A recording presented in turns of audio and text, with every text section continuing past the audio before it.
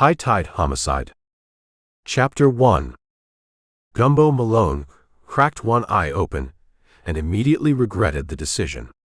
Sunshine, that sadistic Florida bully, had found the one gap in his bamboo blinds and aimed a precision laser of hangover-intensifying brightness directly at his face. A squadron of miniature jackhammer operators had apparently taken up residence in his frontal lobe during the night, working overtime with union-violating enthusiasm. He articulated eloquently to the empty stilt house. The clock on his nightstand, shaped like a pelican swallowing a fish that perpetually refused to go down, read 10:17. AM or PM was anyone's guess, though the punishing sunshine suggested the former. 3 empty bottles of Captain Morgan's stood in accusatory formation on his coffee table, surrounded by the scattered remains of last night's case files. Gumbo rolled onto his side and was promptly punished by a wave of nausea that could have qualified as a minor tropical depression. His stilt house swayed slightly with the morning tide, a charming feature when sober and a vomit-inducing nightmare when pickled in rum. Never again, he promised the ceiling fan, which continued its lazy rotations with complete indifference to his suffering. It was a promise he'd made approximately 147 times in the past 3 years, each one honored with the same reverence as a politician's campaign pledge. The stilt house had been his home since his dramatic exit from corporate America, an exit that involved telling his boss to perform anatomically impossible acts with the quarterly earnings report. Perched on weathered pilings 10 feet above the capricious waters of Tampa Bay, the ramshackle structure had survived 3 hurricanes, 17 tropical storms, and one particularly enthusiastic bachelor party involving fireworks and a misplaced tiki torch. Last month's freak storm had nearly ended its winning streak, ripping away part of the deck and flooding the kitchen.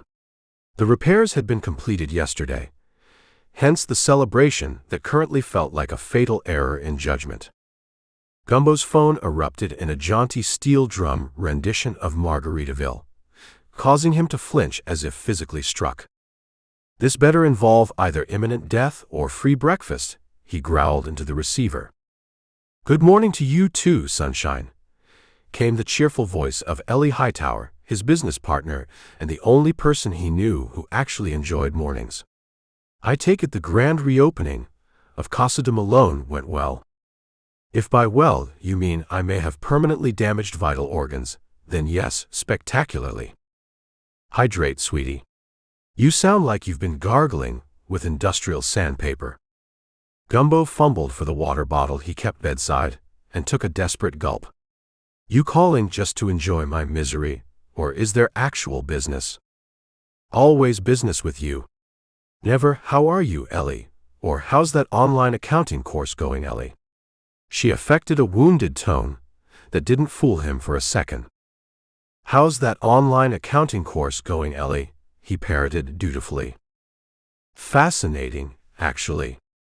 Did you know there are 17 different ways to depreciate a fishing boat for tax purposes? But that's not why I called." Her voice shifted to what Gumbo had come to think of as her accountant mode, precise and slightly smug. "We need to talk expansion. The PI business is booming. My coffee shop can run itself, and frankly, I'm tired of converting my storage closet into a conference room every time we meet a client." Gumbo squinted at the ceiling, trying to focus his thoughts through the rum fog. "Expansion? We've been partners for exactly 3 months. 3 successful months. The embezzling dolphin trainer case, alone paid for." A sharp knock at the door cut her off. Gumbo groaned. "Hold that thought. Someone's at the door, which is weird because nobody knows I'm conscious yet." He stumbled across the living room, narrowly avoiding a collision with his second-hand coffee table, allegedly once owned by a Seminole chief, according to the suspiciously enthusiastic flea market vendor. The floorboards creaked ominously beneath his feet, still not quite settled after the repairs. Throwing open the door with more force than intended, Gumbo found himself staring at nothing. Then he adjusted his gaze downward to discover a FedEx delivery person who barely cleared 5 feet, clipboard extended like a shield. "Daniel Malone?" the courier asked, clearly unimpressed by the disheveled specimen before him. "The very same," Gumbo confirmed, accepting the clipboard and scrawling something that resembled a signature the way a child's drawing resembles fine art. The courier handed over a padded envelope, muttered something that might have been, "Have a nice day," or possibly, "You look like roadkill," and departed with the alacrity of someone who delivered packages in Florida in August professionally. "Package," Gumbo reported back into the phone as he retreated into the blessed dimness of his living room. "Ooh, mysterious. Open it." Ellie's voice crackled with the enthusiasm of someone not battling apocalyptic hangover symptoms. Gumbo squinted at the sender information. "See Blackwood, Tampa." The name meant nothing to him. With the surgical precision of a man whose motor skills were operating at approximately 60% capacity, he tore open the envelope and appended its contents onto the coffee table. Out tumbled a newspaper clipping, an unmarked USB drive, and a check that made Gumbo's bloodshot eyes widen to potentially dangerous proportions. "Holy mother of..." "What? What is it?" Ellie demanded. "A retainer check for $20,000, Gumbo whispered, as if speaking too loudly might cause the check to vanish. He picked up the newspaper clipping. "Tampa Tech Tycoon found dead in home aquarium." "Read it to me," Ellie commanded, curiosity sharpening her voice. Gumbo cleared his throat, which felt like sandpaper rubbing against more sandpaper. Maxwell Blackwood, 53, founder and CEO of Aqua Solutions, was found dead in his home on Tuesday evening. Initial reports suggest Blackwood drowned in his custom 500-gallon saltwater aquarium. Police are investigating potential foul play, as the security system was disabled, and several rare fish specimens were missing from the tank. His wife, Cordelia Blackwood, discovered the body upon returning from a charity event. "Cordelia Blackwood," Ellie repeated. "As in C. Blackwood? As in your mysterious check writer?" "Appears so." Gumbo examined the USB drive cautiously, as if it might contain digital anthrax. She also included this. "Don't plug unknown devices into your computer," Ellie said automatically. "Basic cybersecurity, Gumbo. Have the data extracted professionally." "Yes, Mom." A flash of movement outside the window caught Gumbo's attention. A massive brown pelican, distinguishable from all other brown pelicans by the jagged scar across its left wing, had landed on his newly rebuilt deck railing. Old Scarback, the unofficial mascot of his little stretch of Tampa Bay, regarded him with ancient, unblinking eyes. "You've got to be kidding me," Gumbo muttered. "What now?" Ellie asked. "Scarback's here. Every time that bird shows up, my life gets complicated." "It's a bird, not an omen," Ellie said, practical as always. "Though your new client sounds interesting. Wealthy widow, suspicious drowning, missing exotic fish. It's like someone designed a case specifically for your weird expertise intersection." "I haven't taken the case yet," Gumbo pointed out, though they both knew the check had essentially made that decision for him. "Sure you haven't," Ellie replied, sarcasm dripping from each syllable. "Listen, about the expansion." Gumbo's other line buzzed. "Unknown number." "Hold that thought again." "Another call coming in." "Fine, but we're discussing office space later." Ellie disconnected before he could argue. Gumbo switched lines, suppressing a groan as the movement sent a fresh wave of pain through his temples. "Malone Investigations," he answered, attempting to sound professional rather than recently disinterred. "Mr. Malone." The voice was female, cultured with the faintest trace of a southern accent buried beneath years of careful grooming. "Cordelia Blackwood. I believe you received my package." "Just this moment, Mrs. Blackwood."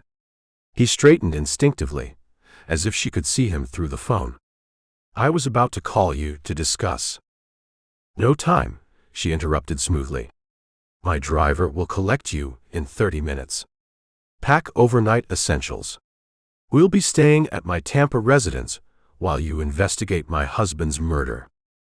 Oh, hold on. Gumbo's investigative instincts cut through the hangover fog. The article says drowning, possibly foul play. You're saying murder? A momentary silence. When Cordelia spoke again, her voice had dropped an octave, like velvet wrapped around steel. My husband was a strong swimmer who installed panic buttons inside his aquarium, specifically because he often swam with his fish. The medical examiner found puncture wounds consistent with lionfish spines. And someone took only the endangered species worth 6 figures each on the black market, leaving behind the common specimens. Gumbo whistled softly. The police are focusing on me, naturally. The grieving widow is always suspect number 1. Her laugh was brittle as thin ice. I need someone without preconceptions, Mr. Malone. Your reputation suggests you see patterns others miss. My reputation? He glanced around his shambles of a living room, wondering what reputation she could possibly be referring to. The Sarasota smuggling ring case. The missing manatee researcher. Detective Hastings speaks highly of your unconventional methods. Linda Hastings. Of course. His former classmate had a persistent habit of referring cases his way, usually the weird ones that made other investigators back away slowly. 30 minutes isn't much notice, Gumbo hedged, mentally calculating how quickly he could shower, pack, and consume enough coffee to resurrect his basic cognitive functions. The retainer should compensate for the inconvenience. Her tone suggested further negotiation would be pointless. Black Escalade driver named Marcus. And Mr. Malone. Bring swimming trunks. My husband's aquarium might still hold answers. The line went dead. Gumbo stared at his phone, then at old Scarback, who tilted his head in what looked suspiciously like knowing amusement. Don't start, Gumbo told the bird. He shuffled toward the shower, mind already cycling through the possibilities. A tech CEO dead in his own fish tank.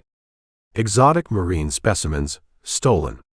A wealthy widow with perfect timing and a conveniently large retainer. Nothing good ever came from cases involving the ultra-wealthy. His corporate career had taught him that much. But nothing interesting ever came from playing it safe, and Danny Gumbo Malone had left safe behind, along with his corner office and company health insurance. 20 minutes later, showered and marginally more alive, Gumbo stood on his deck with an overnight bag and a thermos of coffee strong enough to qualify as a controlled substance. Old Scarback remained on the railing, watching with beady-eyed interest. Well, Gumbo asked the bird. Any sage advice before I dive into this particular alligator pit? The pelican stretched its enormous wings, revealing the full extent of the scar that had earned him his name, then launched into the sky with surprising grace for a creature that resembled a flying dinosaur with a storage pouch. Yeah, Gumbo muttered, watching the bird disappear toward Tampa. That's what I thought you'd say. Chapter 2. Gumbo navigated his ancient Jeep through Tampa's lunch hour traffic, the vehicle's suspension creaking in Morse code messages that roughly translated to retirement plan. The restaurant where Cordelia Blackwood had arranged their meeting stuck out among the glass and steel corporate towers like a circus clown at a funeral. Felonious Feasts occupied a converted bail bondsman's office. Its exterior featured garish murals of Florida's most notorious criminals, caught mid-bite with various seafood dishes. The hostess, dressed in an orange jumpsuit with Department of Corrections bedazzled across the back, led Gumbo to a corner booth beneath a portrait of Ted Bundy enthusiastically devouring coconut shrimp. Mrs. Blackwood is waiting, she informed him, gesturing with a plastic nightstick. Cordelia Blackwood didn't so much occupy the booth as command it. Her posture suggested finishing school, and her eyes suggested finishing witnesses. She wore a crimson dress that matched her fingernails, lips, and the signature cocktail sitting untouched before her. Mr. Malone, she said, her voice carrying the precise blend of honey and arsenic. Punctuality. How refreshing. Traffic was cooperative for once, Gumbo replied, sliding into the booth. Usually I-275 is where hope goes to die around lunchtime. A waiter appeared, costumed as Machine Gun Kelly, not the rapper but the original gangster, complete with a Tommy gun water pistol holstered at his hip. Today's special is our Ted Bundy burger. It looks innocent at first, but it'll kill ya with flavor. Just coffee, Gumbo said. Black as the allegations against your client. Cordelia's smile never reached her eyes. Charming. I can see why my retainer appealed to you. When the waiter departed, Gumbo leaned forward. Let's start with the basics. The police say you fed your husband to his prize lionfish. Care to elaborate? Such crass simplification, Cordelia sighed, running a manicured finger around the rim of her glass. Maxwell wasn't fed to anything. He was found floating face down in his ridiculous aquarium with lionfish spines in his neck. The police, with their characteristic imagination, decided I must have extracted the venom and injected him before pushing him into the tank. Did you? Of course not. If I wanted Maxwell dead, I'd have employed something far less traceable than dendrotoxin from a fish he imported illegally. Tetrodotoxin from properly prepared fugu would leave no discernible markers if administered gradually. Gumbo blinked. That's oddly specific knowledge for someone claiming innocence. I'm a marine biology doctoral candidate. My thesis focused on bioactive compounds in invasive aquatic species. She took a delicate sip of her cocktail. Knowledge doesn't equal guilt, Mr. Malone. The waiter returned with Gumbo's coffee in a mug shaped like an electric chair. Why hire me? Don't you have attorneys? Plural, I'm guessing. Attorneys establish legal innocence. I need someone to establish actual innocence. The police have already decided I'm guilty. The narrative is too perfect. Vengeful wife kills tech mogul husband in ironic fashion using his own prized possessions. And what's the real narrative? Cordelia's eyes flashed. Someone wanted Maxwell dead and me in prison. 2 birds, 1 lionfish. A busboy dressed as the Florida highway cannibal crash cleared the neighboring table, sending flatware clattering to the floor. Let's discuss evidence, Gumbo said. The prosecution claims you had means, motive, and opportunity. Means, access to the fish and knowledge of toxins. Motive, his rumored affairs and the recent change to his will. Opportunity, you were home alone with him that night. Partially correct. I did have knowledge and access, but so did his assistant, his research team, and the specialized aquarium maintenance crew. As for motive, the will change wasn't impoverishing me. It only directed his patents elsewhere. I retain half his fortune regardless. And opportunity? I was home, but not alone with Maxwell. I was on a video call with my conservation group board from 7:30 to 9:15. Maxwell was alive at 7:15 when he brought me tea. The medical examiner places death between 8 o'clock and 8:30. Gumbo's skepticism must have shown on his face because Cordelia leaned forward, her perfume smelling vaguely of expensive trouble. You don't believe me. I'm reserving judgment, Gumbo replied. But someone went to considerable effort to extract lionfish venom and inject your husband with it before introducing him to the aquarium. That suggests planning, expertise, and intimate knowledge of both his schedule and security system. All of which I supposedly possess. Cordelia's smile was frost on a window. Along with at least 6 other people who had unlimited access to our home. Gumbo studied her. Most murder suspects fidgeted, avoided eye contact, or over-explained. Cordelia sat perfectly still, her gaze unwavering. Why should I believe you? You shouldn't, immediately. That would make you a poor investigator. But consider this. If I planned to murder my husband, would I choose the most obvious method that immediately incriminates me? I graduated summa cum laude in biochemistry before my marine biology work. I could have made him disappear with substances that would never appear on a talk screen. Unless you wanted everyone to think exactly that you're too smart to be so obvious. Cordelia's laugh was genuine, startling against the themed restaurant's cacophony. Double reverse psychology. How delightful. She pushed a folder across the table. Here's everything the police have. My attorneys obtained it through discovery. Find who killed Maxwell, Mr. Malone. Before I'm convicted for being inconveniently knowledgeable about fish poison. As Gumbo opened the folder, he couldn't shake the feeling that hiring him was either the act of a desperate innocent woman or the cleverest guilty one he'd ever met. I've reviewed the documents you provided, which include a 30-chapter outline for Deadline in Paradise, a Gumbo Malone mystery, and sample chapters from what appears to be another Gumbo Malone mystery. Based on this material, I'll write Chapter 3, The Glass House, following your guidelines for a quirky Florida mystery in Tim Dorsey's style. Tide Homicide, a Gumbo Malone mystery. Chapter 3. Gumbo Malone drove his ancient Jeep Wrangler down the winding private road leading to what the locals had dubbed the Fishbowl.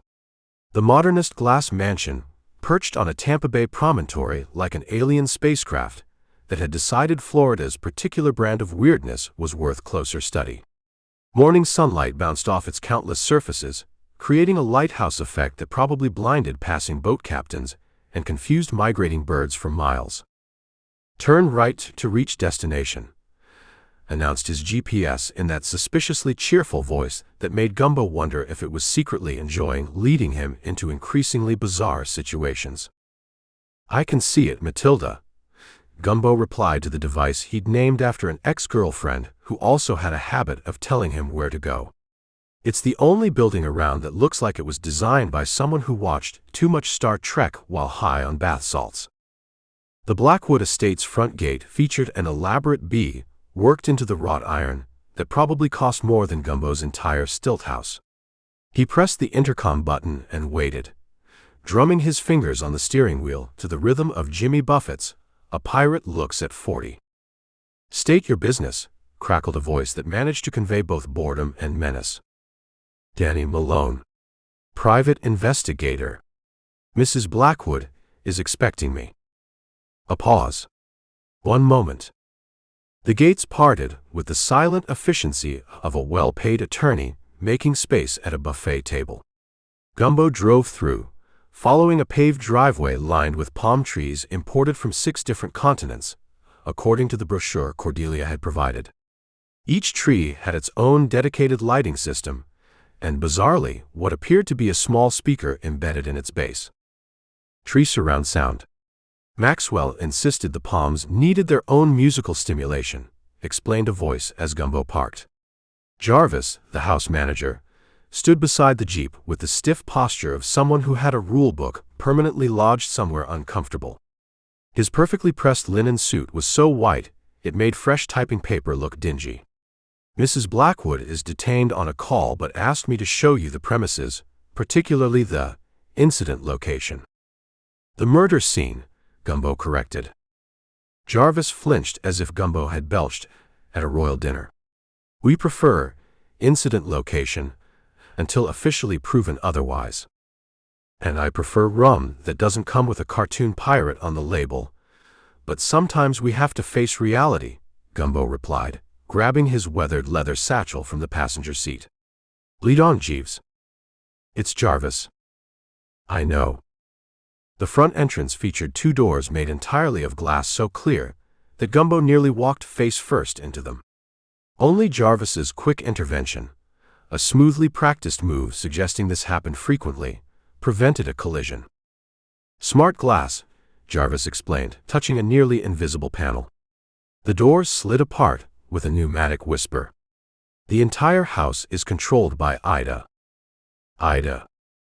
Artificially intelligent domestic assistant. Mr. Blackwood's own creation. She runs everything from climate control to security. A quantum leap beyond those grocery list gadgets the masses keep in their kitchen. Does she make coffee? Gumbo asked hopefully. Jarvis's expression suggested Gumbo had asked if the Mona Lisa could open beer bottles. Ida curates a bespoke coffee experience based on individual biometric readings, atmospheric conditions, and your circadian rhythm. So, that's a yes. The interior of the mansion was a shrine to minimalism and money. Vast white spaces punctuated by art installations that looked like industrial accidents being passed off as profound statements. A spiral staircase curved through the center of the main hall, without visible means of support. Cantilevered carbon fiber core with transparent polymer coating, Jarvis offered, noticing Gumbo's hesitation to step onto what appeared to be floating glass. It could support an elephant. That's reassuring, Gumbo muttered, testing the first step with his boot. Because nothing says Florida luxury like pachyderm-ready infrastructure. The house hummed with invisible technology. Motion-activated lights preceded them down hallways. Temperature and humidity shifted subtly as they moved between spaces. Musical notes, different in each room, played softly from hidden speakers.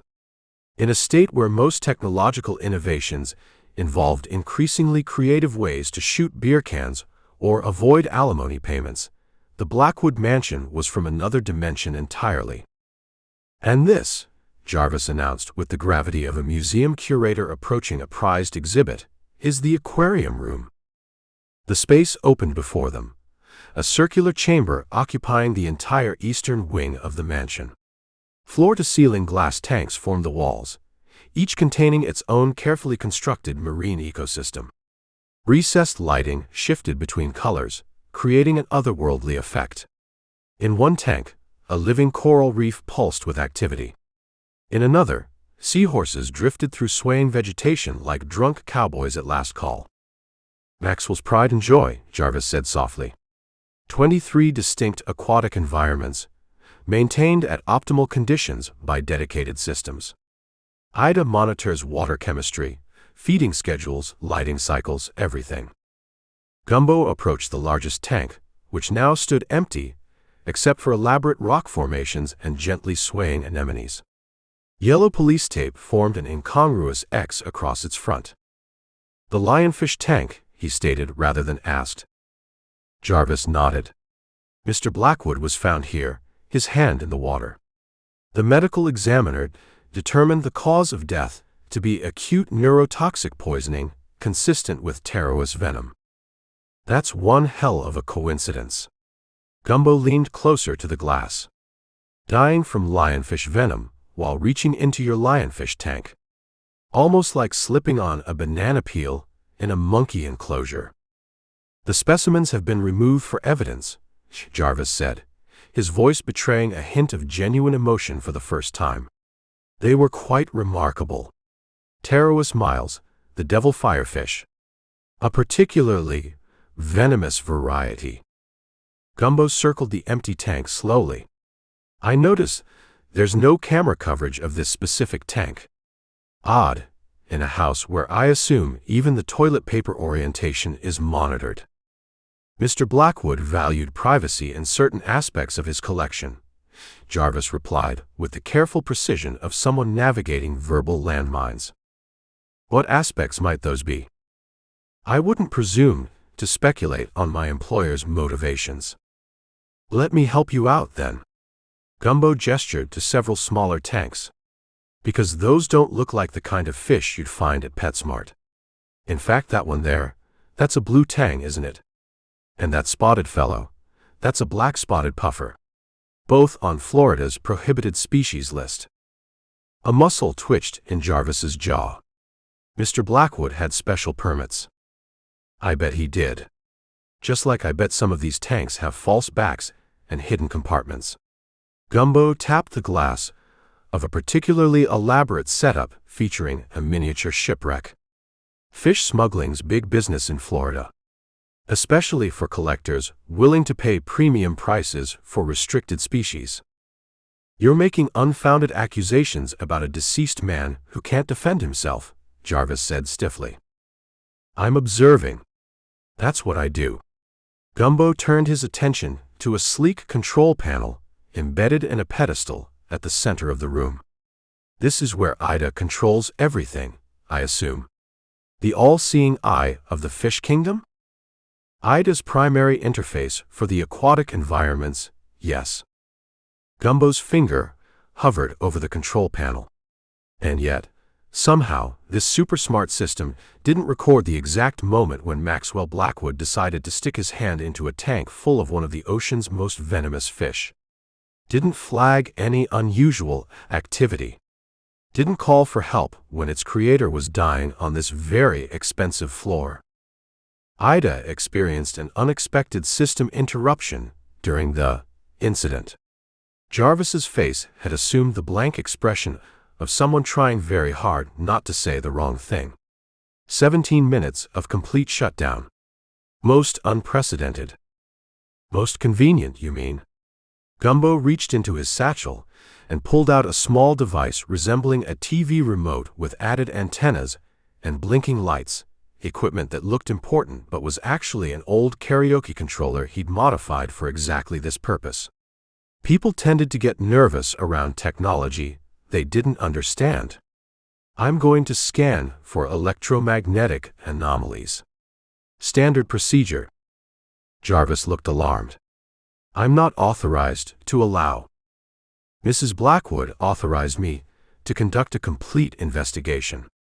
Gumbo waved the device around the room in elaborate patterns, making note of how Jarvis's eyes followed specific movements with particular anxiety. Interesting readings over here. Very interesting. What exactly are you detecting? Jarvis asked, unable to conceal his concern. Signal interference patterns, consistent with a high-grade electronic suppression device. Gumbo was making this up entirely, but decades in corporate America had taught him that confident technobabble was indistinguishable from actual expertise to the uninitiated. Someone used a professional-grade jammer to create that 17-minute window. Not the kind of equipment your average Floridian keeps next to their gator repellent. A discreet cough from the doorway interrupted them. Cordelia Blackwood stood there, a vision in black that suggested mourning designed by someone who understood the importance of flattering silhouettes in times of grief. I see you've met Jarvis, she said, her voice carrying the precise upper-class accent that cost her parents 6 figures in boarding school tuition. I hope he's been helpful. Tremendously, Gumbo replied, slipping his fake scanner back into his satchel. We were just discussing your husband's interesting taste in aquatic life. Maxwell was passionate about marine conservation, Cordelia said smoothly. His collection allowed him to study threatened species up close. Including species threatened by import restrictions? A smile flickered across her face so quickly Gumbo almost missed it. My husband had many interests that occasionally bumped against bureaucratic limitations. He preferred to ask forgiveness rather than permission. A quality that apparently ran out of luck. Apparently so. Cordelia turned to Jarvis. That will be all for now. Mr. Malone and I have matters to discuss. The house manager nodded stiffly and departed, his footsteps soundless on the polished floor. Does he always walk like he's smuggling a broom? Gumbo asked. Jarvis has been with the household for 15 years. His discretion is absolute. She gestured for Gumbo to follow her. Come. I'll show you Maxwell's study. If you want to understand the man, that's where you'll find his essence. As they walked, Gumbo noticed a small red light blinking on one of the aquarium control panels, a warning light that hadn't been active during his conversation with Jarvis. Something had changed when Cordelia entered the room.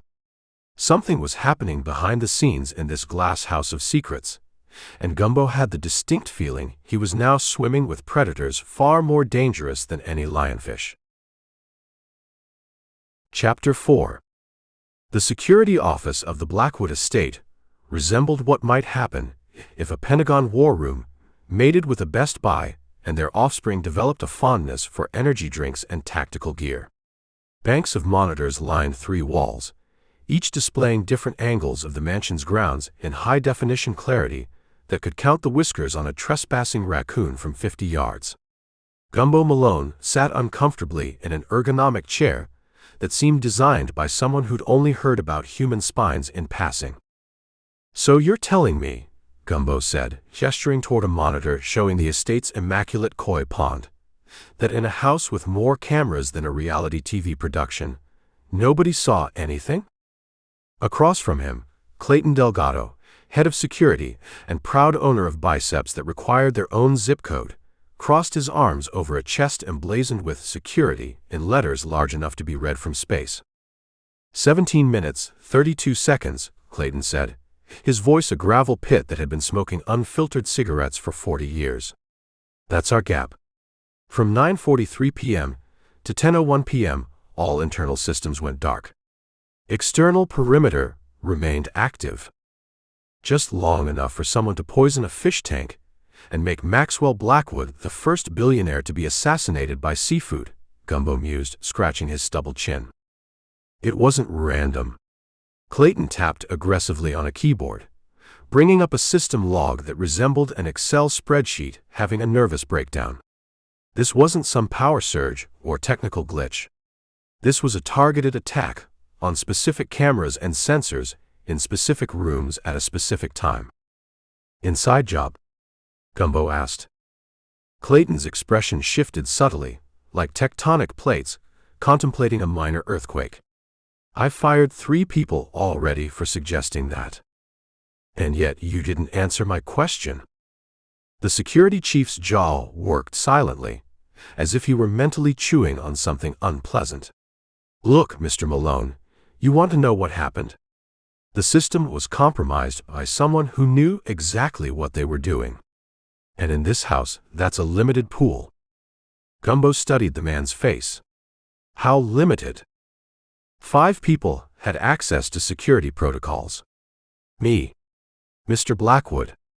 Mrs. Blackwood." Clayton hesitated. "Evan Nash, our IT director, and Vanessa Krill, Mr. Blackwood's executive assistant." "That's quite the exclusive club," Gumbo noted. "And where were you during the 17-minute digital siesta?" Clayton's face reddened slightly. "I was conducting a routine perimeter check. We had reports of photography drones from tabloid outlets earlier that day. Convenient timing for a walk." "Are you implying something, Mr. Malone?" Clayton's voice dropped to a register usually reserved for movie trailers about apocalyptic events. "Just taking inventory of coincidences," Gumbo replied with a placid smile. "They tend to pile up in murder cases." A sharp knock interrupted their staring contest. The door opened to reveal a rail-thin man with thinning hair and the pallid complexion of someone who considered sunlight a personal affront. He clutched a tablet to his chest like a shield. "Sorry to interrupt," he said, his voice higher than his appearance suggested. "But you asked me to bring the backup logs, Clayton." "Evan Nash," Clayton introduced him with all the enthusiasm of someone announcing a tax audit. "Our IT director. Or former IT director, I should say." Evan winced. "Technically, I'm still employed for another week. Exit interviews and all that." Gumbo's interest perked up. "Former. Were you fired before or after the murder?" "Before," both men said simultaneously, then glared at each other. "Mr. Blackwood terminated the entire tech development team 3 days before his unfortunate encounter with marine biology," Evan explained, adjusting glasses that didn't need adjusting. "We're all working notice periods while transitioning systems to the new contractors." "Seems like odd timing," Gumbo observed. "Why fire your security experts right before someone exploits your security?" Evan placed his tablet on the desk with precise movements. "Mr. Blackwood became paranoid in recent weeks. He claimed we were spying on him, stealing his research. He was installing his own proprietary system. A flicker of something, resentment perhaps, crossed Evan's face.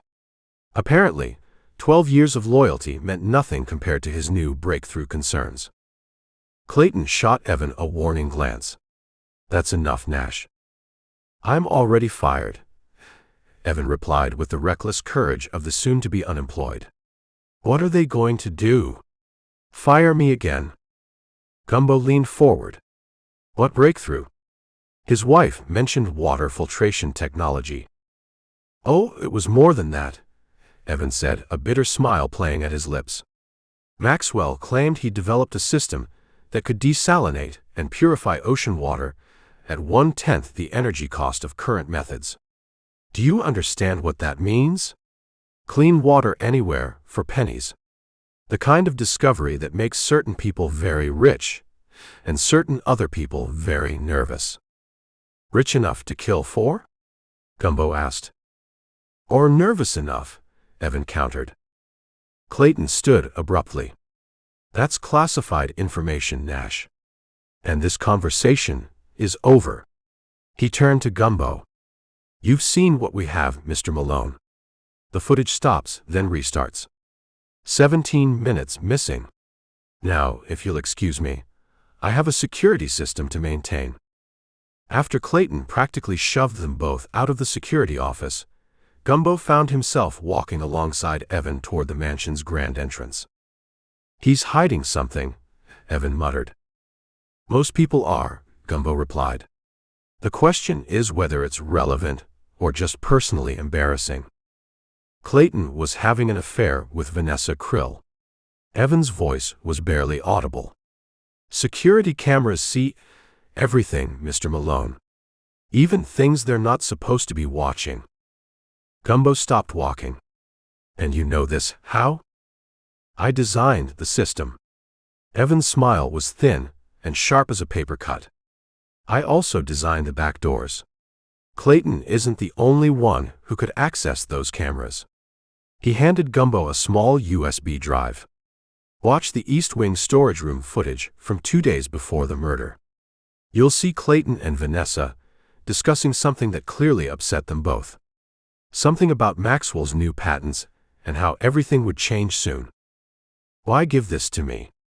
Gumbo asked, weighing the tiny device in his palm. "Because Maxwell Blackwood was a brilliant, terrible man who treated people like disposable parts in his grand machine," Evan said, bitterness seeping through every word. "I don't know who killed him, but whoever did, they had plenty of motivation." As Evan walked away, Gumbo's phone buzzed with a text message. "Unknown number." The toxicology report shows 3.7 milligrams of purified Taros venom in his system. Concentrated in the left ventricle. Death would have been painful, but quick. They haven't released this to the press. Thought you should know. See. Gumbo stared at the phone. How did Cordelia know details from her husband's autopsy? And why was she sharing them with the detective who might eventually prove she was the killer? He glanced up at the mansion's imposing facade, where security cameras pivoted to track his movement. 17 minutes missing. An entire tech team fired days before a security breach. A widow who knew too much about the poison that killed her husband. And somewhere in those 17 minutes of digital darkness, someone had turned a billionaire's prized exotic fish into a murder weapon. In Florida, even the criminal element had flair. "Maxwell Blackwood," Gumbo muttered to himself as he descended the grand staircase toward his rusting jeep. "What the hell were you mixed up in?" The estate's wrought iron gates parted smoothly as he approached, security cameras following his departure with mechanical precision. He couldn't shake the feeling that somewhere someone else was watching too, someone who had mastered the art of hiding in those 17 minutes of darkness. As he pulled away from the estate, his rearview mirror captured the mansion shrinking in the distance, sunlight glinting off countless windows like knowing winks. In Florida, the most dangerous predators were rarely the ones with fins or scales. More often, they wore expensive watches and left no traces, except perhaps 17 minutes of missing time. Chapter 5. The lobby of Blackwood Aqua Tech resembled an aquarium designed by someone who had consumed hallucinogenic substances while binge-watching architecture documentaries. Massive cylindrical tanks formed the building's load-bearing columns, filled with hypnotic jellyfish that pulsed in synchronized patterns. The effect was either soothing or nauseating, depending on how much sleep you'd had, and Gumbo Malone was operating on roughly 17 minutes of unconsciousness he'd achieved while waiting for his coffee to brew that morning. Mr. Malone. A receptionist with a headset that looked like it could communicate with dolphins approached. Miss Krill will see you now. Please follow the blue lighting pathway. The floor, illuminated in a trail of electric blue, guiding Gumbo past a series of increasingly peculiar water features. He sidestepped a desktop waterfall that had formed a small puddle on the travertine floor, the kind of moisture hazard that would make personal injury lawyers salivate with predatory glee. At the end of the glowing path stood a glass office suspended over an indoor koi pond. Inside, a woman with laser-precise makeup and a posture that suggested she'd been trained by military drill sergeants was arranging orchids on a desk made of recycled ocean plastic. Vanessa Krill? Gumbo asked, stepping carefully over the glass threshold. You're late, she replied without looking up. Maxwell always said tardiness was theft of time, and time was the only truly non-renewable resource. She finally raised her eyes, a startling shade of amber that reminded Gumbo of fine bourbon. But then again, Maxwell isn't here anymore, is he? Gumbo settled into a chair shaped like a giant seashell, which was approximately as comfortable as it sounded. I appreciate you seeing me, Miss Krill. I'm investigating the murder of Maxwell Blackwood, my boss and the greatest mind in water technology this century has seen, she finished, her voice catching slightly. I know who you are, Mr. Malone. Cordelia's new pet detective. I prefer private investigator, Gumbo corrected. And I'm not anyone's pet. I'm searching for the truth. Vanessa made a sound that might have been a laugh if it weren't so sharp around the edges. Truth is a luxury item in Tampa's tech world, Mr. Malone. Like beachfront property or politics without corruption. She moved to a wall of glass overlooking Tampa Bay, her silhouette framed against the water's glittering surface. For a moment, she seemed to be searching for something on the horizon. Miss Krill, Gumbo pressed, how long did you work for Maxwell Blackwood? 7 years, 2 months, and 14 days, she answered without hesitation. I was his first hire when Blackwood Aqua Tech was nothing but a whiteboard and a bank account. Gumbo noticed her hands, perfectly manicured in a shade of coral that complemented her charcoal business suit, trembled slightly as she spoke. You seem particularly affected by his death. Wouldn't you be? She turned, her face a careful mask. I spent more waking hours with Maxwell than his own wife did. I knew how he took his coffee, which classical composer he played when tackling difficult problems, and which board members he secretly despised. Cordelia mentioned he was working on something revolutionary before his death, Gumbo said, watching her reaction closely. Something about water filtration? Vanessa's eyes widened fractionally, a tell that wouldn't have been noticeable if Gumbo hadn't spent years analyzing micro-expressions across poker tables and corporate boardrooms. Project Poseidon, she confirmed, moving to a hidden panel in the wall. It slid open to reveal a small refrigerator, from which she extracted 2 bottles of water. Maxwell's magnum opus. She handed one to Gumbo. The label read, Blackwood Prototype #37 inches in simple blue lettering. This water, she continued, was filtered from Tampa Bay this morning. Not through conventional methods, but through Maxwell's patented nanofiltration membrane. It can remove salt, heavy metals, pharmaceuticals, microplastics, and biochemical contaminants at a fraction of the energy cost of current desalination. Gumbo took a cautious sip. It tasted like water. Exceptionally clean water, but still just water. He wasn't sure what he'd expected, perhaps liquid enlightenment or the tears of mermaids. So Maxwell developed a better water filter, Gumbo said. That's impressive, but is it worth killing over? Vanessa's laugh was so bitter, it could have stripped paint. Mr. Malone, you're thinking too small. Whoever controls water, controls everything. This technology could make desalination economically viable worldwide. It could green deserts, save dying cities, and water conflicts. The patents alone are worth billions. She moved to her desk and picked up a framed photograph. Maxwell and Vanessa standing on a dock, a research vessel visible in the background. Gumbo noticed she was wearing an unusual pendant, a silver drop of water suspended in a matrix of what appeared to be coral. Nice necklace, he commented casually. Her hand flew to her throat, where the same pendant now rested against her collarbone. Maxwell gave it to me after our first successful prototype. He had one made for each key team member, including Cordelia. Vanessa's lips tightened into a thin line. Cordelia was never part of the research team. She was too busy with her charitable foundations and social circles. Something in her tone caught Gumbo's attention. You didn't care for Cordelia. I respected her, Vanessa replied with diplomatic precision, as Maxwell's wife. But nothing. My personal feelings are irrelevant to your investigation. Gumbo leaned forward, the seashell chair emitting an alarming creak.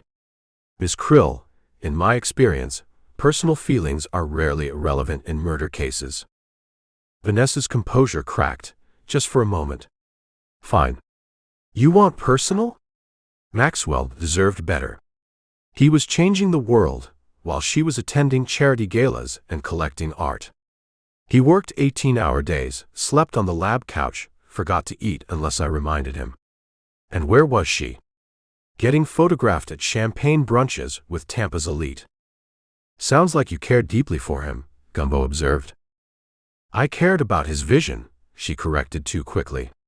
Project Poseidon could have saved millions of lives. And now? Vanessa glanced at a sealed door at the back of her office. The project is in limbo. Maxwell's patents are tied up in probate. His research notebooks are missing. And frankly, Mr. Malone, I'm not convinced anyone else fully understands the science. Gumbo's eyes wandered to her desk, where a photo frame faced away from him. With a subtle shift in his chair, he caught a glimpse of the image. Vanessa and Maxwell on a sailboat, toasting with champagne flutes, her head resting on his shoulder with unmistakable intimacy. Where were you the night Maxwell died? Gumbo asked, the question hanging in the air like humidity before a storm. I was at the annual Tampa Bay Tech Association dinner, she replied without missing a beat. 300 people can verify my whereabouts, including the mayor and 2 state senators. And after the dinner? A flicker of something, annoyance perhaps or concern, crossed her face. I went home. Alone. Took a sleeping pill and went to bed. Convenient, Gumbo murmured. Excuse me? Nothing. He shifted tactics. Did Maxwell have enemies? Vanessa gave a brittle laugh. A better question would be, did he have friends? In this industry, success breeds jealousy like Florida breeds mosquitoes. Landon Pike of Oceanic Solutions wanted Maxwell's technology buried. Senator Carruthers tried to force him to sell to military contractors. And don't get me started on the international interest. The Chinese offered him a blank check twice. She moved to a wall map showing Florida's coastal regions, each marked with colored pins. This is where Maxwell was testing water samples. He was finding things in Tampa's water that shouldn't be there. Things that powerful people didn't want found. Gumbo studied the map, noting the concentration of red pins around specific industrial areas. What kind of things? Maxwell was going to announce his findings next month, she said, avoiding the question. He was preparing a comprehensive report for the EPA. As Vanessa turned back to her desk, Gumbo spotted something odd, a small bruise on her wrist partially concealed by her watch. Before he could comment, her phone chimed with a distinctive tone. "I have another meeting," she said abruptly. "Is there anything else?" Gumbo stood, his knees grateful to be liberated from the torture device masquerading as furniture. "Just one thing. That necklace you're wearing, Cordelia mentioned one just like it was stolen the night Maxwell died." Vanessa's hand flew to the pendant, her knuckles whitening. "That's impossible. Cordelia never had one of these. They were exclusively for the research team." She paused, her amber eyes narrowing. "She's lying to you, Mr. Malone. I'd be careful if I were you." As Gumbo was leaving, he noticed a small aquarium in the corner of Vanessa's office. Inside swam a single vibrant lionfish, its venomous spines fanned out like a deadly floral arrangement. "Beautiful creature," he commented, pausing to watch it hover in the water. "Pterois volitans," Vanessa supplied. "Invasive, but magnificent. Did you know their venom can be processed into a neurotoxin that leaves no trace after 72 hours? She smiled thinly. Maxwell was fascinated by their potential pharmaceutical applications. She handed him a business card, with her personal number scrawled on the back. "When you realize Cordelia isn't being straight with you, call me. I want Maxwell's killer found as much as anyone." Gumbo pocketed the card, his mind churning with new questions. As he followed the blue lighting path back to the lobby, he couldn't shake the feeling that Vanessa Krill's grief seemed a bit too practiced, her alibi a bit too perfect, and her knowledge of undetectable poisons a bit too extensive for a simple executive assistant. The jellyfish pulsed in their tanks as he passed, their hypnotic rhythm suddenly feeling less like decoration and more like a warning. Chapter 6. The Tampa Convention Center had been transformed into what architects might generously call avant-garde, and what normal humans would describe as what happens when cocaine meets architectural software. The entire building had been temporarily reshaped to resemble a gigantic computer microchip, complete with LED-lit circuits that pulsed in patterns, probably meaningful to people who thought blockchain was an actual physical object. Gumbo tugged at his tie, a fashion accessory he hadn't worn since leaving the corporate world, and one that now felt like a particularly enthusiastic python trying to strangle him.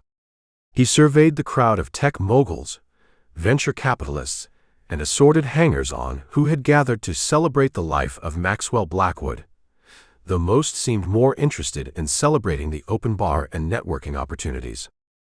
"Sweet mother of digital disruption," Gumbo muttered, as a server wearing what appeared to be a light-up motherboard vest offered him champagne from a tray hovering via drone. "This isn't a memorial. It's a TED Talk with better alcohol." He accepted the champagne and moved deeper into the throng. The giant hall had been divided into themed sections representing Blackwood's various innovation epics, a phrase Gumbo had already heard 17 times in the 8 minutes since his arrival. Each area featured holographic displays of Maxwell's patents, products, and what one overly enthusiastic attendee called his thought leadership journey. "You look like a man who'd rather be anywhere else," observed a voice to his left. "Perhaps wrestling alligators or filing taxes by hand." Gumbo turned to find a woman in her 40s with rectangular glasses and a sleek silver pantsuit that probably cost more than his monthly mortgage. Her name tag read, Dr. Amelia Dasgupta, Oceanic Innovation Lab. "That obvious, huh?" Gumbo replied, loosening his tie another fraction. "Danny Malone. Private investigator." Her eyebrows shot up. "Up high at Tech Palooza. How refreshingly analog. Are you investigating the crippling lack of self-awareness in this room?" Gumbo grinned despite himself. "Just observing. You knew Maxwell well." "We collaborated on his water filtration technology." She sipped her drink, eyes scanning the room. Though collaborated implies more equality than Maxwell typically allowed. Let's say I contributed while he took credit. Sounds like a real prince. A prince of darkness, perhaps, though one with undeniably brilliant ideas. She gestured toward a display, showing a sleek cylindrical device. That filtration system could have changed water access globally. Could have. You don't think it will now? Dr. Dasgupta's laugh was short and sharp. Not with the vultures circling. Look around you, Mr. Malone. Everyone here is measuring the office for new curtains before the body's even cold. Gumbo followed her gaze to where Landon Pike, Maxwell's chief rival and CEO of competing tech firm Hydronex, was holding court near a floating hologram of Blackwood's most recent TED Talk. Pike was a walking Silicon Valley stereotype, painfully thin, wearing shoes that cost more than Gumbo's car, and gesturing with the practiced enthusiasm of someone who'd had authentic hand movements added to his personal development plan. That's Pike, right? Gumbo asked. The one who looks like he subsists entirely on kale smoothies and the tears of underpaid coders. The very same. His company has been trying to replicate Maxwell's filtration technology for years. Never quite managed it. She lowered her voice. And now he doesn't have to. Just needs to acquire the patents from whoever inherits. Speaking of inheritance. Gumbo nodded toward the entrance, where a ripple of whispers and side eyes announced Cordelia Blackwood's arrival. She moved through the crowd like a shark through tropical fish, sleek, purposeful, and causing everything in her path to scatter.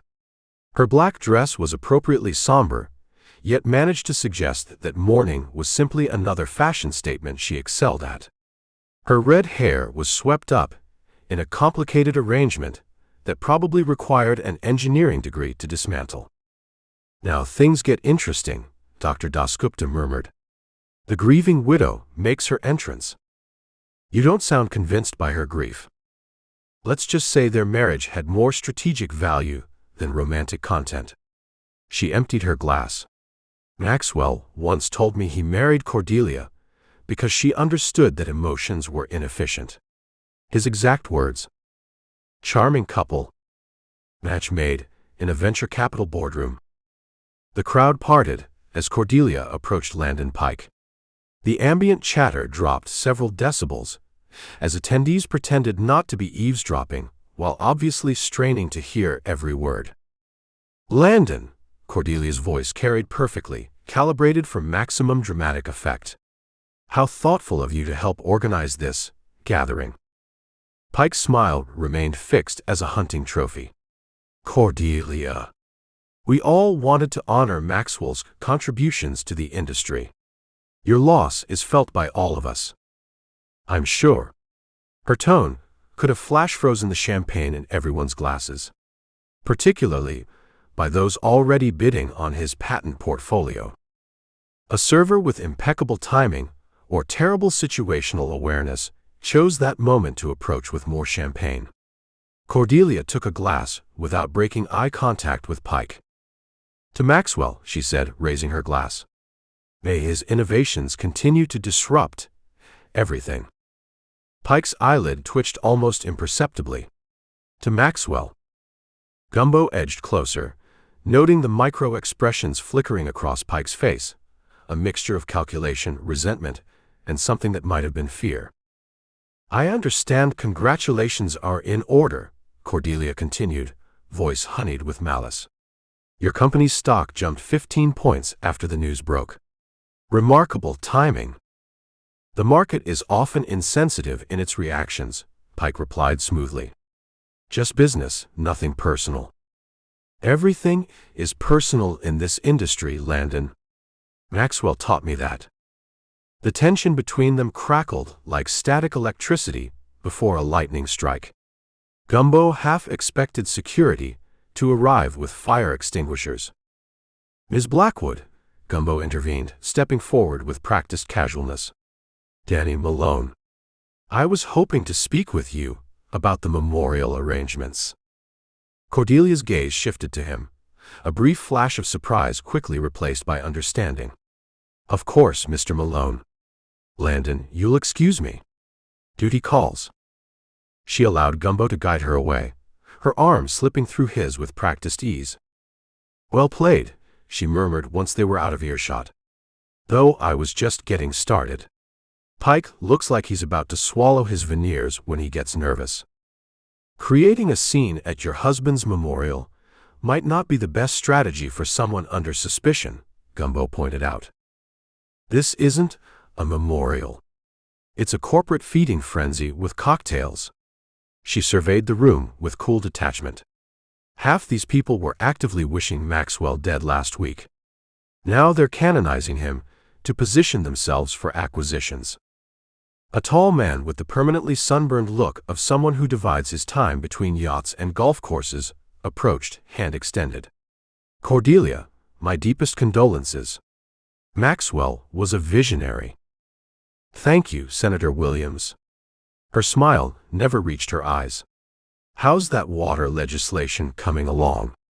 The one Maxwell was so concerned about?" The senator's smile flickered. "Still in committee. These things take time." "How convenient." Cordelia's voice dropped to a whisper. "For everyone, except the public drinking contaminated water, of course." The senator retreated like a man who just discovered he was standing on thin ice over shark-infested waters. "Making friends everywhere, I see," Gumbo observed. "Friends are overrated. Information is power." She sipped her champagne delicately. "Right now, I'm gathering both." Gumbo scanned the room, noting who watched Cordelia with curiosity, who with fear, and who quickly looked away when caught staring. The tech elites were terrible at concealing their emotions. People who spent their lives behind screens rarely developed the poker faces needed for high-stakes human interaction. "Your husband had many admirers," he remarked. "Admirers. Enemies. Sometimes they're the same people in this industry." She nodded toward a group near a display of Maxwell's early patents. "Those three tried to sue him for intellectual property theft last year. Now they're probably bidding on his technology." The balding one cried during his speech earlier. A commotion near the main display drew their attention. Oscar Blackwood, Maxwell's brother, had arrived. Where Maxwell had apparently been all polished charisma and calculated charm, Oscar looked like he'd dressed in whatever he'd found on his bedroom floor: khakis with mysterious stains, a rumpled blazer over a faded t-shirt advertising a heavy metal band from the 90s, and hair that suggested a recent encounter with both a pillow and an electrical socket. "The prodigal brother arrives," Cordelia murmured. "Right on schedule." "You were expecting him?" Oscar never misses an opportunity to remind everyone how much he despised Maxwell's success. Their relationship was complex. Complex seemed an understatement as Oscar made directly for the open bar, bypassing all the memorial displays and well-wishers.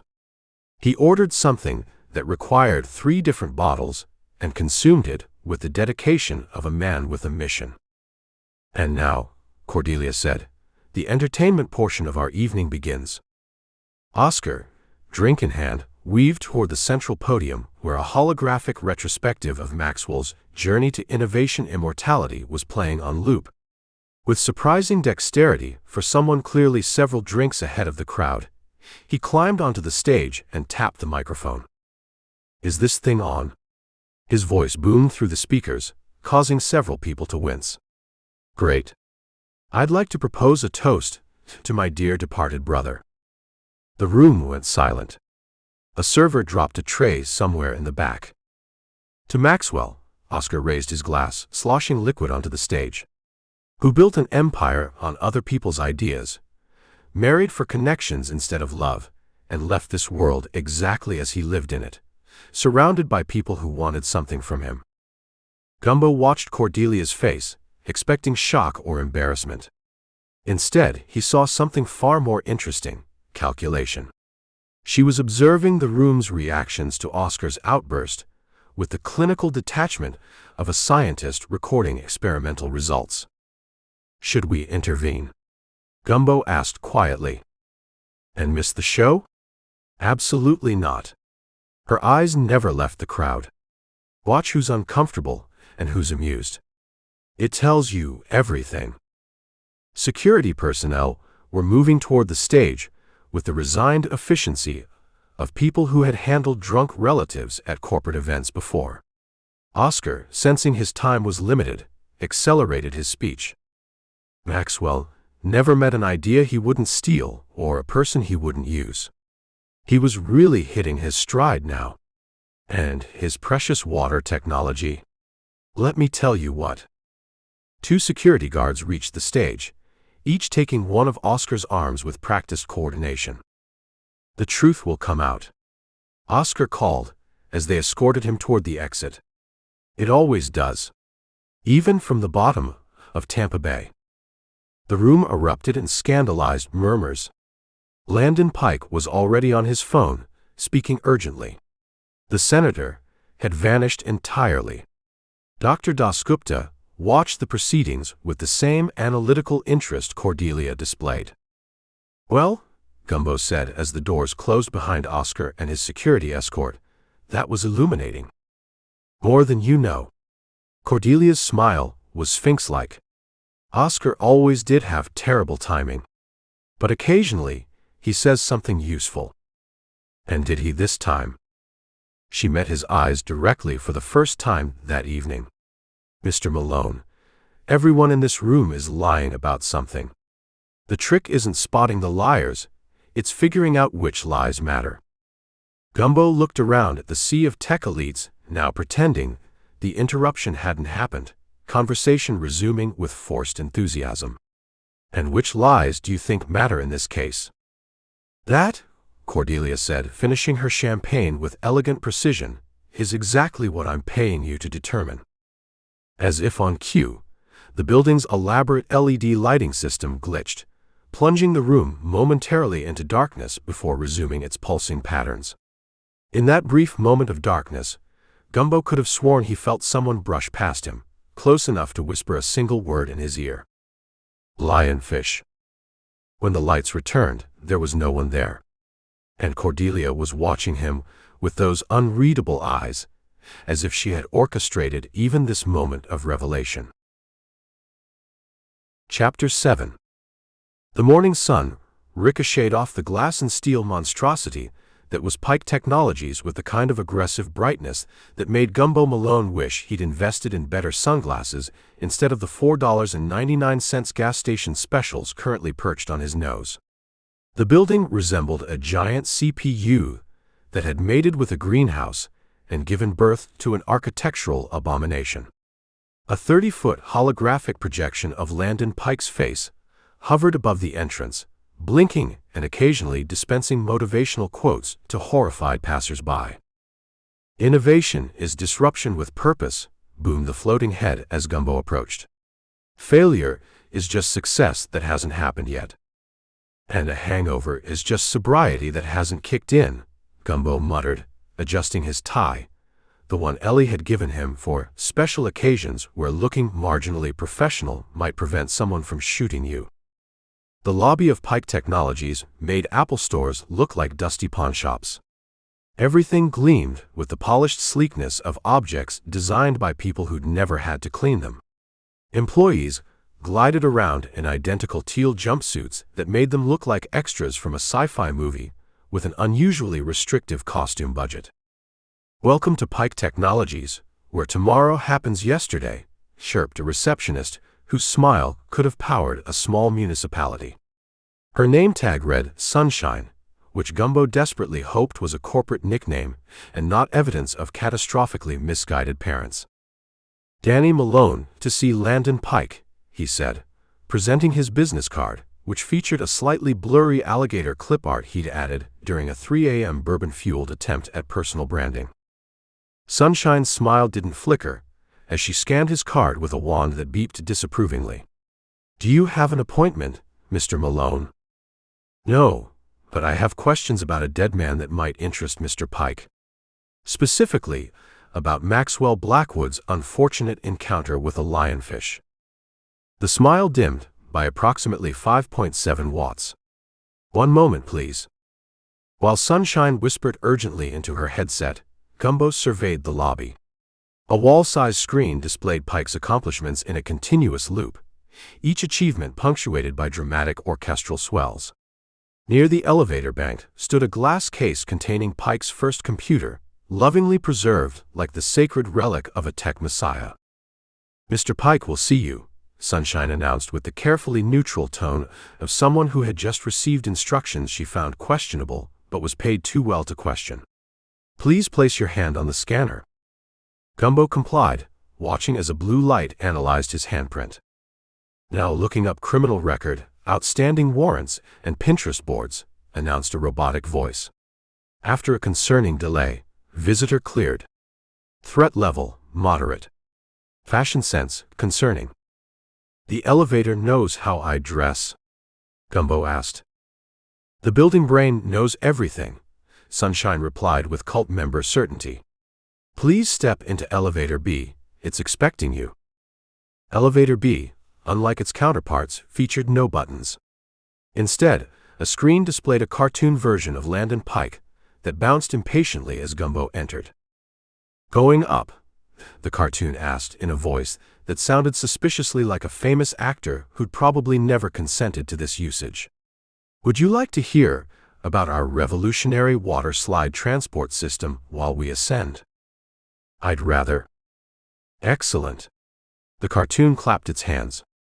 "Our proprietary hydro-glide system allows employees to travel between floors using recirculated rainwater and the power of gravity. It's eco-friendly, efficiency-boosting, and has only resulted in 3 workers' compensation claims this quarter." The elevator doors opened onto a floor that looked like a tech startup had collided with a water park.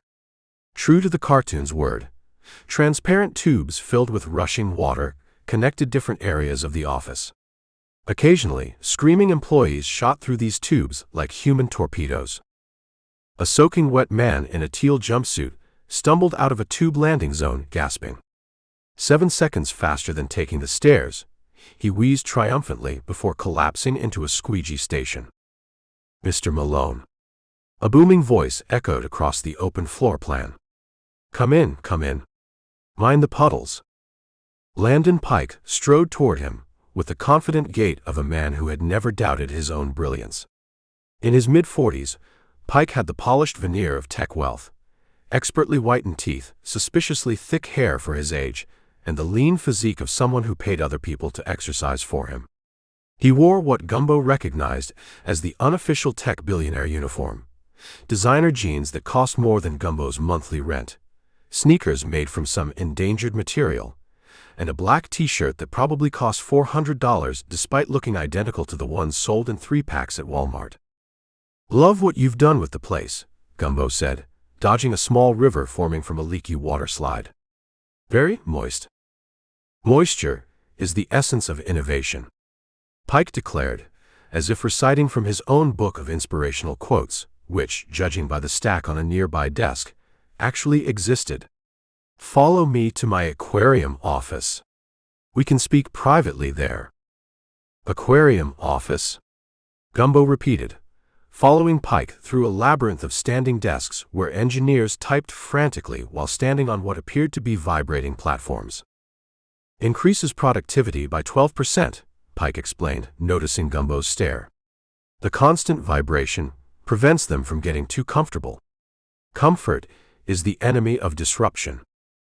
They reached a circular glass chamber in the center of the floor.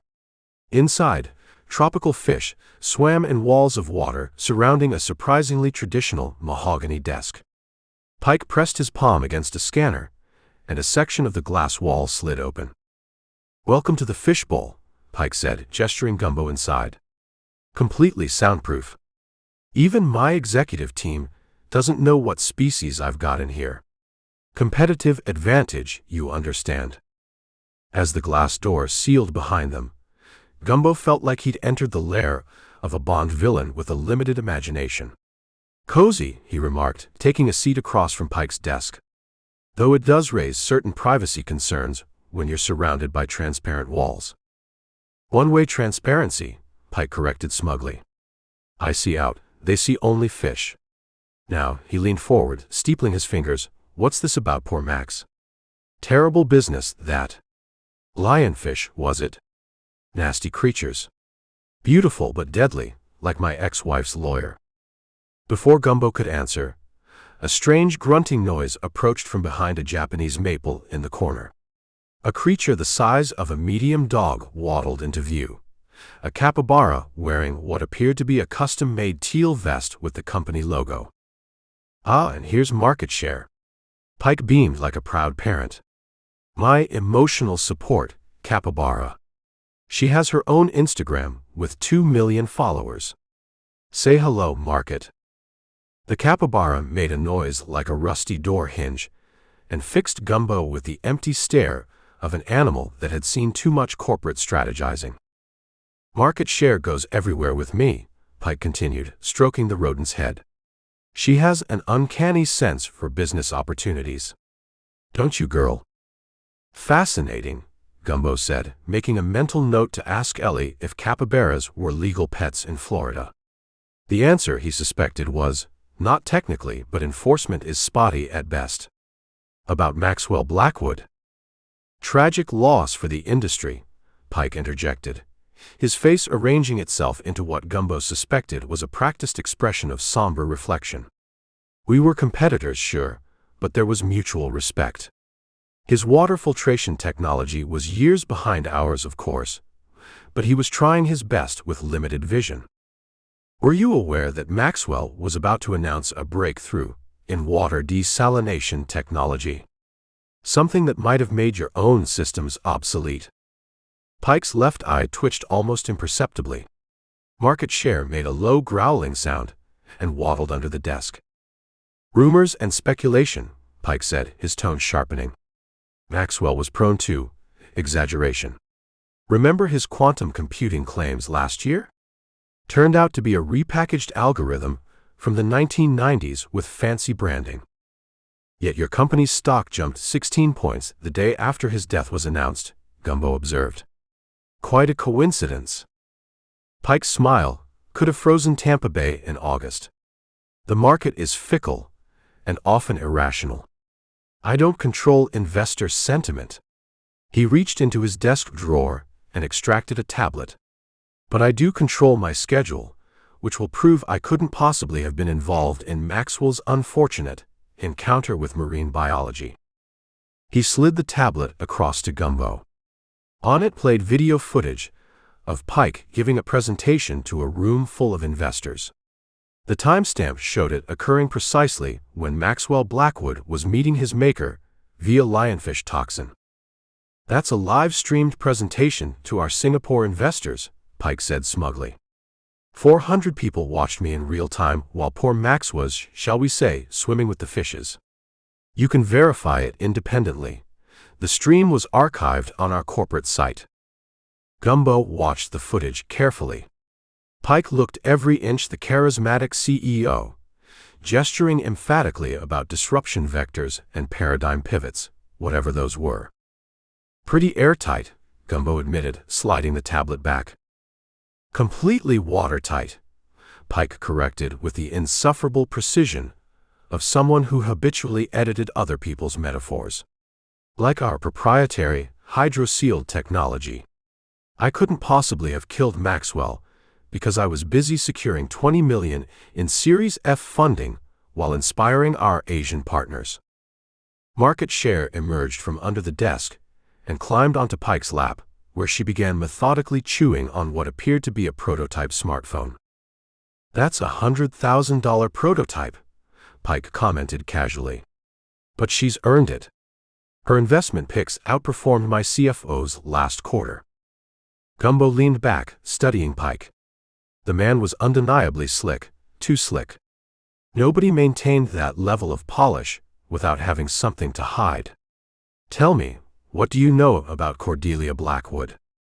For the first time, Pike's composure cracked slightly. Cordelia. Brilliant woman. Too good for Maxwell, frankly. Did you know she has a master's in marine biology? Specialized in toxicology, I believe. We tried to hire her years ago, but she preferred being a corporate wife. He shrugged. Her choice, though, what a waste of talent. Marine toxicology, Gumbo repeated, his detective senses tingling like a bad sunburn. Interesting specialization. Indeed, Pike smiled thinly. Almost as interesting as your questions, Mr. Malone. Now, I've given you my alibi and indulged your curiosity, but I'm afraid market share, and I have a board meeting in 5 minutes. We're acquiring a rival cryptocurrency startup, and she gets cranky if her acquisition treats are delayed. As if on cue, the capybara made a disgruntled sound and dropped the half-chewed prototype onto Pike's desk. Gumbo stood, straightening his rumpled jacket. Just one more thing, he said, channeling his inner Columbo. Did Maxwell ever discuss his concerns about Tampa's water supply with you? Pike's face went carefully blank. Water quality is an ongoing concern for any filtration technology company. Nothing specific comes to mind. He pressed a button on his desk. Sunshine will show you out. Feel free to take the water slide. It's 40% faster than the elevator. As Gumbo was escorted out past dripping employees and the constant whoosh of the hydroglide system, he pondered Pike's reaction. The alibi seemed solid, but Pike's subtle tell when mentioning Cordelia's toxicology background was interesting. So was his non-answer about Tampa's water supply. Outside in the punishing Florida heat, Gumbo loosened his tie and called Ellie. How'd it go with Tech Boy Wonder? She asked, the sounds of her cafe clinking in the background. His alibi's tighter than a crab's grip on your pinky toe, Gumbo replied, squinting up at the holographic Pikehead still dispensing wisdom to uninterested pedestrians. But he got twitchy when I mentioned Cordelia's background in marine toxicology. And guess what else? Tampa's golden tech couple apparently had competing interests in water quality. Pike practically sprung a leak when I brought it up. Interesting, Ellie mused. Speaking of leaks, I found something in those financial records. Maxwell transferred $3 million to an offshore account 2 days before his death. The beneficiary is listed as Mermaid Conservation Trust. Let me guess, no such charity exists. Oh, it exists. Guess who's on the board of directors? Cordelia. Gumbo ventured. Close. Her sister, Iris. The restaurant owner with a thing for cooking invasive species.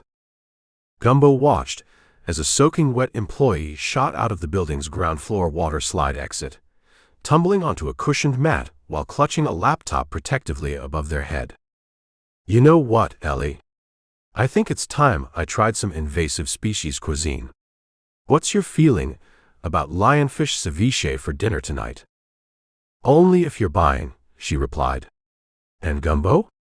Where's something waterproof? Just in case. As Pike's giant floating head announced that the future belongs to those who build it, Gumbo headed toward his jeep with the distinct feeling that the future, or at least the immediate future of this case, was about to get considerably more complicated. Chapter 8. The morning sun glinted off Tampa Bay with the subtlety of a disco ball in a retirement home. Gumbo Malone squinted at his laptop screen, surrounded by a fortress of documents that looked like the aftermath of a filing cabinet explosion. His stilt house creaked beneath him, as if offering its own commentary on the financial rabbit hole he'd tumbled into. Maxwell Blackwood, Gumbo muttered to himself, you crafty paranoid bastard. He'd spent the last 14 hours following the money trail of a dead tech billionaire, fueled by a cocktail of gas station coffee and stale donuts that would make a coroner wince. The digital breadcrumbs of Maxwell's finances zigzagged across continents like a drunken pelican, each transaction more convoluted than the last. His phone buzzed. Ellie Hightower's name flashed on the screen, a beacon of sanity in his fiscal fever dream. Tell me you've slept, she said by way of greeting. Sleep is for people who don't have clients with offshore accounts numbered in the dozens, Gumbo replied, stretching until his spine made a sound like bubble wrap being murdered. I've found something interesting, though. Define interesting. Florida interesting or normal people interesting? The kind of interesting that makes rich widows either very innocent or very, very guilty. Gumbo took a swig of coffee that had gone from hot to tepid to something archaeologists might carbon date. Maxwell changed his will 2 weeks before becoming fish food. Guess who gets cut out? Our client with the lionfish fetish. Bingo. All his tech patents go to his brother Oscar, the cemetery ghoul. Not a cufflink to Cordelia. That's motive wrapped in a bow, Ellie said, her voice dropping to a concerned alto. Please tell me you're not still mooning over her like a teenager at prom. Gumbo glanced at the framed photo of Cordelia Blackwood that had somehow migrated to his desk, all scarlet lips and calculating eyes. I maintain professional boundaries at all times. And I'm the queen of the Conch Republic, Ellie snorted. Have you checked the transfers? Just finishing that now. There's a pattern of... Gumbo stopped mid-sentence, staring at his screen. Holy hell. What did you find? 3 transfers, each exactly $1.2 million, sent to a Cayman Islands account in the 72 hours before Maxwell's death. Account holder is listed as Siren Holdings. Siren.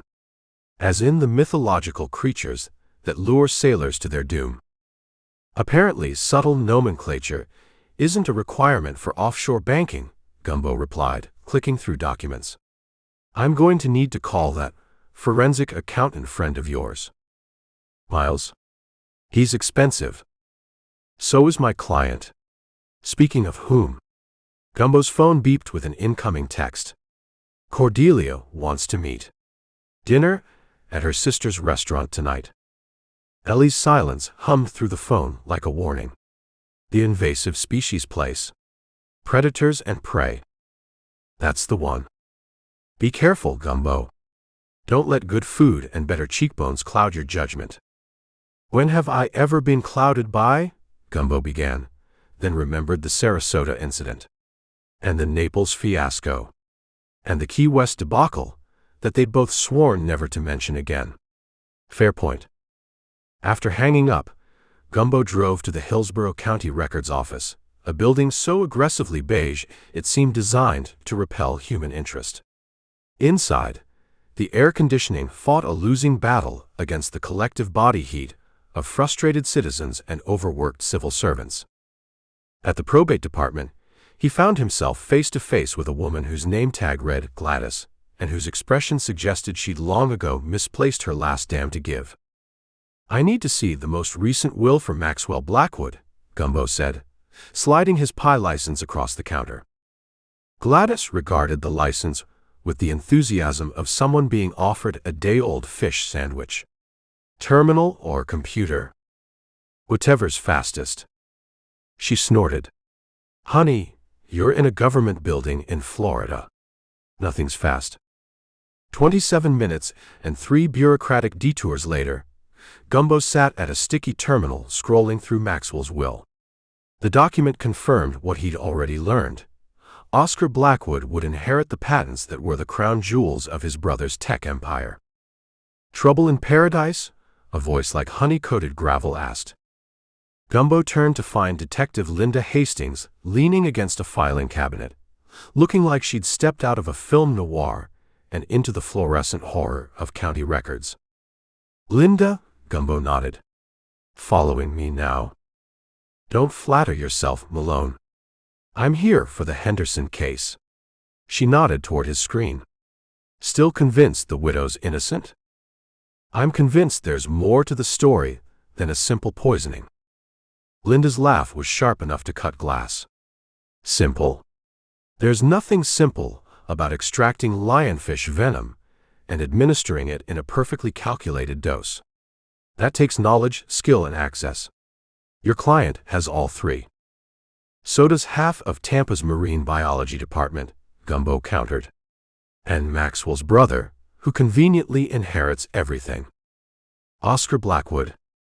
The guy who talks to headstones? The very same. Who now stands to become very, very rich. Gumbo pointed at the will.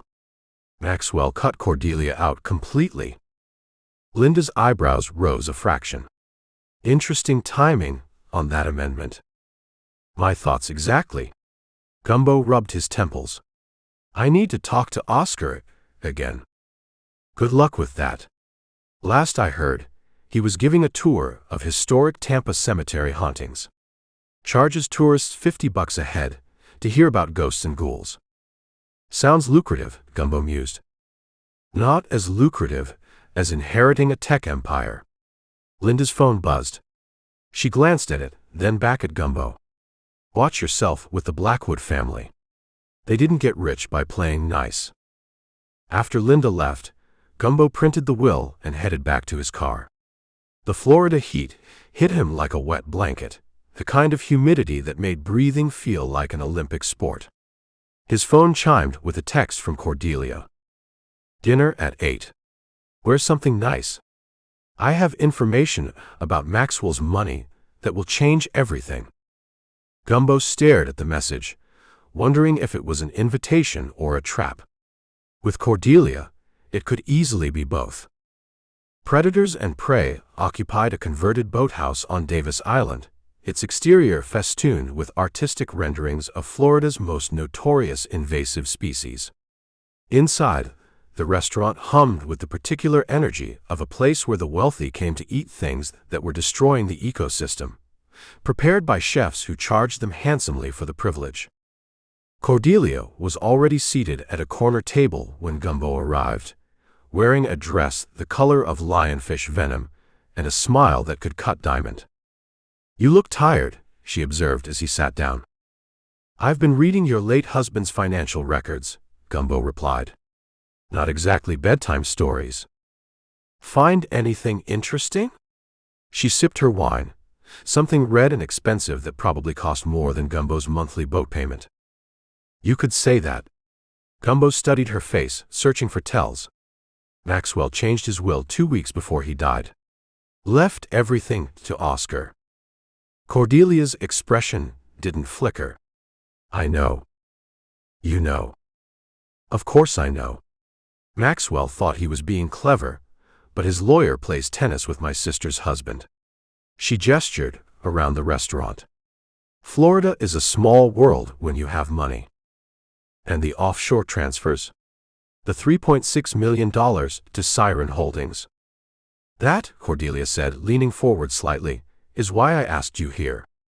Before she could elaborate, a waiter materialized at their table, wearing a shirt patterned with Burmese pythons. Good evening. Today's special is pan-seared lionfish with a mango habanero reduction, served over a bed of wild rice harvested from wetlands cleared of Brazilian pepper trees. He recited this with the rehearsed enthusiasm of someone who'd said it 30 times already that evening. How appropriate, Gumbo muttered. I'll have that. Make it 2, Cordelia said, not taking her eyes off Gumbo. And another bottle of the Cabernet. When the waiter left, she reached into her purse and extracted a small USB drive shaped like a mermaid. Maxwell wasn't just brilliant with technology, she said, sliding the drive across the table. He was paranoid. He kept records of everything, including the blackmail. Blackmail? Gumbo pocketed the drive. Those transfers weren't random. They were payments. Cordelia's perfectly manicured nails tapped a rhythm on the table. Maxwell discovered something about Tampa's water supply, something bad enough that certain people would pay to keep it quiet. What kind of something? The kind that makes people sick over time. The kind that would cost billions to fix and destroy careers in the process. Her voice dropped to a whisper. The kind worth killing for. Gumbo felt a familiar prickle at the back of his neck, the sensation that always preceded either a breakthrough or someone trying to shoot him. Sometimes both. And you're just sharing this now because I didn't know who to trust. Cordelia's eyes glistened. Because I needed to be sure you weren't working for them. Them who? The waiter returned with their wine, delaying her answer. As he poured, Gumbo noticed a man at the bar watching them too intently to be a casual observer. Expensive suit, cheap haircut, the careful stillness of someone trained to blend in. "My sister will be joining us shortly," Cordelia said when they were alone again. "She can explain the rest." "Your sister, Iris. She helped Maxwell with his research. The restaurant is just a cover." Cordelia took a sip of wine. "She's the one who told me about Siren Holdings. It's a shell company owned by—" The lights in the restaurant flickered once, twice, then went out completely, plunging the room into darkness save for the ambient glow from the marina outside. Diners murmured in confusion. "Cordelia." Gumbo reached across the table, but her chair was empty. When the lights came back on 30 seconds later, Cordelia was gone, along with the man from the bar. On the table where her wineglass had been sat a single lionfish spine, its poisonous tip pointing directly at Gumbo like a deadly compass needle. From the kitchen came the sound of breaking glass and a scream that might have been Iris or might have been someone else entirely. Gumbo was on his feet and moving before he had time to consider the wisdom of running towards screams in a case that already featured one creative poisoning. The USB drive felt suddenly heavy in his pocket, a digital anchor tethering him to whatever truth Maxwell Blackwood had paid for with his life. Chapter 9. Gumbo's 1987 Jeep Wrangler rattled across the causeway connecting Tampa to St. Petersburg, like it harbored personal grudges against smooth roads. The salt-corroded muffler announced his arrival with the subtlety of a drunken pelican crashing into a snare drum. The GPS on his phone had died 20 minutes ago, leaving him navigating by the cryptic directions Cordelia had texted. "Look for the giant neon iguana eating a flamingo. If you hit the Museum of Florida, man, bad decisions, you've gone too far." He spotted the iguana, a garishly green monstrosity whose blinking red tongue suggested it was either consuming the flamingo or French, kissing it, depending on your interpretation of Florida kitsch. Beneath it stood the invasive species, a converted beach shack whose weathered wooden exterior had been painted in a riot of colors that would make a coral reef look monochromatic by comparison. As Gumbo stepped from his Jeep, the humid evening air wrapped around him like a sweaty handshake. A hand-painted sign proclaimed, "Saving Florida's ecosystems one delicious bite at a time." "Subtle," Gumbo muttered, straightening his only clean dress shirt, a salmon-colored number with tiny embroidered marlins that Ellie had once described as, "What would happen if Miami Vice had a baby with Bass Pro Shop?" Inside, the invasive species resembled what might occur if a marine biology textbook exploded inside a Jimmy Buffett fever dream. Massive aquariums lined the walls, filled not with ornamental fish, but with living specimens of Florida's most notorious invasive species. Lionfish drifted menacingly behind glass. Walking catfish prowled their tank like aquatic felons. A separate terrarium housed several plump iguanas eyeing the diners with what appeared to be existential dread. A hostess with hair dyed the exact shade of an invasive Brazilian pepper tree approached. "Welcome to the invasive species. Just one. I'm meeting Cordelia Blackwood and her sister." "Ah, the widow and the chef." The hostess's smile tightened microscopically. "Right this way." She led Gumbo through the crowded restaurant, past tables where patrons enthusiastically consumed creatures that science and common sense had failed to keep out of Florida. A large chalkboard listed the evening specials: Burmese python pâté, lionfish ceviche, iguana tacos, and feral hog osso buco. Below these, someone had scrawled in smaller letters, "Ask about our snakehead fish surprise. The surprise is how it got here." Cordelia Blackwood sat at a corner table overlooking Boca Ciega Bay, backlit by the setting sun so that her silhouette seemed to glow with amber fire. Across from her sat a woman who could only be her sister, similar bone structure but harder edges, like Cordelia's features cast in tempered steel rather than porcelain. "Daniel." Cordelia rose gracefully, planting air kisses near each of his cheeks. She wore a deceptively simple black dress that probably cost more than Gumbo's monthly rent. "Meet my sister, Iris." the culinary genius behind this ecological salvation project.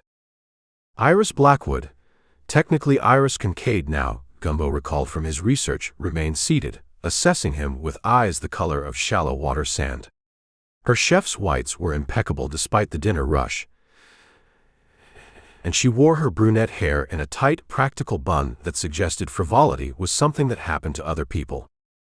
"So you're the private investigator who's going to exonerate my baby sister?" Iris's voice had the pleasant rasp of someone who'd spent decades yelling over kitchen noise. "I was expecting someone more weathered." "I moisturize," Gumbo replied, taking the empty seat. "Occupational hazard of Florida detective work.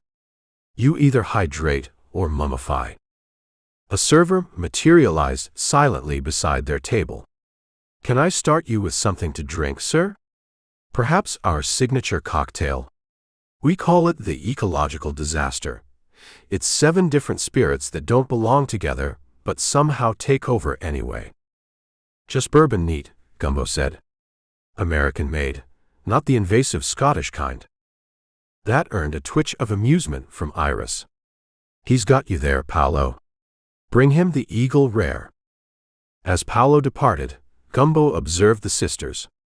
They shared DNA, but clearly not worldviews. Where Cordelia projected cultivated vulnerability, Iris radiated the coiled competence of someone who'd risen through restaurant kitchens by being tougher and sharper than anyone who got in her way. "I understand congratulations are in order," Gumbo said to Iris. "Your feature in Culinary Explorer was impressive. Not many chefs turn environmental activism into a successful business model." "When I realized people would pay premium prices to feel smug about eating tacos, my path became clear," Iris replied, her smile suggesting that idealism and profit weren't mutually exclusive in her world. "Every invasive lionfish on a plate is one less decimating our reef fish populations." Cordelia touched Gumbo's wrist lightly. "Iris has always been the practical one. I married wealth, she created it." "Someone had to maintain independence," Iris remarked, an edge in her voice that hinted at old tensions. "Not all of us wanted to be decorative additions to powerful men's collections." Gumbo's bourbon arrived before Cordelia could respond, saving them from what was clearly well-trodden argumentative terrain. "Let's skip the sister act," Gumbo suggested, taking a sip of excellent bourbon. "I'm here because Cordelia mentioned you might have insights about Maxwell that could help the investigation." "Did she?" Iris's eyes flicked to her sister. "I'm surprised. Usually, Cordelia prefers I keep my insights to myself." "Iris," Cordelia's voice carried a warning. "What?" "Your detective wants the truth, doesn't he?" Iris leaned forward. "The truth is, my sister collects powerful men like some people collect commemorative plates. And when she's done with them, they tend to wind up just as useless." "That's not fair," Cordelia whispered, her composure cracking slightly. "Isn't it?" Iris's gaze locked with Gumbo's. "Did she tell you about her first husband? Heart attack at 42. Or her second, tragic boating accident? Maxwell makes 3. That's not a coincidence, that's a pattern." Gumbo kept his expression neutral despite the confirmation of what Detective Hastings had warned him about. "Are you suggesting Cordelia had something to do with those deaths?" "I'm suggesting my sister is a magnificent survivor." Iris signaled Paolo. "Let's order before this conversation ruins my appetite." The meal progressed with the strained courtesy of a ceasefire negotiation. Iris's lionfish ceviche was genuinely exceptional, citrusy, bright, with just enough heat to wake up the palate without overwhelming it. Gumbo's python satay proved that with enough ginger and lemongrass, anything could taste good. Between carefully neutral topics, he watched the sisters interact, noting the 1,000 small ways they communicated volumes through tiny gestures and loaded pauses. After their main course, Iris excused herself to handle a kitchen emergency involving what she cryptically described as an invasive frog situation. Once she was out of earshot, Cordelia deflated visibly. "I apologize for my sister. She's protective in her way. By suggesting you're a black widow." Cordelia twirled her wine glass delicately. "Iris believes wealth corrupts. When I married money, she decided I'd been corrupted. When my husbands died, she assumed I'd become the corrupting force. And the deaths? Just coincidence. Richard had an undiagnosed heart condition. James was drunk when he took the boat out during a small craft advisory." Her eyes met his, unflinching. "And I didn't poison Maxwell with lionfish toxin. Though everyone seems determined to believe I did." Gumbo glanced toward the kitchen, where he could see Iris directing her staff with military precision. "Your sister doesn't seem convinced of your innocence." Iris has always preferred the dramatic interpretation. Cordelia leaned closer. "But she knows things about Maxwell's research. Things she won't tell me. That's why I arranged this dinner. I thought she might talk to you." Gumbo was spared responding when the kitchen doors burst open and Iris returned, wiping her hands on a towel. Crisis averted. The frogs will live to invade another day. As she sat, Gumbo decided to change tactics. "Your cuisine is remarkable. Where did you learn so much about preparing such unconventional ingredients?" Pride, every chef's weakness, softened Iris's expression. "I wasn't always a restaurateur. First studied marine biology before culinary school. Specialized in toxicology, actually. Fascinating pivot. Less than you'd think. Understanding the biochemistry of organisms helps when you're trying to make them delicious rather than deadly." She allowed herself a small smile. "Most toxins break down under proper cooking temperatures." "Most? Well, some require special handling." Iris glanced at Cordelia. "Like lionfish. Their venom glands need to be carefully removed. One mistake and," she snapped her fingers, "dining disaster." "Or murder," Gumbo suggested mildly. The table fell silent. Even the ambient restaurant noise seemed to recede. "You're direct. I appreciate that." Iris leaned back. "Yes, a knowledgeable person could extract and concentrate lionfish venom for nefarious purposes.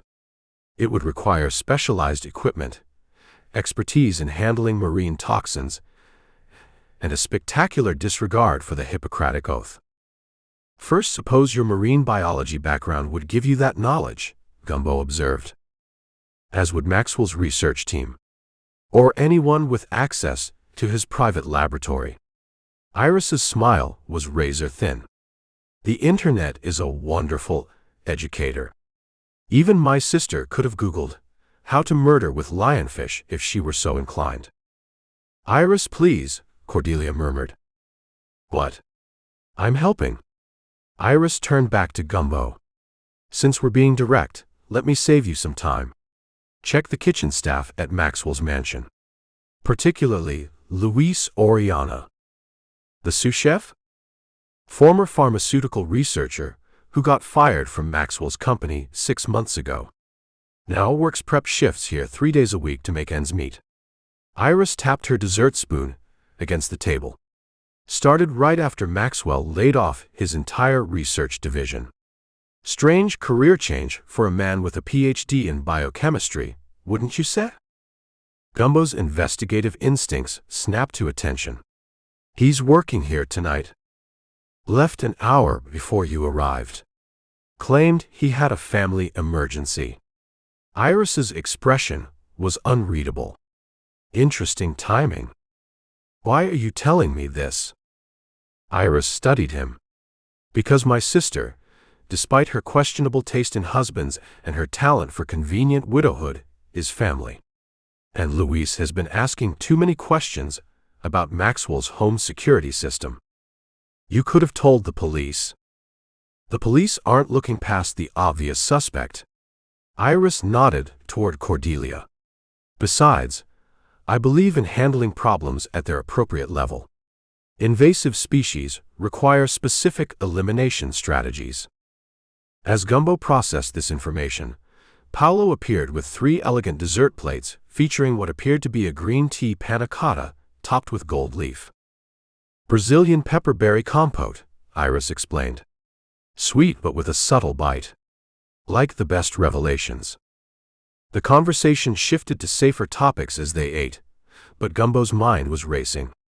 By the time they finished, night had fallen completely over Tampa Bay, the water reflecting the restaurant's neon glow like a fever dream. As they prepared to leave, Iris took Gumbo aside while Cordelia visited the ladies' room. "A word of advice, detective," she said quietly. "In Florida's ecosystem, nothing is exactly what it seems. Not the creatures, not the water, and certainly not the people." She pressed a folded napkin into his hand. "Luis's address. Whatever you're looking for, start there." Gumbo pocketed the napkin. "Why do I get the feeling you're playing a game I don't fully understand?" Iris's laugh was genuine but without warmth. "Because you're smarter than my sister's usual types. But remember, in nature, predators and prey often look remarkably similar. The difference is only apparent when it's too late." As Gumbo walked Cordelia to her car afterward, the neon iguana's red tongue blinked mockingly against the night sky. In his pocket, Luis's address felt like it was burning a hole through the fabric, along with the question of why Iris would so readily offer up her employee as a suspect. Unless, of course, Luis was merely another invasive species she needed removed from her territory. Chapter 10. Gumbo Malone stared at the hand-painted sign that read, "Jimbo's Gator Wrestling Academy, an Emotional Support Reptile Ranch." Beneath it, someone had hammered a smaller placard that proclaimed, "Closed for season, or forever if the health department keeps hassling us." "This is your idea of a safe house?"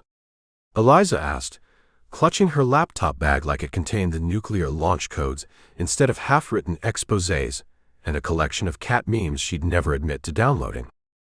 "It's the last place anyone would look for an investigative journalist with a target on her back," Gumbo said, fumbling with a ring of keys that would have made a medieval jailer envious.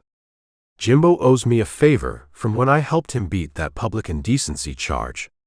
Turns out, swimming with alligators requires at minimum a Speedo, not just enthusiasm and 3 mojitos." The compound consisted of a weathered central building, surrounded by a series of concrete pools, now empty of water, but not entirely empty of wildlife. Something slithered behind a pile of plastic lawn chairs that had faded from tropical teal to the particular shade of green found only in hospital waiting rooms. "Is that?" Eliza's voice trailed off as she pointed toward movement in the shadows. "Meet Francine," Gumbo said casually, as if introducing her to a slightly eccentric ant rather than 600 pounds of prehistoric reptile. "She's the oldest emotional support alligator in Florida. Failed her certification exam 3 times for excessive enthusiasm during the comfort portion of the assessment." Francine regarded them with the patient hunger of a creature that measures time in geological epochs rather than hours. Her eyes, prehistoric yellow against armor-plated skin, conveyed nothing but the calm certainty that all things eventually end up as alligator food if one waits long enough. "Why isn't she in a cage?" Eliza whispered, freezing in place. "Jimbo doesn't believe in cages. He says they're bad for their self-esteem. But don't worry, she's had lunch." "Probably." The main building smelled of mildewed upholstery, alligator treats, suspiciously similar to gas station beef jerky, and the particular brand of industrial cleaner used exclusively by establishments 1 violation away from permanent closure. Its interior was decorated in what could only be described as Florida cryptid chic. Faded photographs of supposed skunk ape sightings, a stuffed jackalope wearing sunglasses, and an inexplicable collection of snow globes featuring mermaids in various Florida landmarks. "Home sweet home," Gumbo announced, dropping their bags on a worn sofa that wheezed dust in protest. Temporarily, anyway. Eliza walked a careful circuit of the room, her reporter's eye cataloging every detail. There's only one bedroom, she observed, pausing at the doorway to a small room containing a queen-sized bed draped with a comforter, featuring alligators wearing Santa hats. I'll take the couch, Gumbo said quickly, testing its springs with a dubious press of his hand. Something inside the cushion made a concerning crunch. Or maybe the floor. A scratching sound at the back door interrupted them. Gumbo's hand moved instinctively to his holster as he approached, gesturing for Eliza to step behind him. He cracked the door open to reveal not assassins or corrupt officials, but two more alligators, these considerably smaller than Francine, wearing what appeared to be hand-knitted sweaters in garish neon colors. Ah, Gumbo said with the resignation of a man whose life had long ago abandoned the shores of normalcy. The emotional support trainees. I forgot Jimbo mentioned they'd need daily care. The alligators waddled in with the entitled air of tenants rather than guests, making straight for a mini fridge that Gumbo hadn't noticed. The first one, sporting a lime green sweater with Dave embroidered across the back, used its snout to nudge the door open with practiced ease. The second, wearing a pink disaster that made it look like an explosion at a cotton candy factory, reached in and extracted a package of hot dogs with delicate precision. That's Dave and Delilah, Gumbo explained, as if alligators in sweaters raiding refrigerators required only the most cursory of explanations. They're the emotional support alligators in training. Apparently, they're working on their fine motor skills. Eliza stared, mouth slightly agape. Are they allowed to do that? Jimbo says restricting their natural foraging instincts leads to reptilian depression. He's writing a book about it, Cold Blood, Warm Hearts, The Secret Emotional Life of Florida's Most Misunderstood Residents. The publisher's advance was just enough to cover his fourth divorce. Dave finished his hot dog and fixed Eliza with what could only be described as an expectant gaze. He wants you to tell him your troubles, Gumbo explained. It's part of their training. I'm not spilling my emotional baggage to a carnivorous reptile in a sweater, Eliza declared, though her resolve seemed to waver when Dave tilted his head at a sympathetic angle. Your loss. Jimbo claims Dave's got a 78% approval rating among people with moderate to severe anxiety. Better than most therapists, and he works for hot dogs. Nightfall arrived with the abruptness typical of Florida, less a gradual dimming than nature hitting a cosmic light switch. Gumbo secured the perimeter, which primarily consisted of making sure none of the gators had invited friends over, and checking that the ancient padlocks on the gates hadn't rusted into decorative accessories rather than functional security. When he returned, he found Eliza sitting cross-legged on the floor, her laptop open, with Dave and Delilah flanking her like scaly sentinels. They're surprisingly good listeners, she admitted without looking up. I've been explaining the whole corrupt real estate development situation, and they haven't interrupted once with devil's advocate arguments or mansplaining. That's because they're alligators, not men on Twitter, Gumbo observed, dropping into a threadbare armchair that embraced him with the overfamiliar squish of furniture that had lost its structural integrity during the Clinton administration. I need to show you something, Eliza said, her tone shifting from bemusement to professional gravity. She turned her laptop toward him, revealing a spreadsheet of land purchases surrounding the protected coastal areas. I've been tracking these shell companies for months. Look at the pattern. Gumbo leaned forward, squinting at the screen. They're creating a chokehold around the preservation areas. Buy up everything adjacent, then pressure the government to release the protected lands. Exactly. But here's where it gets interesting. She pulled up another file, this one a series of architectural renderings labeled Operation Sandcastle, Confidential. The images showed luxury resorts nestled into coastline that was unmistakably the current protected beaches. These plans are dated 3 months before any public discussions about rezoning. Someone knows the outcome of environmental reviews that haven't even happened yet. That's not just corruption, that's prescience, Gumbo mused. Where did you get these files? Eliza hesitated, glancing down as Delilah nudged her leg with surprising gentleness. I have a source inside Rourke's development company. Someone with a conscience who's trying to balance a mortgage against mounting ethical concerns. Gumbo's eyes narrowed. Does this source have a name? I can't tell you that. Journalistic integrity. Journalistic integrity won't stop bullets if your source is setting you up. Eliza closed her laptop with a decisive snap. I know how to vet sources, Malone. I've been doing this since you were still selling corporate security systems to paranoid CEOs. Fair enough, Gumbo conceded, raising his hands in surrender. But whoever's behind this has resources and doesn't mind using them. The break-in at my boat, the threats, they're getting desperate. Or confident, Eliza countered. People who think they're untouchable make mistakes.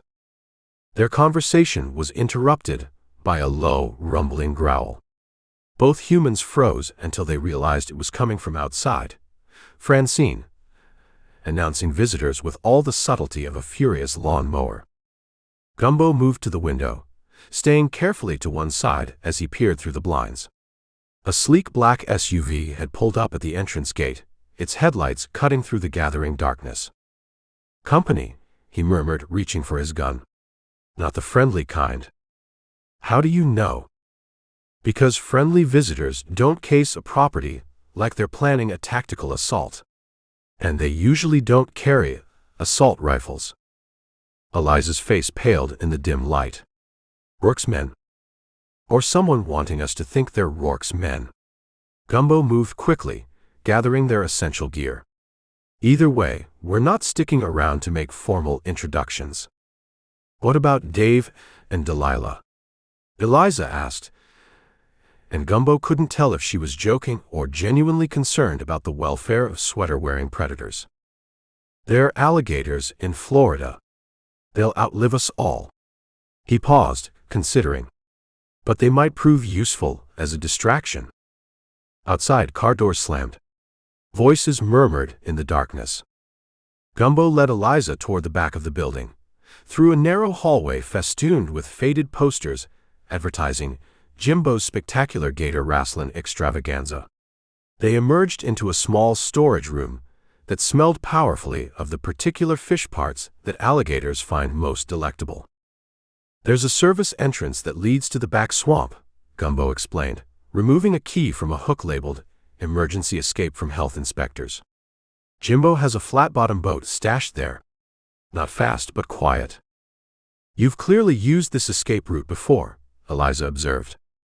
Let's just say Jimbo's business model occasionally attracts attention from regulatory agencies with a limited appreciation for reptilian entrepreneurship.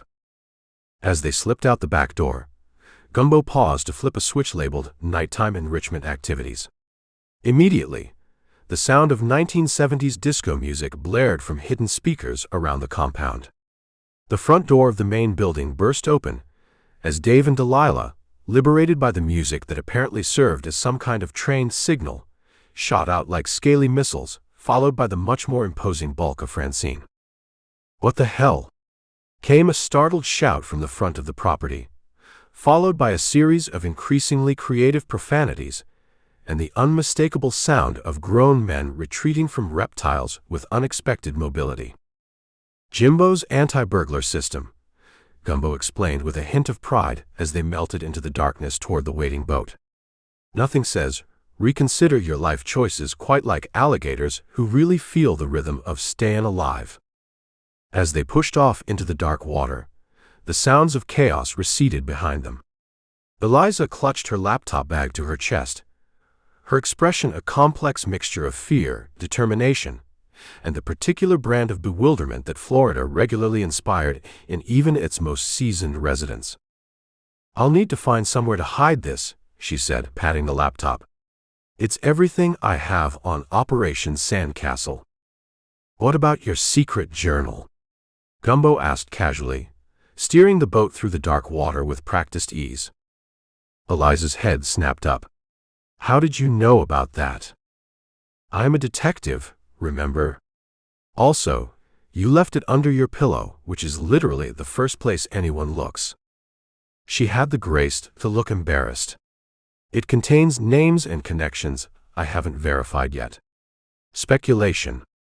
Things too dangerous to put in print, or even on an encrypted laptop. In other words, the real story, Gumbo said quietly. Maybe. Or maybe just the paranoid connections of a journalist who's been threatened one too many times. She gazed out at the dark water surrounding them. Where are we going now? To see a man about some birds, Gumbo replied cryptically, as the boat slipped deeper into the tangled embrace of mangroves and Spanish moss, leaving behind 3 alligators who were, against all laws of nature and common sense, apparently enjoying their disco-fueled freedom at the expense of would-be assassins. Behind them, Francine's triumphant bellow echoed across the water, a sound as ancient as Florida itself, now synchronized to the fading beats of the Bee Gees. Chapter 11. The Tampa Bay Sands Motel advertised itself as Florida's premier mid-range oceanfront experience, a claim so audaciously dishonest that Gumbo half expected the Florida Department of Truth in Advertising to materialize and haul the owner away in zip ties. The ocean was technically visible if you stood on the roof, squinted, and possessed the hopeful imagination of a child writing to Santa. As for premier, the establishment boasted all the luxury of a highway rest stop bathroom, minus the reliability of hot water. Gumbo sprawled across the bed, which sagged in the middle like the spirits of anyone foolish enough to believe the motel's website photos. His laptop balanced precariously on his stomach as he scrolled through newspaper archives documenting Cordelia Blackwood's illustrious marital history. Husband number 1, he muttered to himself, died of natural causes while scuba diving in waters known for unusually aggressive tiger sharks. Husband number 2 expired after consuming allegedly misidentified mushrooms in their homegrown gourmet garden. And Maxwell makes 3. He whistled. The woman's got worse luck with spouses than Florida has with hurricane insurance rates. His cell phone erupted in a steel drum rendition of Margaritaville, a ringtone he'd selected during what he now recognized as a momentary lapse in judgment following his 3rd rum punch at the drunken Pelican. Malone, he answered, balancing the phone between ear and shoulder while continuing to scroll. You sleeping with her yet? Detective Linda Hastings' voice had the subtle warmth of a tax audit notification. Good afternoon to you too, Linda. I see the Tampa PD's sensitivity training is really paying dividends. Gumbo closed his laptop and sat up, wincing as the bed springs performed what sounded like their death rattle. Save it, Gumbo. I've watched you work. You develop a blind spot the size of Lake Okeechobee when beautiful women are involved. And Cordelia Blackwood is exactly your type, wealthy, sophisticated, and statistically likely to be homicidal. I'm conducting a professional investigation, Gumbo protested with all the conviction of a politician denying an extramarital affair while wearing someone else's underwear. Besides, what's with the call? Police finally admitting they can't crack the case without my unparalleled investigative genius. Linda's sigh could have powered a small windmill. I'm calling because, unlike you, I've actually run a background check that goes deeper than Google. Cordelia Blackwood was born Cordelia Finch in Pensacola. Before marrying her first husband, shipping magnate Harold Westcott, she worked as a research assistant at Gulf Marine Laboratories specializing in, wait for it, toxicology of marine organisms.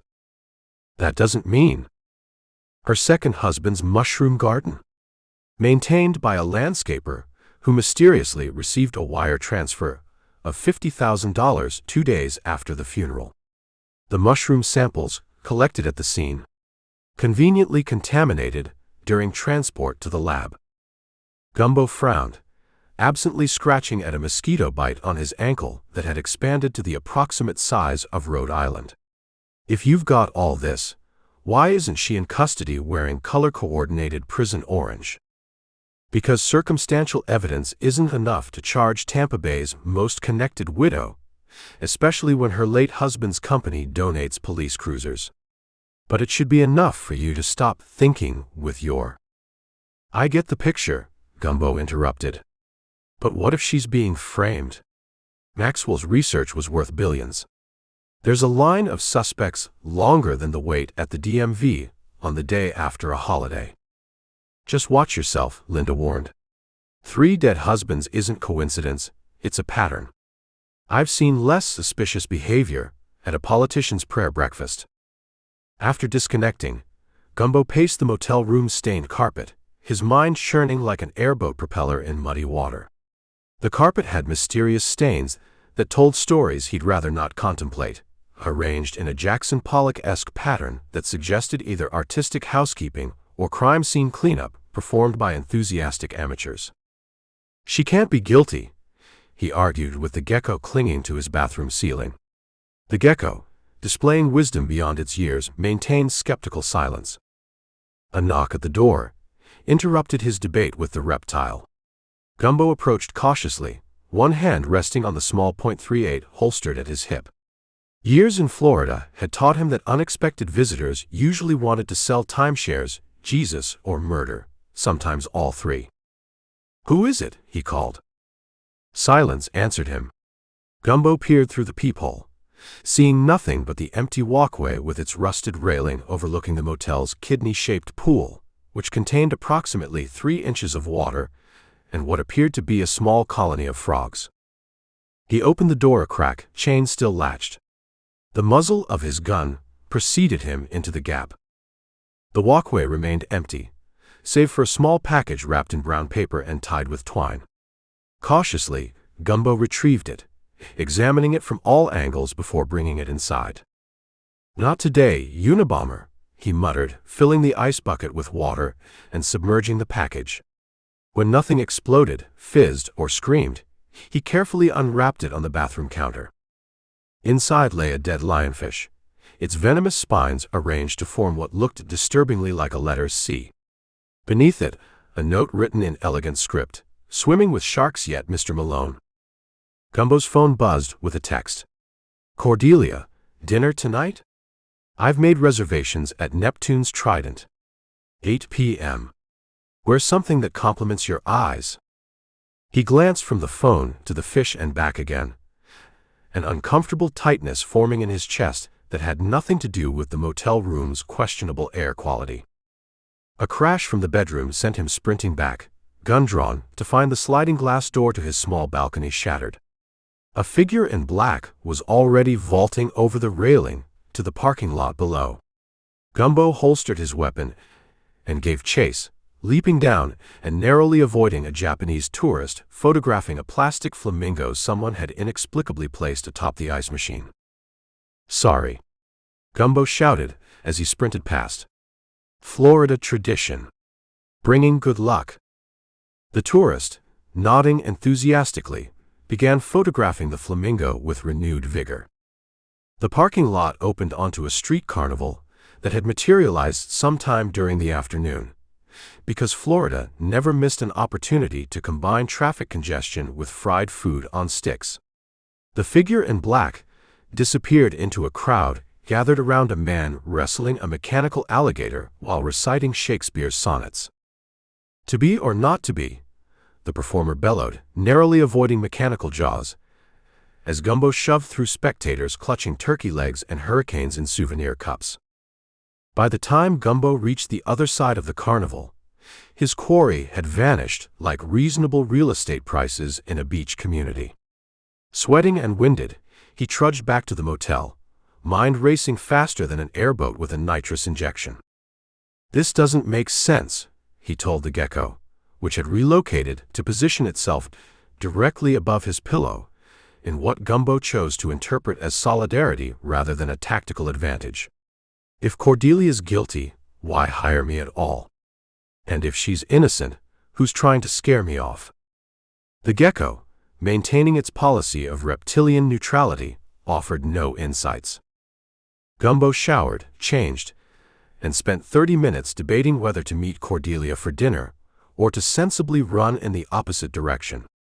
The debate ended when he realized he was already knotting his only presentable tie, a silk monstrosity featuring pelicans playing poker that Ellie had given him as a gag gift after their first successful case.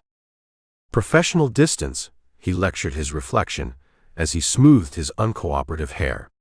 You're investigating her, not dating her. His reflection appeared unconvinced. Neptune's Trident occupied the top floor of Tampa's most exclusive high-rise, offering panoramic views of the bay and prices that suggested they were charging by the degree of visibility. The maitre d' gave Gumbo's Pelican tie a look that questioned not just his fashion sense, but his entire lineage, before reluctantly leading him to a corner table where Cordelia waited. She wore a dress the color of blood-orange sunset, her platinum hair swept up to reveal diamond earrings that probably cost more than Gumbo's entire educational debt. When she smiled, something fluttered in his chest that felt suspiciously unlike professional detachment. "You came," she said, her voice a velvet purr. "I was worried after your delivery this afternoon." Gumbo froze halfway into his chair. "How did you know about that?" Cordelia's smile didn't waver, though something flickered behind her eyes. Amusement? Calculation? "Your assistant called me. Ellie, wasn't it? Said you'd found something disturbing and might cancel our dinner. I assured her you weren't so easily frightened." She reached across the table, her fingers brushing his. "Were we wrong?" "I never called Ellie about the fish," Gumbo said carefully. "Didn't you?" Cordelia lifted a perfect eyebrow. "How strange. Perhaps I misunderstood." A waiter materialized at Gumbo's elbow, presenting a wine list thick enough to stop a bullet. "Madam has already selected the chef's special tasting menu," he intoned. "Would sir care to choose a wine, or shall I bring the pairing flight?" "The flight will be fine," Gumbo managed, his eyes never leaving Cordelia's face. "So tell me, how did your first two husbands feel about seafood?" Cordelia's laugh tinkled like ice in expensive crystal. "My goodness, Detective Hastings has been busy, hasn't she? I wondered how long it would take her to call you." She leaned forward, lowering her voice. "Tell me, Gumbo, do you believe everything you hear, or only the things that confirm what you want to be true?" As the sun set over Tampa Bay, casting the water in shades of crimson and gold, Gumbo couldn't decide if he was dining with a black widow or a woman being hunted by forces beyond her control. Either way, he was swimming in dangerous waters, and unlike the lionfish in his motel room, he didn't have venomous spines for protection. Chapter 12. Gumbo Malone eased his battered jeep through the wrought iron gates of Whispering Pines Cemetery, where the pines didn't whisper so much as screech like demented banshees in the salt-tinged breeze. The supposedly historical burial ground had been established in 1924 by a rum runner who needed somewhere to stash both his profits and his less successful business associates. A faded sign dangled from one rusted hinge, proclaiming "S 1924 Eternal Peace at Reasonable Rates." Someone had helpfully graffitied "No refunds" beneath it in spray paint the color of radioactive mucus. "Turn right at the mausoleum shaped like a pelican," Cordelia had instructed over the phone. "Oscar lives in the caretaker's cottage, behind the Spanish moss that looks like it's trying to strangle visitors." Gumbo navigated around headstones, tilting at angles that suggested the deceased were contemplating a jailbreak. The Pelican Mausoleum turned out to be less an artistic statement and more a concrete monstrosity that appeared to have been designed by someone who'd seen a pelican exactly once while heavily medicated. The caretaker's cottage squatted at the cemetery's edge like a toad that had swallowed something disagreeable. Gothic Victorian architecture collided with Florida pragmatism in a structure featuring both stained glass windows and a satellite dish bolted to a plastic flamingo on the roof. Gumbo knocked on a door, adorned with a wreath made entirely of preserved funeral flowers. The knocker was shaped like a miniature coffin. "Either you're selling something I don't want or you're here about Maxwell," called a voice from inside. "Either way, I'm armed with embalming fluid, and I'm not afraid to use it." "I'm Gumbo Malone," he replied. "Private investigator. Just want to ask a few questions about your brother." The door creaked open to reveal a man who shared Maxwell Blackwood's aquiline nose and piercing eyes, but where Maxwell had been sleek and polished, Oscar was rumpled and eccentric. He wore a vintage mortician's coat over cargo shorts and flip-flops, his gray hair standing up in tufts that suggested electricity might be involved. "Private investigator?" Oscar squinted at Gumbo. "Let me guess.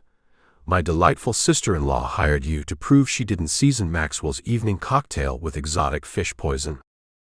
"Something like that." "Well, come in before the heat melts what's left of your brain. Florida in July is God's way of reminding us we're all just pre-compost."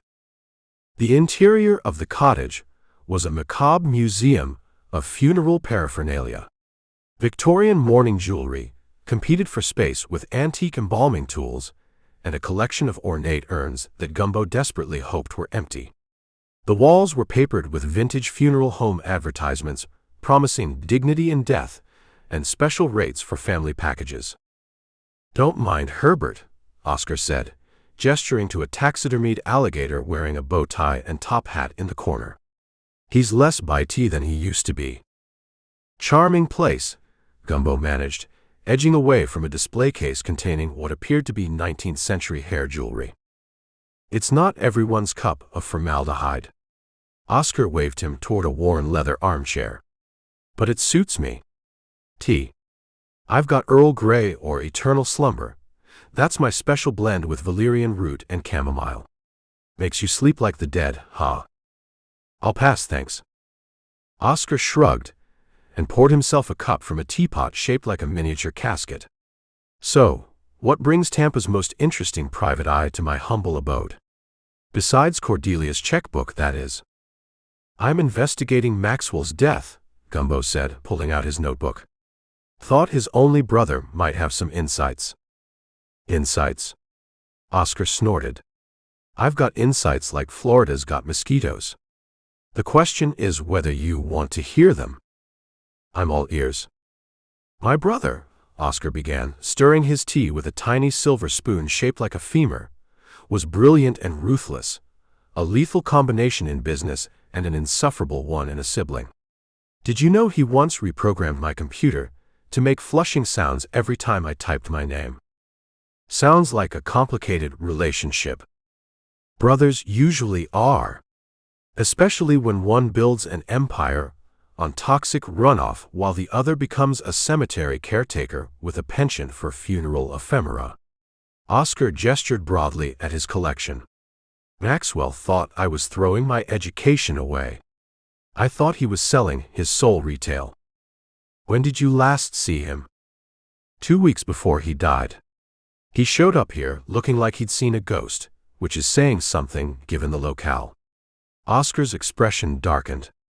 He was rambling about water contamination, about how his fancy filtration system had discovered something that would change everything. He seemed genuinely scared. "Did he say what he found?" "Not specifically, but he kept repeating that they've been poisoning us for years.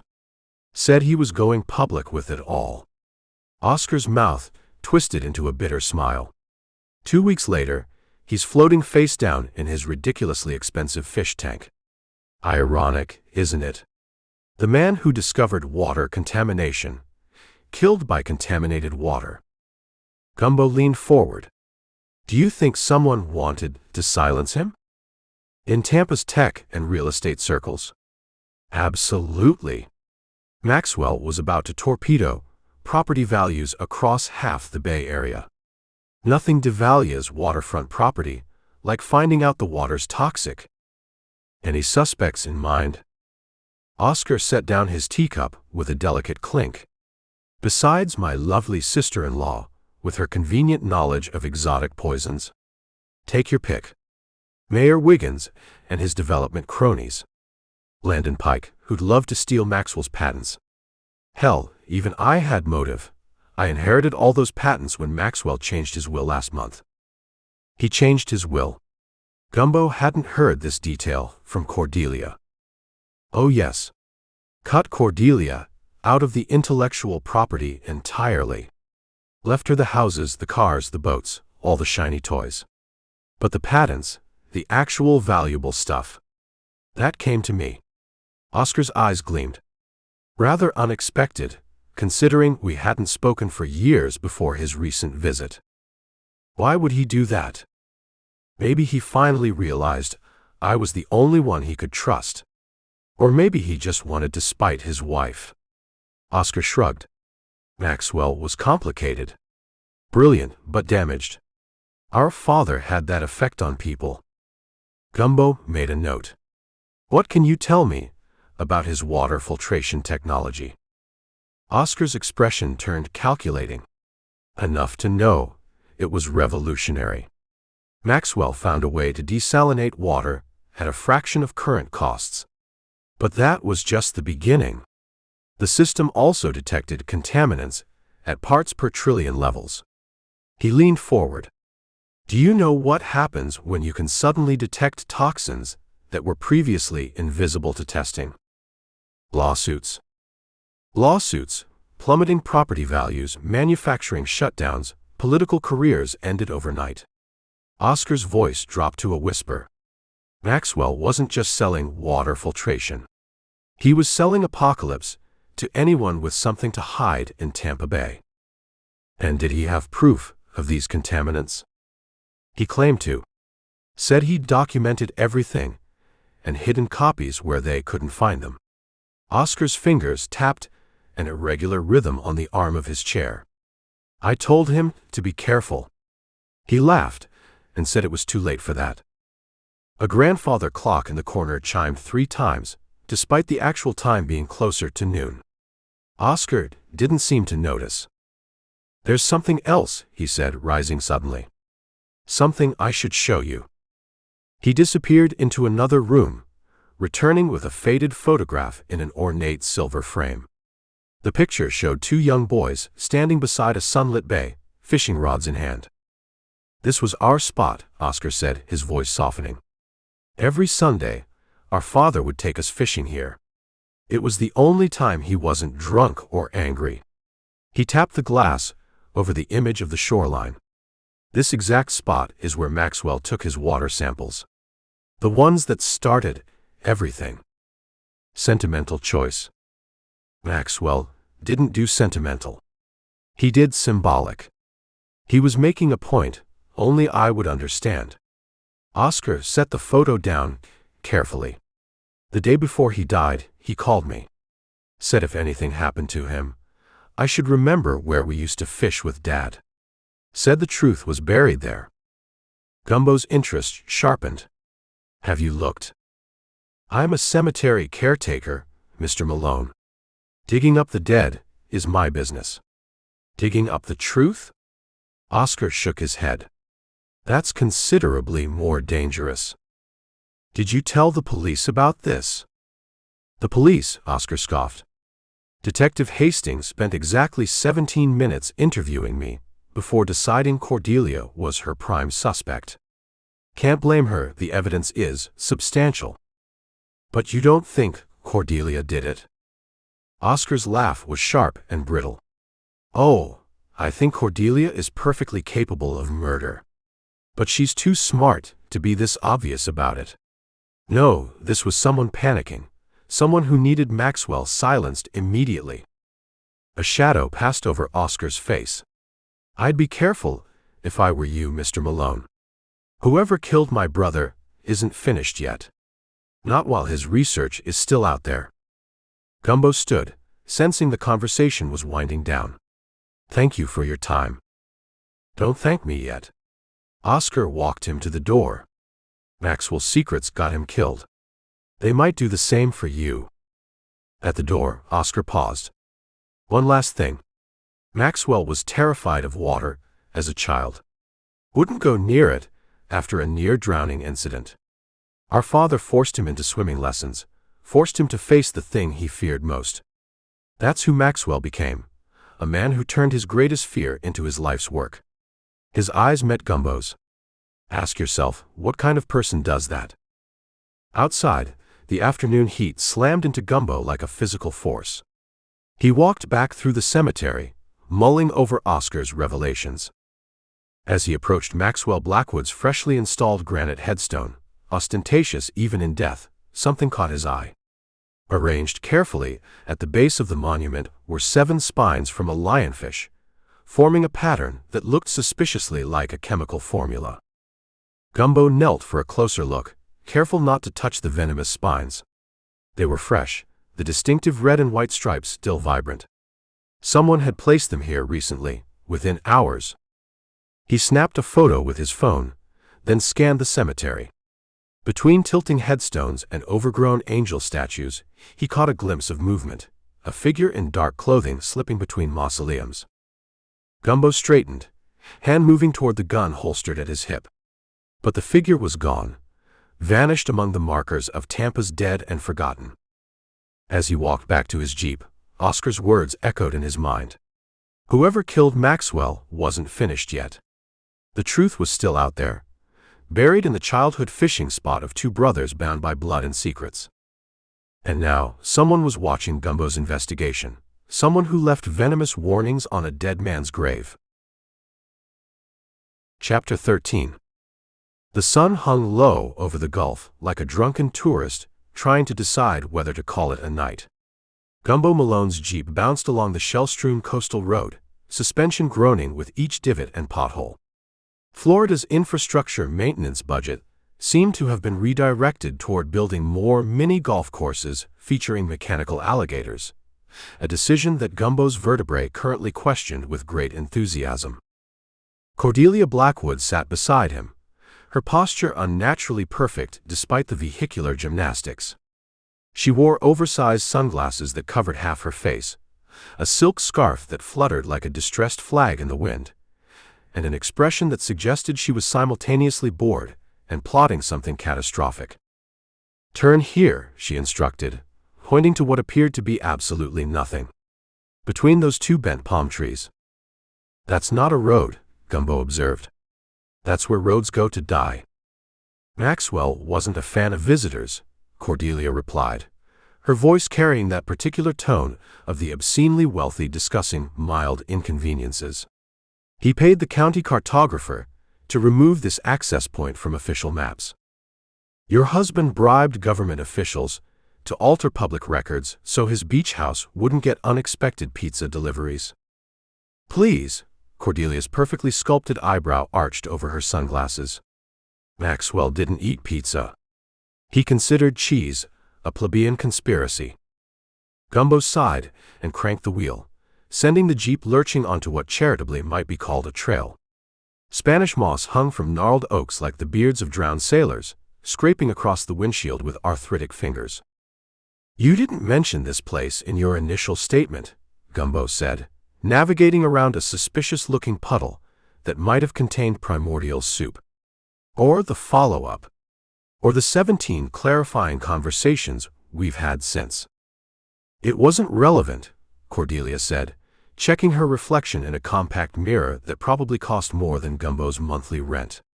Maxwell kept this property off all records. Even his accountant thought this was protected wetlands, owned by a non-existent conservation trust. "So your husband created a fake environmental organization to hide his beach house from the IRS. The IRS, his business partners, his biotechnology competitors," Cordelia counted off on manicured fingers. "And me, initially. I only discovered it by accident when his fitness tracker emailed me his location after he failed to meet his daily step goal." The trees suddenly parted, revealing a modernist structure that looked like it had been assembled by aliens with a questionable understanding of human habitation needs, but excellent taste in cantilevered design. The house perched on stilts 20 feet above the ground, its glass walls reflecting the sunset in violent oranges and pinks. Solar panels formed an artistic pattern across the roof, and a winding staircase spiraled up from the ground like a metallic DNA strand. "That's not what I expected," Gumbo admitted, parking beneath the structure. Maxwell believed traditional beach houses were for people who lacked imagination and stock options, Cordelia said, extracting herself from the Jeep with the fluid grace of someone who'd never had to worry about lower back pain. He called it his thinking pavilion. I called it his midlife crisis with building permits. As they approached the spiral staircase, Gumbo noticed the absence of footprints in the sand surrounding the house. "No one's been here recently?" "The cleaning service comes on Tuesdays." Maxwell fired them after finding a fingerprint on his meditation sphere. "His what now?" "Don't ask," Cordelia advised, ascending the stairs with practiced ease despite 4-inch heels that would have qualified as weapons in most jurisdictions. At the top, a gleaming steel door greeted them, its surface interrupted only by a small panel displaying a glowing blue seahorse symbol. "Biometric," Gumbo guessed. "Naturally," Cordelia replied, pressing her palm against the panel. "Nothing happened." She frowned, trying again. "Still nothing." "That's odd. Maxwell granted me access after our third couples therapy session. He said it was a gesture of trust, though his therapist had to explain the concept to him using corporate takeover metaphors." Gumbo examined the panel more closely. "This has been tampered with recently." He pointed to nearly invisible scratch marks around the edges.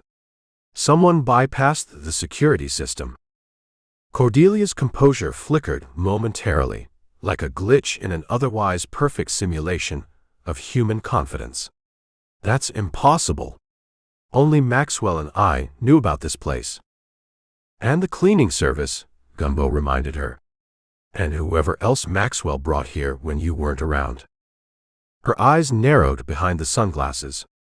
"Are you implying my husband was unfaithful?" "I'm implying your husband was a secretive tech billionaire with a hidden beach house that looks like it was designed by an architectural firm specializing in supervillain lairs. Extramarital activities would be the least surprising thing about him." Cordelia removed her sunglasses with deliberate slowness, revealing eyes that could freeze mercury. "Just open the door, Mr. Malone." Gumbo produced a small electronic device from his pocket that looked like a miniature taser with delusions of grandeur. "Universal key. Courtesy of a former client who specialized in liberating electronic devices from their original owners." "You're carrying a burglar's tool?" "I prefer access equalizer," Gumbo replied, attaching the device to the panel. It hummed softly, lights flashing in a sequence that suggested it was either working or about to summon interdimensional beings. "Besides, you can't technically burgle a property you own." "I don't own this property," Cordelia reminded him. "According to county records, the Gulf Guardian Wetlands Initiative does." "A fictional entity created through fraudulent documentation," Gumbo said, as the door clicked and slid open. "I'm sure the judge will be fascinated by that distinction at your trial." The door opened to reveal chaos. What had presumably once been a minimalist showcase of wealth and pretension now resembled a tornado's personal scrapbook. Furniture lay overturned, glass coffee tables shattered, abstract art ripped from walls, and drawers emptied onto Italian marble floors. "Jesus," Gumbo muttered, stepping carefully over a broken sculpture that might have been a priceless modernist interpretation of human evolution, or possibly just a very expensive paperweight. "Maxwell would have had an aneurysm," Cordelia whispered, her perfect composure finally cracking. "He once spent 30 minutes rearranging a bowl of decorative spheres because one was a millimeter out of place." They moved through the wreckage, documenting the destruction with phone cameras. Every room showed signs of methodical searching, not random vandalism, but purposeful dismantling. "They were looking for something specific," Gumbo observed, noting how certain areas had been searched more thoroughly than others. "The safe," Cordelia said suddenly, her eyes widening. behind the Rothko in the study. They made their way to what remained of Maxwell's study. The painting, a giant canvas of color blocks that probably cost more than Gumbo's entire education, hung askew, revealing a wall safe behind it. "It's open," Gumbo noted, approaching cautiously. "And empty." Almost. There, sitting forlornly in the otherwise vacant safe, was a small USB drive shaped like a seahorse, its metallic blue surface catching the fading sunlight streaming through the broken windows. "That's Maxwell's personal drive," Cordelia said, reaching for it before Gumbo gently intercepted her hand. "Evidence," he reminded her, producing an evidence bag from his pocket. "What would be on it?" "I don't know," Cordelia admitted, watching as Gumbo carefully bagged the drive. Maxwell was pathologically secretive about his work. Said corporate espionage was the sincerest form of flattery. "Whoever ransacked this place missed it," Gumbo observed. "Or didn't recognize what it was." "Or left it deliberately," Cordelia added, her analytical mind cutting through her distress.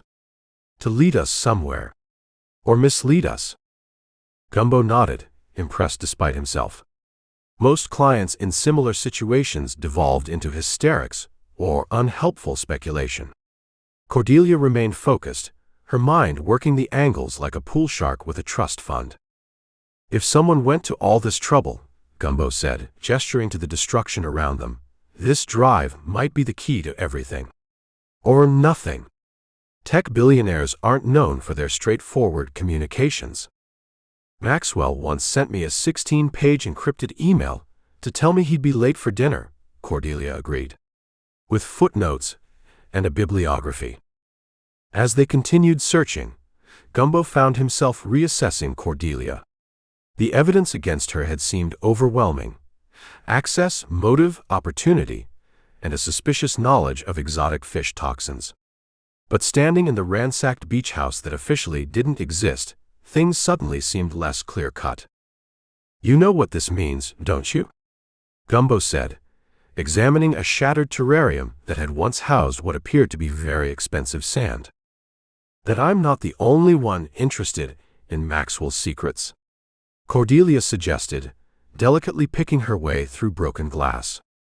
"That, and the fact that someone else knew about this place. Someone who wasn't supposed to. Someone who thought whatever was in that safe was worth the risk of breaking in." "Which means I'm not the only suspect," Cordelia concluded, a ghost of a smile playing at the corners of her lips. "You're beginning to believe I might be innocent, Mr. Malone." Gumbo studied her carefully. "I'm beginning to believe this case is more complicated than a woman killing her husband for his fortune. Which isn't the same as believing you're innocent." "It's a start," Cordelia said, the setting sun casting her face half in shadow. "Innocence is such a relative concept anyway. My therapist says none of us are truly innocent after the age of 8. Your therapist sounds expensive." "She specializes in the morally ambiguous ultra-wealthy. Her waiting room has a champagne fountain and a support peacock." As they prepared to leave, Gumbo took one last look around the destroyed beach house. Something about the scene bothered him, beyond the obvious destruction. The search had been thorough, but targeted. Professional. Not the work of opportunistic thieves or angry business rivals. "Let's go," he said finally. "We need to get this drive analyzed before whoever did this realizes they missed it." As they descended the spiral staircase, Cordelia paused, looking back at the house silhouetted against the darkening sky. "You know what's strange? I hated this place. Thought it represented everything insufferable about Maxwell. But seeing it destroyed feels personal." "Murder usually is," Gumbo replied, not unkindly. "Even when it's just a house."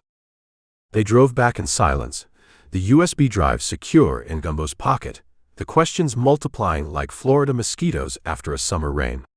For the first time since taking the case, Gumbo found himself genuinely questioning Cordelia's guilt. The ransacked beach house pointed to outside involvement, complications beyond a simple domestic murder. which meant either Cordelia was innocent, or she was playing a much deeper game than he'd originally suspected. With the wealthy, either possibility seemed equally likely. But as the lights of Tampa appeared on the horizon, Gumbo couldn't shake the feeling that they'd just discovered something that would change everything if they could figure out what it meant before whoever ransacked the beach house figured out what they'd missed. Chapter 14. The 24/7 Sunoco, on Tampa's east side, had all the charm of a prison cafeteria with marginally better lighting. Its fluorescent tubes buzzed with the persistent drone of insects contemplating suicide, casting everything in a sickly pallor that made even the freshest beef jerky look like it had been cured during the Nixon administration. Gumbo Malone leaned against his Jeep, watching the afternoon shift change with the practiced patience of a man who'd spent too many hours of his life waiting in parking lots. The convenience store's door wheezed open every few minutes, disgorging customers clutching oversized sodas and lottery tickets, purchased with the reckless optimism unique to Florida residents who believed statistical impossibility was just another government conspiracy. "You sure this is the right place?" Ellie asked through his earpiece. She'd insisted on remote backup after the beach house break-in, claiming that Gumbo had the self-preservation instincts of a lemming with a death wish. "Unless there's another Sunoco where the coffee tastes like motor oil and the hot dogs have achieved sentience, yeah, this is it," Gumbo replied, adjusting his Panama hat against the relentless Florida sun. "Our witness gets off shift in 5 minutes. And remind me why this person is suddenly the linchpin of our investigation." Gumbo watched a man in cargo shorts attempt to fit an improbable number of taquitos into a single paper bag. "Because Daryl Johnston swears he saw Cordelia Blackwood here, buying gas at exactly 8:17 p.m. on the night Maxwell died. Medical examiner puts time of death between 8 o'clock and 8:30. If Johnston's telling the truth, Cordelia physically couldn't have been dropping lionfish venom into her husband's ridiculously expensive scotch. And you believe this gas station attendant, why exactly?" "I haven't decided if I believe him. That's why I'm here, doing actual detective work instead of developing an unhealthy relationship with spreadsheets like some people I know." Ellie snorted. "My relationship with Excel is perfectly healthy. We have boundaries. You named your laptop. Mortimer appreciates being recognized as an individual." The station's door opened again, and a lanky man with a wispy blonde goatee and the vacant expression of someone who'd spent too many hours watching security monitors slouched out. His name tag read Daryl in letters that suggested enthusiasm wasn't part of the job description. "Game time," Gumbo muttered, straightening up and strolling toward the man with the casual confidence of someone who wasn't about to poke holes in a potential alibi for a woman who might have murdered her husband with exotic fish poison. "Daryl Johnston?" Gumbo called out. "Danny Malone. We spoke on the phone yesterday." Daryl squinted at him with the suspicious air of someone who'd been served too many subpoenas. "You don't look like a private investigator. And you don't look like someone who could identify a specific customer from 3 weeks ago, yet here we are, confounding expectations." Daryl's face contorted into what might have been a smirk or possibly early onset indigestion. "You buying me lunch, or what? I ain't talking in this parking lot. Too many ears." Gumbo glanced around at the distinctly ear-free asphalt. "Right. How about Manny's Diner across the street? I hear their meatloaf is only partially mysterious." "Manny's is fine," Daryl agreed, scratching his goatee. "But I want the deluxe burger basket. With cheese. And bacon. And those fancy onion rings." "Of course," Gumbo replied dryly. "Why not throw in a coronary bypass while we're at it?" Manny's Diner looked like it had been decorated by someone whose only reference for American dining came from watching Happy Days reruns with cataracts. Red vinyl booths squeaked protestations against the weight of countless tourists, while chrome fixtures reflected distorted versions of reality that somehow seemed more honest than the original. Daryl attacked his burger with the gusto of a man who considered ketchup a vegetable. Gumbo nursed a coffee that tasted like it had been filtered through a mechanic's rag, watching his witness devour what had to be his body weight in saturated fat. "So," Gumbo began, sliding a photo of Cordelia across the table. "You're certain this is the woman you saw that night?" Daryl glanced at the photo, a streak of special sauce decorating his chin like an unfortunate birthmark. "That's her, all right. Hard to forget a woman who looks like that, asking for pump 3 at 8:17 p.m. That's remarkably specific timing." "I notice things," Daryl shrugged, cramming 3 onion rings into his mouth simultaneously. "It's a gift." "A gift?" Gumbo repeated. "Tell me, Daryl, do you remember what she was wearing?" "Red dress. Fancy. Like she was coming from somewhere important." "And she was alone?" "Yep. Paid cash for $20 of premium.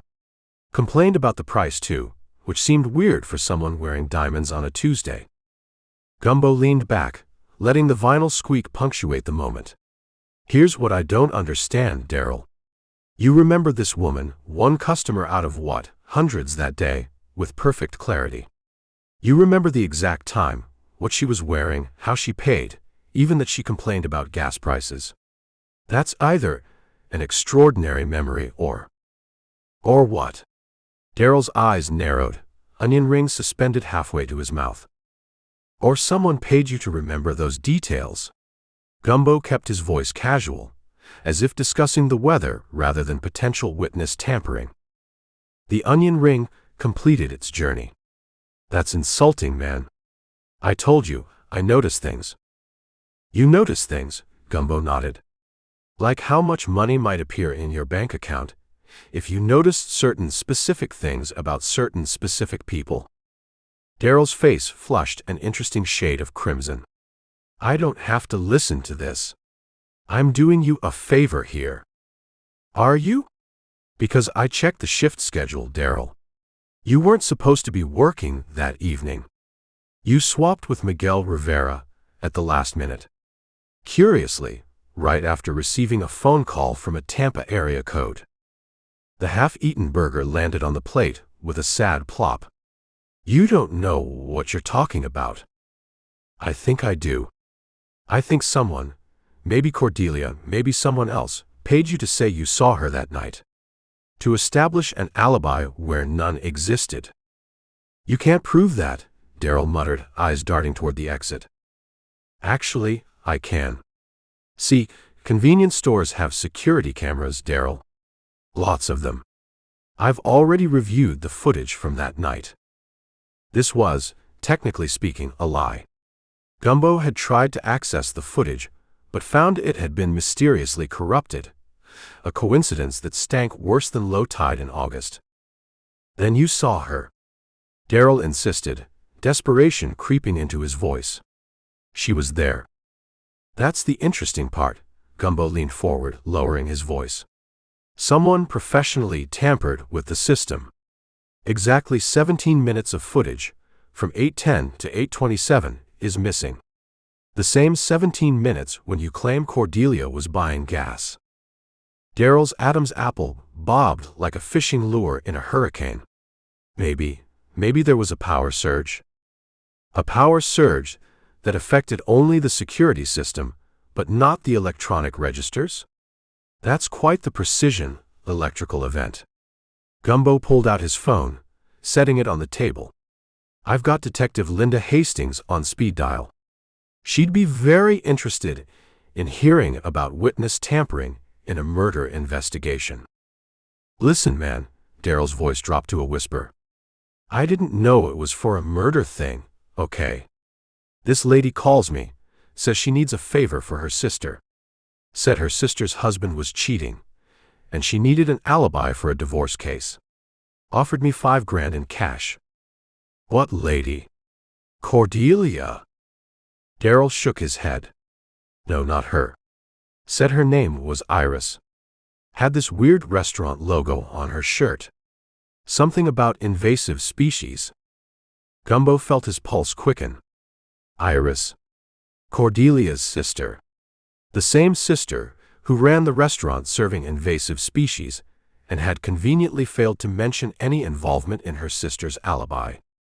Did you actually see Cordelia that night? Gumbo asked, already knowing the answer. No, Daryl admitted, shoulders slumping. I was supposed to say I did if anyone asked. Nobody was supposed to check the cameras. Iris, said she'd take care of that part. And she did? Gumbo murmured. Professional job, too. Almost like someone who knows their way around security systems. Am I in trouble? Daryl looked genuinely concerned now, his deluxe burger forgotten in a pool of congealing grease. That depends on how cooperative you're feeling, Gumbo replied, sliding a napkin across the table. Write down everything you remember about your conversation with Iris. Every detail, no matter how small. As Daryl scribbled frantically, Gumbo touched his earpiece. You getting all this, Ellie? Every word, she replied. Interesting that Iris would set up an alibi for her sister, isn't it? Almost like she knew Cordelia would need one before Maxwell was even dead. Or she's protecting her sister after the fact, Gumbo mused. You still think Cordelia's innocent? Ellie sounded skeptical. Gumbo watched Daryl's nervous handwriting fill the napkin with details that were either going to crack this case wide open or lead them down another expertly crafted rabbit hole. I think, he said carefully, that we're dealing with a family where deception might be the only thing they don't need an alibi for. Outside, Tampa's afternoon thunderstorm broke with theatrical timing, rain slamming against the diner's windows like nature's own percussion section. Gumbo couldn't help but wonder if somewhere, in a glass mansion or a restaurant full of invasive species, someone was watching the same storm and calculating their next move in a game where the rules kept changing and the stakes involved exotic poisons and water filtration patents worth billions. He just hoped he wasn't the only player who didn't know the real score. Chapter 15. Gumbo Malone stood at the entrance of the Tampa Bay Aquarium's grand ballroom, squirming in a tuxedo that felt like it had been sewn by vengeful tarantulas.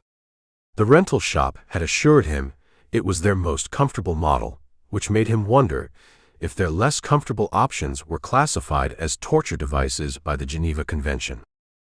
Stop fidgeting, Cordelia Blackwood whispered, her crimson lips barely moving as she smiled and waved at Tampa's elite. You look like you're being slowly electrocuted. I'm pretty sure this bow tie is actually a cleverly disguised garrote, Gumbo replied, forcing a smile as the photographer snapped their picture. I've worn less restrictive neck braces after car accidents. Cordelia glided into the room with the effortless grace of someone who'd been navigating high society since the womb. Her gown, a shimmering creation the color of a deepwater coral reef, caught the light with every movement, making her seem to glow from within. Her auburn hair was swept up in an elaborate arrangement that defied both gravity and logic.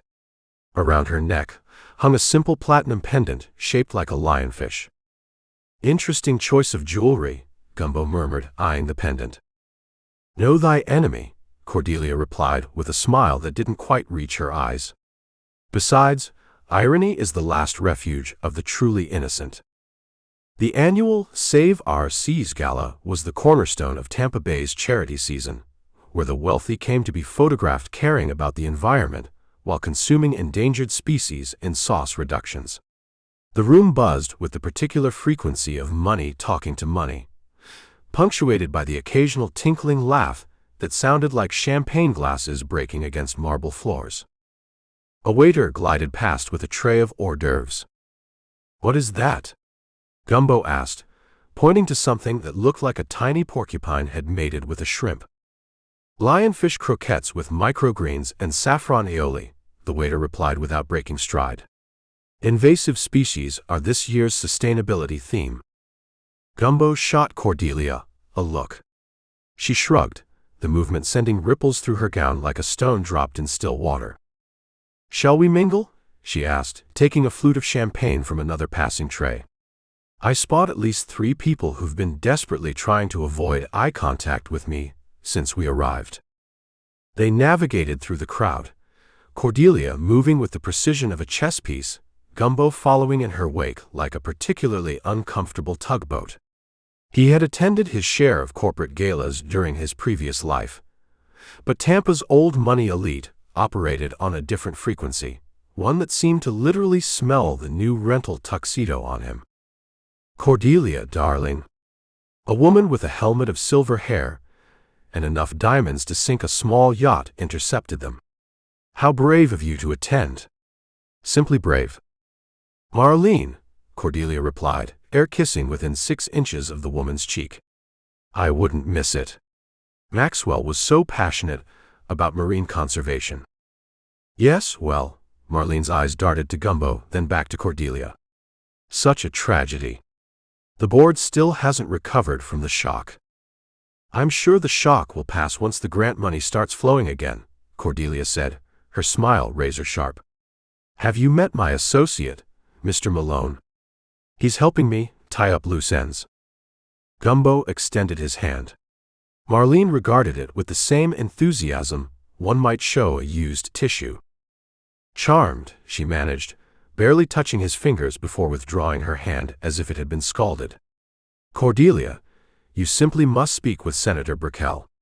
He's been asking about you all evening." As Marlene steered Cordelia away, Gumbo took the opportunity to survey the room. Near the bar stood Landon Pike, Maxwell's chief rival, holding court with a group of men in identical tuxedos.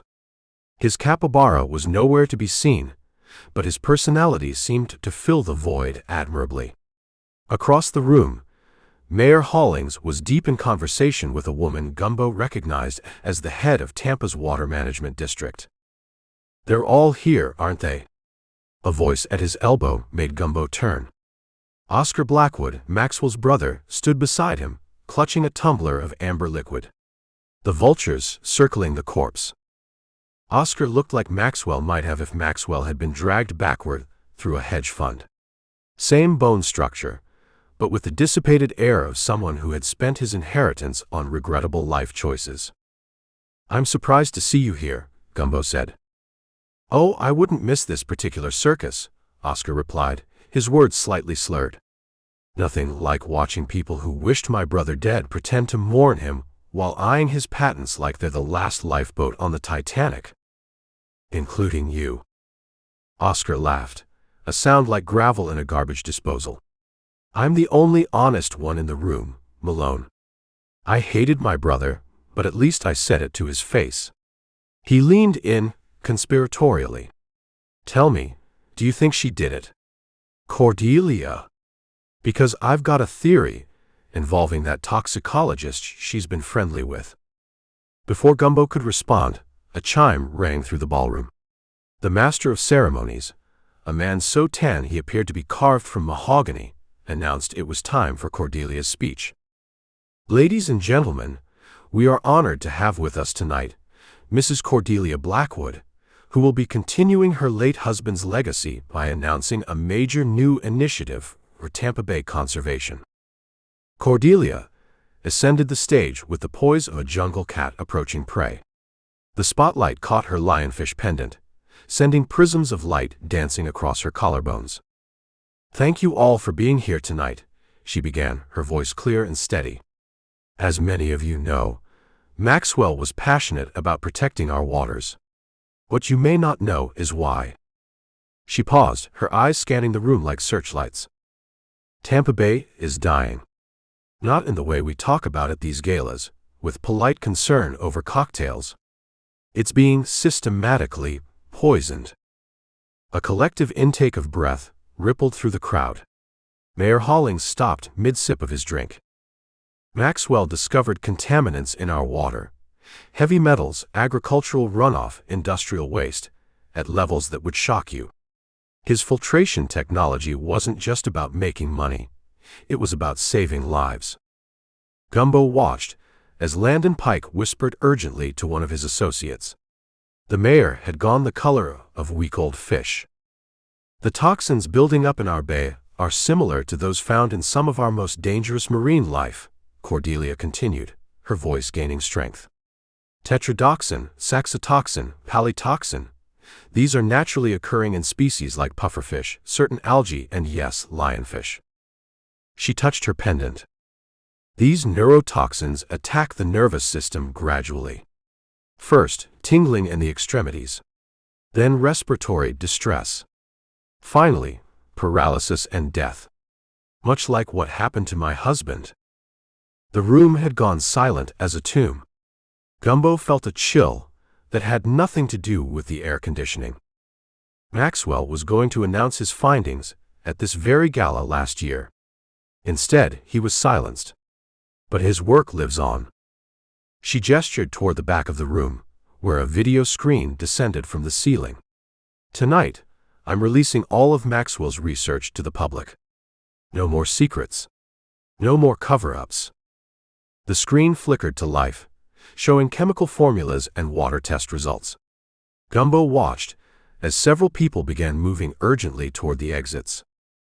Did you know, Cordelia continued, her voice taking on a professorial tone, that lionfish venom is particularly fascinating?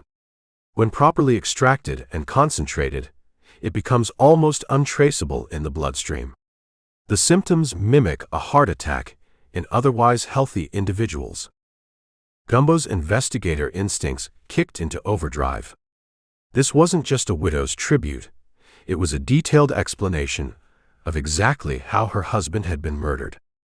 The toxin can be administered in several ways, Cordelia explained, as casually as if discussing salad dressings.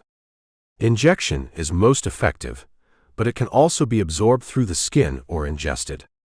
The average time to fatal reaction is 17 minutes, coincidentally, the exact duration of Maxwell's missing security footage.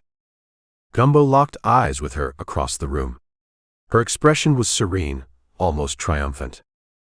But perhaps most interesting, she concluded, is that the toxin needs to be freshly extracted to be effective. After about 4 hours, it breaks down completely. Which means whoever killed my husband had to prepare the poison shortly before using it. The mayor was now openly texting, his fingers fumbling with the keys.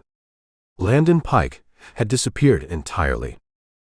In honor of Maxwell's commitment to transparency, I'm establishing the Blackwood Foundation for Water Quality Research.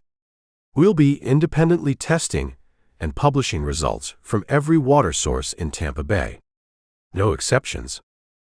As applause hesitantly filled the room, Gumbo felt his phone vibrate. A text from Detective Hastings, "Call me now." Found something in the toxicology report. Cordelia descended from the stage, accepting congratulations with gracious nods. When she reached Gumbo, her smile was that of a chess player who had just announced checkmate. "Well," she said, taking his arm, "I think that went rather well, don't you?" "You just explained exactly how your husband was murdered," Gumbo replied quietly. "To a room full of people who already suspected you did it. Knowledge is power, Mr. Malone." She sipped her champagne. "And sometimes the best place to hide is in plain sight."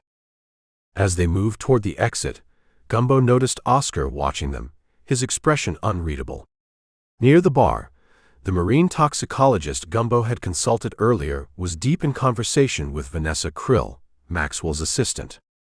"Your speech was very educational," Gumbo said as they waited for the valet to bring around Cordelia's Tesla. "Particularly the part about extracting lionfish venom. Not exactly standard knowledge for a tech mogul's wife." "I've always been fascinated by marine biology," Cordelia replied smoothly. "Did you know I majored in it before I met Maxwell? One of life's little ironies."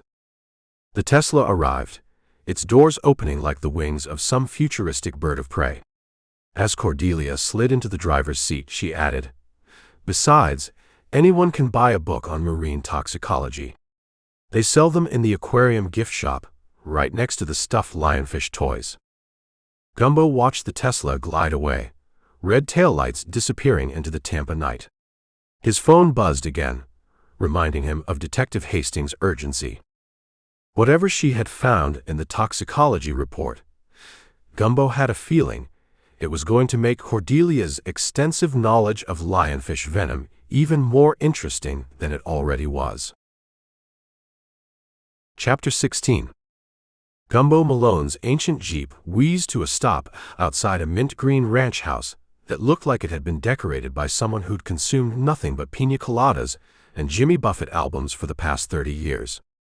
The mailbox was shaped like a manatee, its friendly face smiling with the unnerving enthusiasm of something that regularly gets hit by motorboats. "This can't be right," Gumbo muttered, double-checking the address scrawled on his palm. The ink had smeared slightly from sweat, possibly transforming A6 into an 8.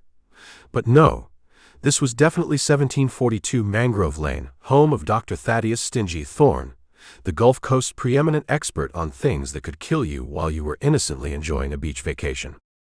As Gumbo approached the front door, which was decorated with a wreath made entirely of preserved pufferfish, he noticed the lawn ornaments weren't the typical flamingos or gnomes, but rather anatomically correct sculptures of various cnidarians.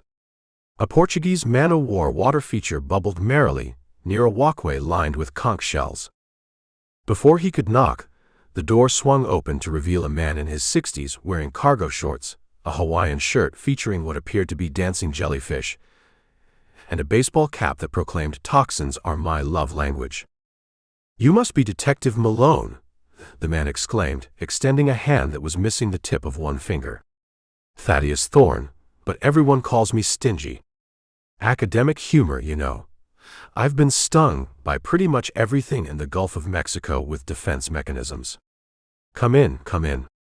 Mind the sea urchins." "Actually, it's just Gumbo.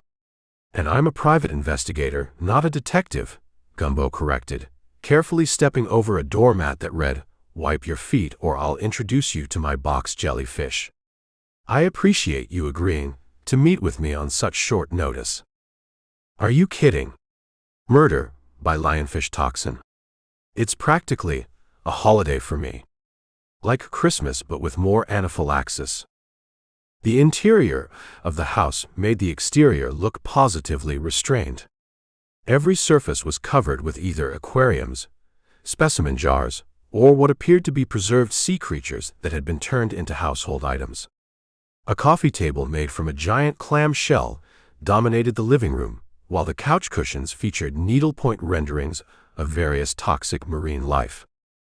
"Welcome to my humble abode," Stingy said, gesturing grandly. "Can I offer you some refreshment?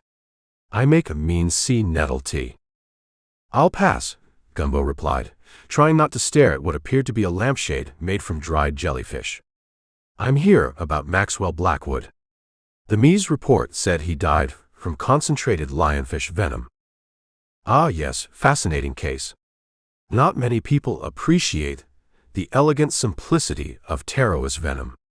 So untraceable when properly prepared. Takes real expertise."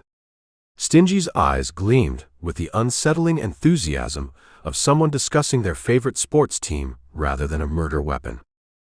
"That's why I'm here. I need to understand how someone would extract and concentrate enough venom to kill a man. From what I understand, lionfish stings are painful but rarely fatal." "Rarely fatal in their natural state, yes," Stingy agreed, leading Gumbo through a hallway lined with framed scientific journals, each featuring Stingy's beaming face alongside various dangerous marine creatures. "But concentrated and properly administered. Absolutely lethal. Follow me to the petting zoo." Gumbo had misgivings about anything this man called a petting zoo, but he followed Stingy through a beaded curtain into what should have been a dining room but had been converted into something between a laboratory and an extremely ill-advised aquarium. The room was lined with tanks of varying sizes, each containing creatures that seemed specifically designed by evolution to make humans regret swimming. In the center of the room, a large circular tank held several lionfish, their striped bodies and feathery, venomous spines undulating hypnotically in the water. Beautiful, aren't they? Stingy sighed, the way most people might admire a sunset or a child's smile. Destructive as all get out in our waters, of course. Invasive species wreaking havoc on native fish populations. But magnificent killing machines. Gumbo maintained a respectful distance from the tank.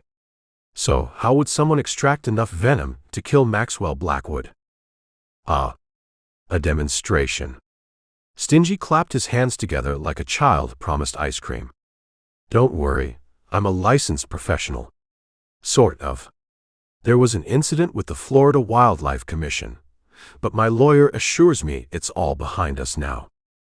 Before Gumbo could protest, Stingy had donned elbow-length rubber gloves and was reaching into the tank with a specialized tool that looked like a cross between barbecue tongs and a mechanical pencil. You see, Stingy explained, gently manipulating a lionfish into position, the venom glands are located along the dorsal, anal, and pelvic spines. Properly milking them requires precision and expertise. With practiced movements, he extracted a cloudy liquid into a small vial. One fish provides only a minuscule amount. To kill a man, you'd need dozens of extractions, proper concentration techniques, and knowledge of how to preserve the toxin's potency. So not just anyone could do this, Gumbo observed, jotting notes while maintaining his distance. Absolutely not. You'd need training in marine toxicology, specialized equipment, and intimate knowledge of protein-based toxins. Stingy carefully placed the lionfish back in the tank. Amateur hour gets you nothing but a nasty sting and a trip to the emergency room. Killing someone, that's graduate-level work. Would you say someone with, say, a culinary background could figure it out? Gumbo asked, thinking of Iris's restaurant specializing in invasive species. Stingy snorted. Not unless they had significant scientific training. This isn't like extracting flavor from a vanilla bean. It's delicate, dangerous work. What about someone with pharmaceutical experience? Gumbo pressed. Now you're talking. Stingy nodded enthusiastically. Someone who understands protein extraction, stabilization, and delivery methods could potentially figure it out. Maxwell Blackwood's company employed quite a few such individuals, as I recall. You knew Maxwell? Consulted for him, occasionally. Fascinating work they were doing with marine toxins for medical applications. Lionfish venom contains compounds that could revolutionize pain management. Did you know his wife, Cordelia? Gumbo asked, reaching for his phone to pull up her photo. No need, Stingy waved dismissively. Cordelia and I are old acquaintances. We met at the International Marine Biotoxin Symposium in Key West 3 years ago. Brilliant woman, fascinated by my work on cone snail venom. She has quite the mind for the lethal side of marine biology. Gumbo's internal alarm bells rang louder than a cruise ship in a fog bank. You never mentioned this connection when the police interviewed you about Maxwell's death. They never asked. Stingy replied with genuine surprise. Besides, I didn't think it was relevant. Cordelia attended the conference as a patron of science, not as a practitioner. Though she did ask some impressively specific questions about extraction methods. Do you happen to have any photos from this conference? Gumbo asked, trying to keep his voice casual. Of course. I document all my professional appearances. Stingy scurried over to a bookshelf, overflowing with albums labeled by year and toxin type. Here we are, 2023, Stings and Arrows of Outrageous Fortune, Advances in Marine Biotoxin Research. He flipped through the pages before proudly displaying a photo of himself, standing next to a younger, slightly less polished version of Cordelia Blackwood. They were both holding cocktails garnished with tiny plastic jellyfish, and Cordelia was mid-laugh, looking both beautiful and completely at ease surrounded by the world's foremost experts on things that could kill you with a touch. We had quite the conversation about protein degradation rates in various storage conditions, Stingy reminisced fondly. She was particularly interested in my work on stabilizing lionfish toxins for extended shelf life. Gumbo felt a cold weight settle in his stomach that had nothing to do with the questionable gas station coffee he'd consumed earlier. Dr. Thorne, did you maintain contact with Cordelia after the conference? Oh, certainly. She's funded some of my research through the Blackwood Foundation. Even visited my lab at the university last year. She has quite the interest in my specialized extraction equipment. I see, Gumbo said, taking a photo of the conference picture with his phone. And would you say, hypothetically, that after spending time with you and funding your research, Cordelia would have the knowledge necessary to extract and concentrate lionfish venom to lethal levels? Stingy beamed with academic pride. Absolutely. She's a quick study, asked all the right questions. By the time she left my lab, she probably knew enough to write a manual on it. His smile faltered slightly. Wait, you don't think? Oh dear. That would be a terribly inappropriate application of my educational outreach.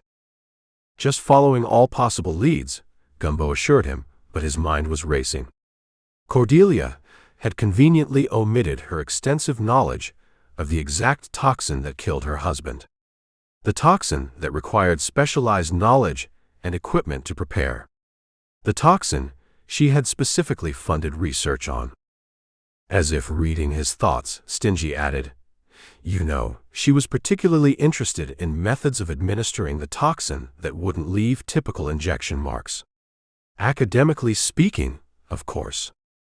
Of course, Gumbo agreed, his earlier certainty about Cordelia's innocence wavering like a palm tree in a Category 3 hurricane. As he prepared to leave, Stingy pressed a business card into his hand. The card featured a cartoon pufferfish wearing glasses and the slogan, For all your toxic needs, call Dr. Sting. If you have any other questions, don't hesitate to call, Stingy said cheerfully. And if you happen to run across any rare venomous specimens in your investigation, I'd be eternally grateful if you'd consider donating them to my collection. Gumbo nodded absently, his mind already piecing together this new information with what he knew about Cordelia. The convenient alibi witness. The tampered surveillance footage. The missing research. The convenient appearance at the beach house just as he was investigating. As he climbed back into his jeep, Gumbo noticed a text message from Cordelia herself. Found something important. Meet me at the marina tonight. 8 p.m. Come alone. The timing couldn't be more suspicious. Gumbo started the engine, which protested with the mechanical equivalent of an elderly man being asked to help move furniture. As he pulled away from Dr. Thorne's house of horrors, he glanced in the rearview mirror to see Stingy cheerfully waving goodbye while holding what appeared to be a highly agitated stonefish. Some days, Gumbo reflected, Florida seemed determined to remind him that the line between gorgeous paradise and deadly ecosystem was thinner than the margins on his overdue credit card bill. And Cordelia Blackwood might just be the human embodiment of that particular truth. Chapter 17. The afternoon sun hammered down on Tampa Bay with the relentless enthusiasm of a timeshare salesman who'd spotted a tourist wearing socks with sandals. Gumbo Malone, hunched over a scattered explosion of papers on the outdoor table at Pelican Pete's Tiki Bar, a weather-beaten establishment where the rum was cheap, the ceiling fans moved just enough air to keep the mosquitoes confused, and the house specialty was something called grouper nuggets that the health department had investigated 3 times with inconclusive results. You sure you should be doing that here? Asked the bartender, a leathery specimen named Wanda, whose skin testified to 50 years of Florida sun and whose forearms boasted tattoos from at least 7 different decades of American history. Looks mighty investigatory. Best place for it, Gumbo replied, not looking up from the corporate registration forms he was comparing. Nobody pays attention to paperwork in a bar. They assume it's either divorce proceedings or someone's fourth attempt at writing the great American novel. Wanda grunted, setting down another iced tea that was technically non-alcoholic, as far as anyone with badge authority needed to know. Long as you order something every 30 minutes, I don't care if you're planning to overthrow the government. Just tip accordingly. The documents formed a labyrinthine web of corporate entities that would give an IRS auditor night terrors. Gumbo had spent 3 days tracking the shell companies that surrounded Maxwell Blackwood's empire like pilot fish around a shark. Now he was finding disturbing connections to companies supposedly owned by Blackwood's competitors, particularly Landon Pike's ventures, with Cordelia's name appearing in the strangest places. "You magnificent bastard," he whispered to a particularly Byzantine filing that showed Cordelia as a silent partner in a Cayman Islands holding company that owned 12% of a Panamanian trust that controlled a Delaware corporation that held patents suspiciously similar to her late husband's water filtration technology. His phone buzzed with a text from Ellie. "Found something." Cordelia transferred $2.3 million to Seaview Investments 2 days before Maxwell's death. Seaview equals Pike's subsidiary. "Call me." Before he could dial, a shadow fell across his papers. Gumbo looked up to find himself staring at a man whose neck appeared to be in a committed relationship with his shoulders, bypassing any need for an actual neck. His floral shirt strained against muscles that suggested a passionate, long-term commitment to steroids and poor anger management. "Mr. Malone." The mountain spoke with surprising gentleness. "You might want to pack up. Tables reserved for a private party." Gumbo glanced around at the nearly empty bar. "Seems like plenty of." "It's reserved," Neck Mountain insisted, his smile never reaching eyes that remained as friendly as a hammerhead shark at a toddler swim class. Wanda had mysteriously disappeared, suddenly fascinated by something in the storeroom. "Let me guess," Gumbo said, making no move to gather his papers. "You work for Landon Pike. Or is it directly for Mayor Higgins? The deltoids say private security, but the watch says corporate expense account."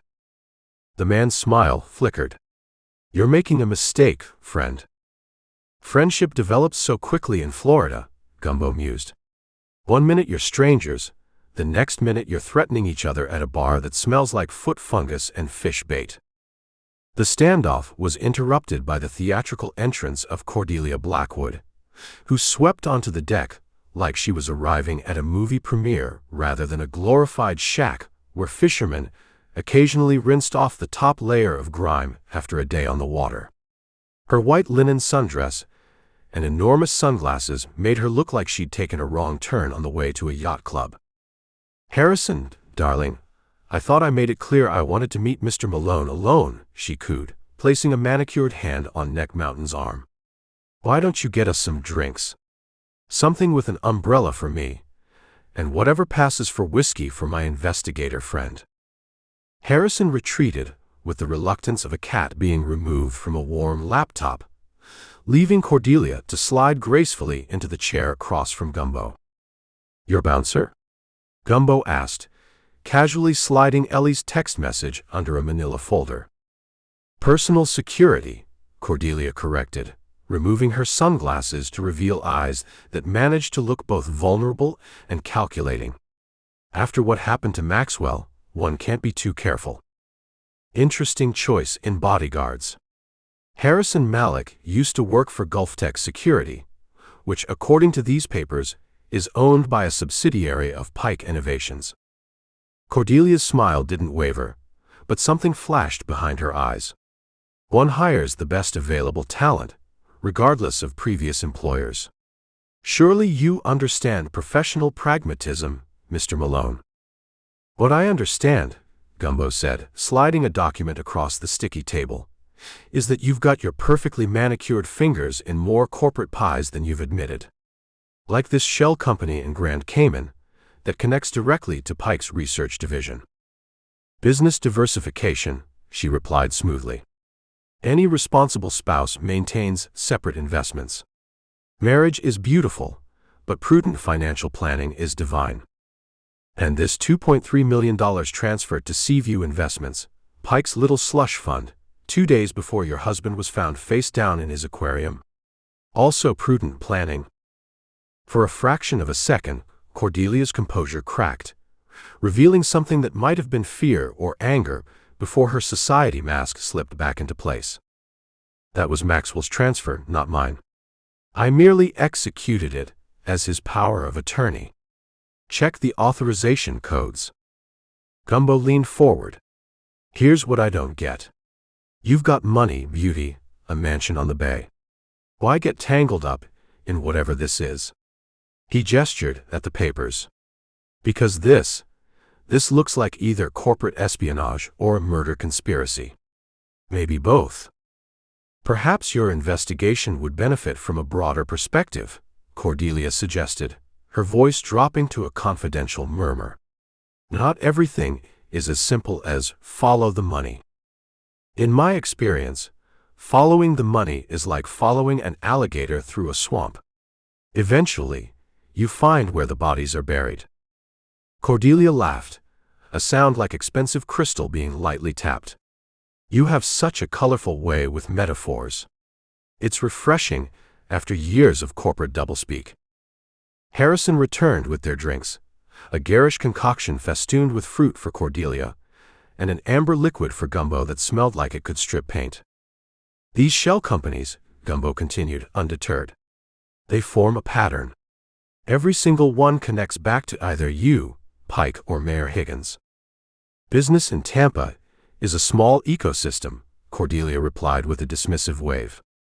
Everyone's connected if you look hard enough. But not everyone's husband discovers dangerous contaminants in the water supply right before ending up dead. Cordelia's hand froze halfway to her drink. I don't know what you're implying. I'm not implying anything. I'm stating facts. Maxwell was about to go public with evidence that Tampa's water treatment facilities were compromised. His technology could identify chemical signatures that standard tests miss. Convenient timing for him to have a fatal accident, especially with Pike's competing water treatment contract up for renewal with the city. You're wandering into dangerous territory, Mr. Malone.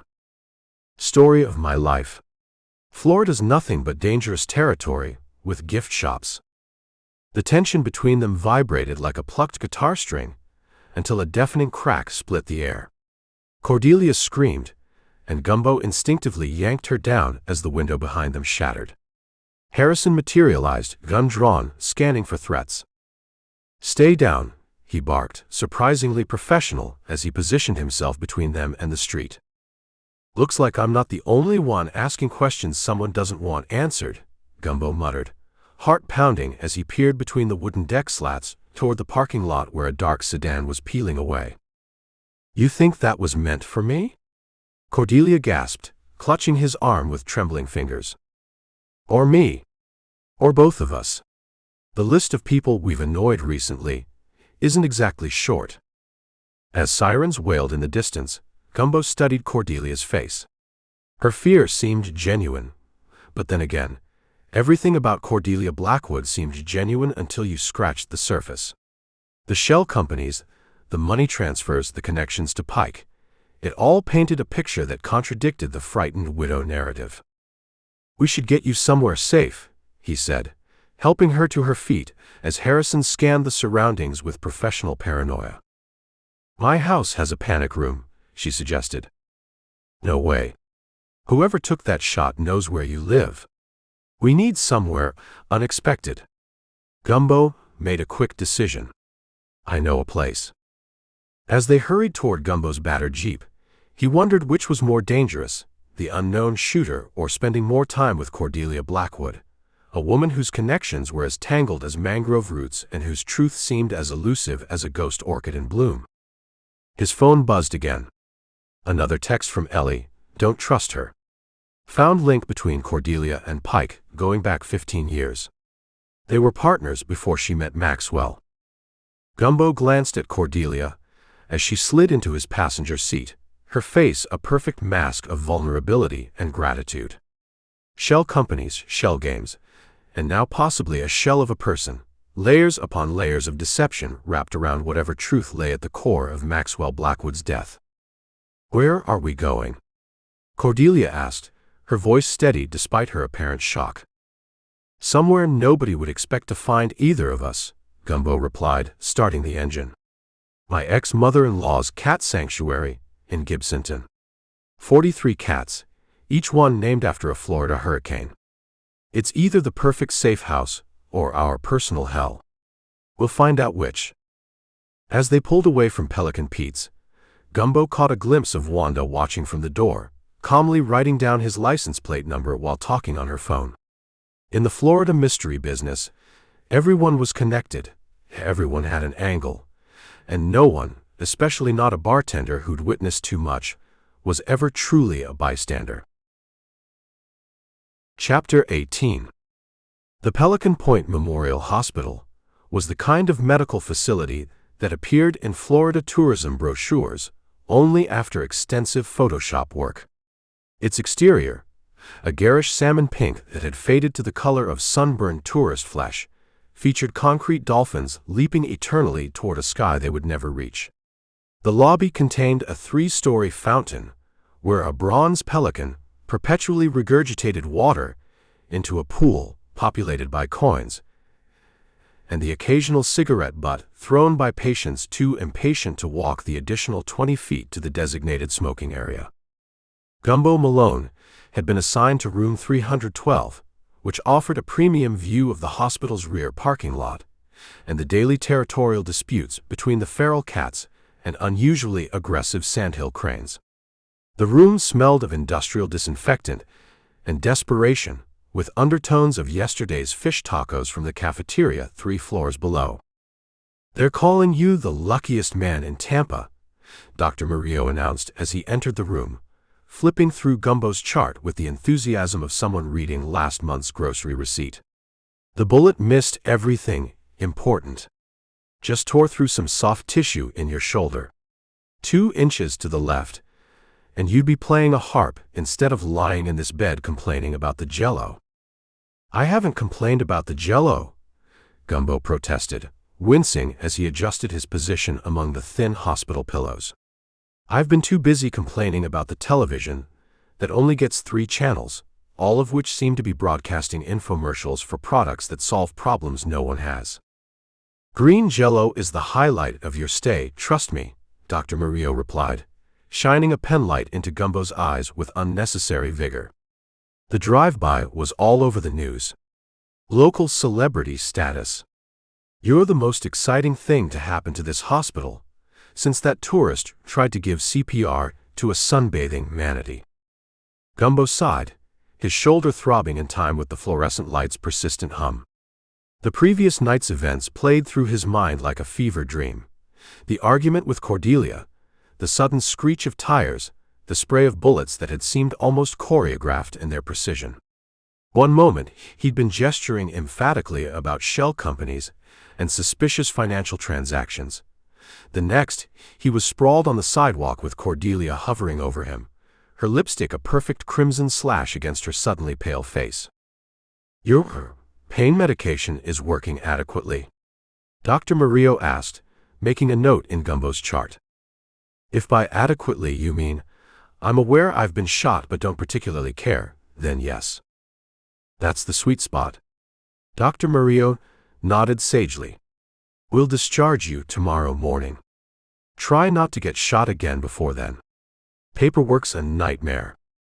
As the doctor left, Ellie Hightower appeared in the doorway, carrying a potted plant that appeared to be mostly thorns with aspirations of eventually producing a flower. "You look like roadkill," she announced, setting the hostile vegetation on the windowsill where it immediately began to lean toward Gumbo's IV bag with troubling interest. "Good to see you too," Gumbo replied, genuinely pleased despite her assessment. "What is that thing? Did you bring me a plant or a biological weapon?" "It's a rare cactus hybrid."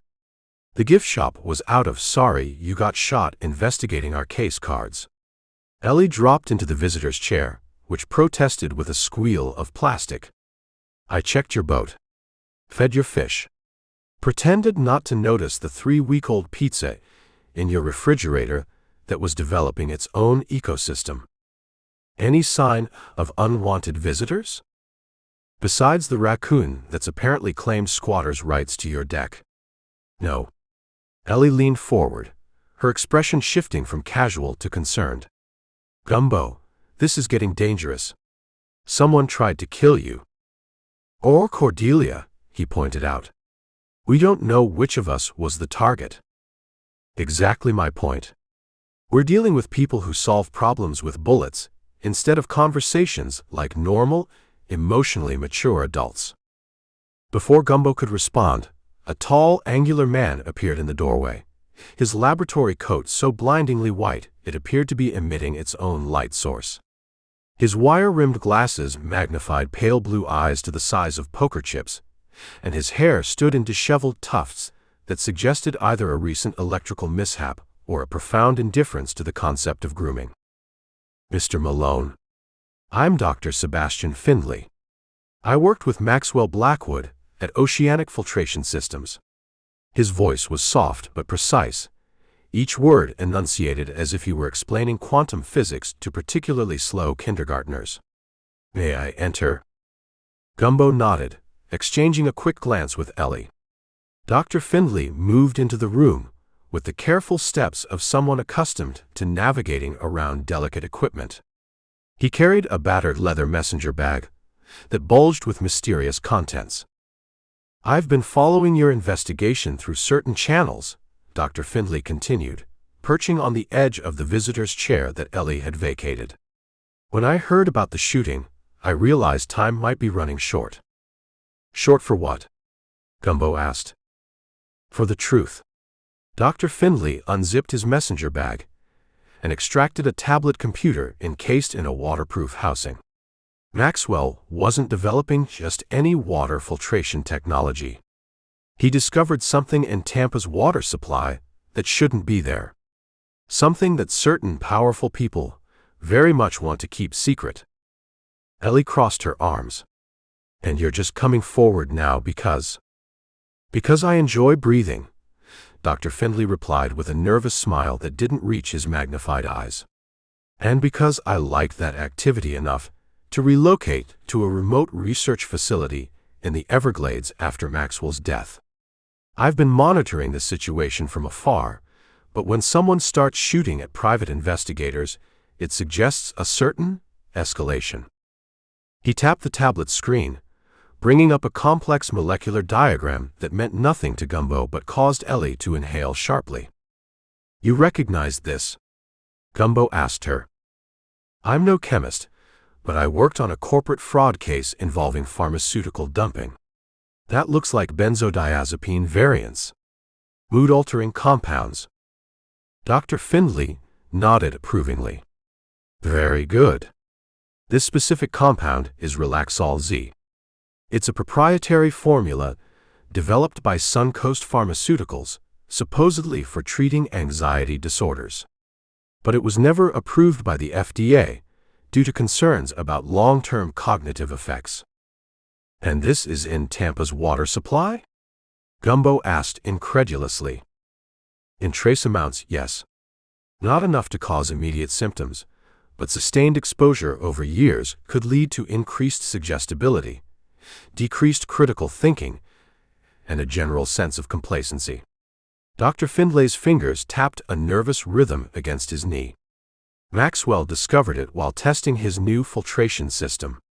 The technology was designed to remove micropollutants at unprecedented levels, but what he found was deliberate contamination. Why would anyone, Gumbo began. Think about it, Ellie interrupted. A complacent population doesn't ask questions about overdevelopment, environmental shortcuts, or suspicious real estate deals.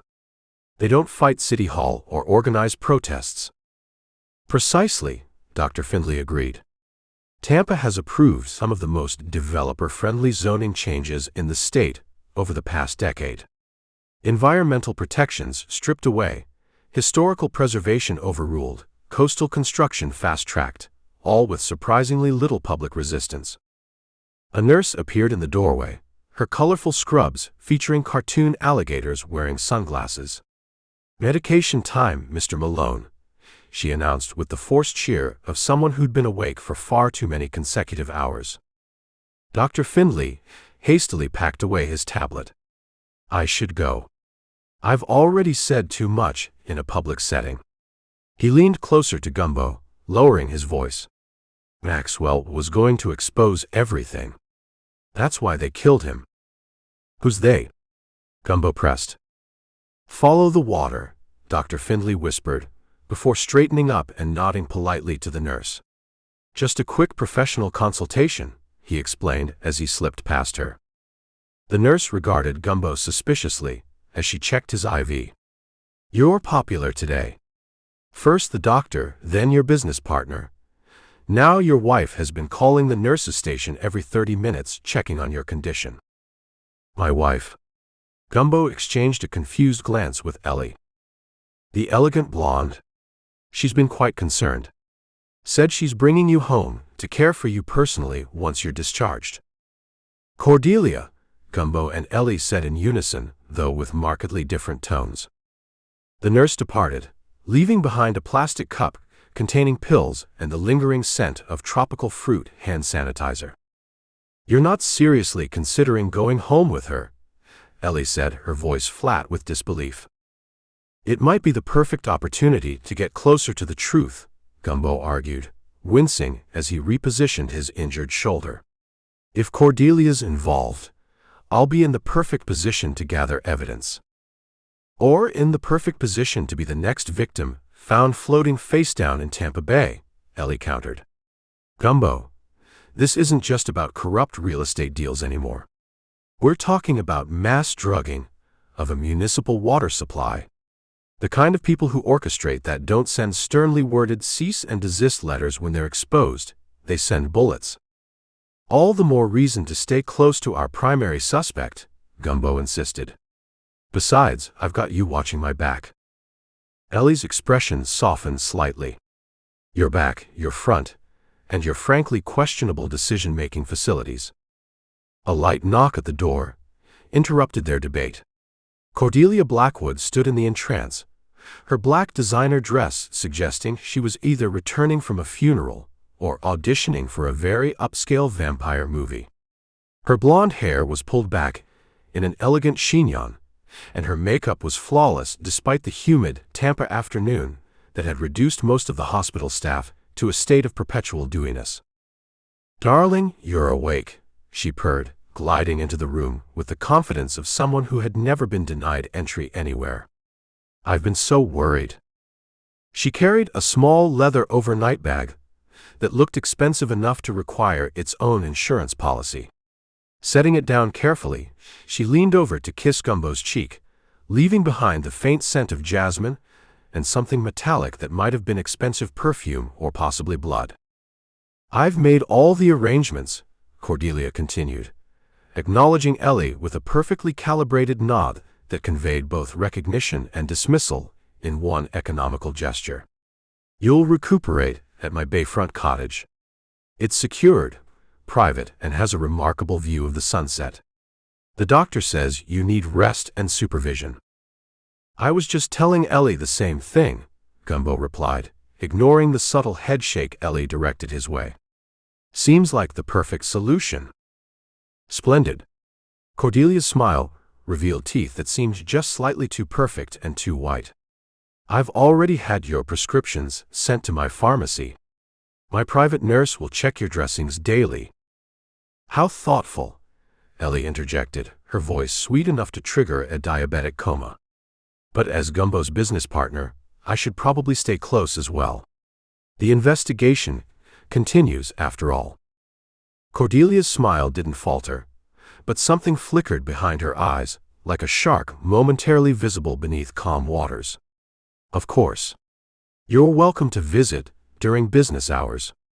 I wouldn't dream of keeping Gumbo from his work." I simply want to ensure he's well cared for during his recovery." The tension in the room thickened until it was nearly visible, like the heavy air before a Florida thunderstorm. Gumbo cleared his throat. "Well, that's settled then. Cordelia's cottage it is. What could possibly go wrong?" As if on cue, the aggressive cactus Ellie had brought finally succeeded in its apparent mission to pierce Gumbo's IV bag, sending a thin stream of fluid arcing across the room in a perfect parabola that ended precisely on Cordelia's immaculate black patent leather shoes. It was, Gumbo thought, as he watched Cordelia's perfectly controlled reaction, going to be an interesting recovery indeed. Chapter 19. The Gator Hole extravaganza wasn't so much a tourist trap as a black hole from which good taste could never escape. Located just off the highway where Tampa sprawled into swampland, it advertised itself with a 40-foot fiberglass alligator whose jaws opened and closed mechanically every 7 minutes, synchronized to a tinny recording of "See You Later, Alligator" that had deteriorated to the audio equivalent of gargling gravel. Gumbo arrived 15 minutes early, parking his Jeep between a minivan sporting Florida or bust window decals and a luxury sedan with government plates.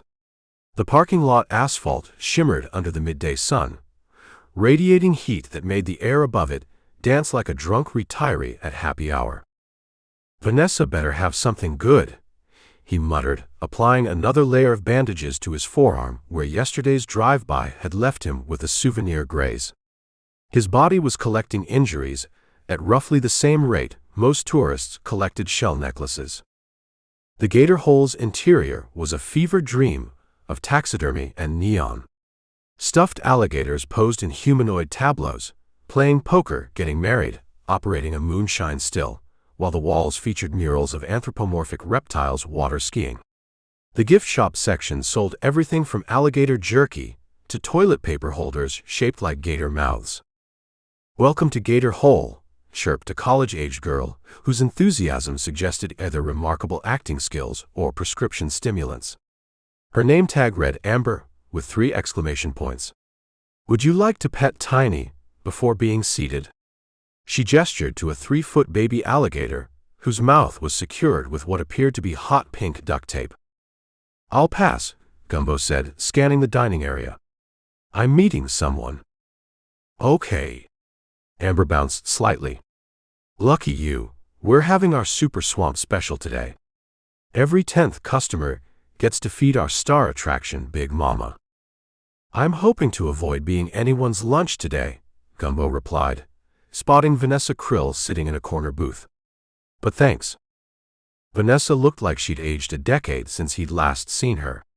Her usual immaculate appearance had given way to dark circles under her eyes and a nervous twitch that made her coffee cup rattle against its saucer every few seconds. Her sleek corporate wardrobe had been replaced by an oversized University of Florida sweatshirt, despite the sweltering heat. "You picked an interesting venue," Gumbo said, sliding into the booth across from her. "Places like this are invisible," Vanessa replied, her voice barely above a whisper. "Everyone's too busy looking at the spectacle to notice people.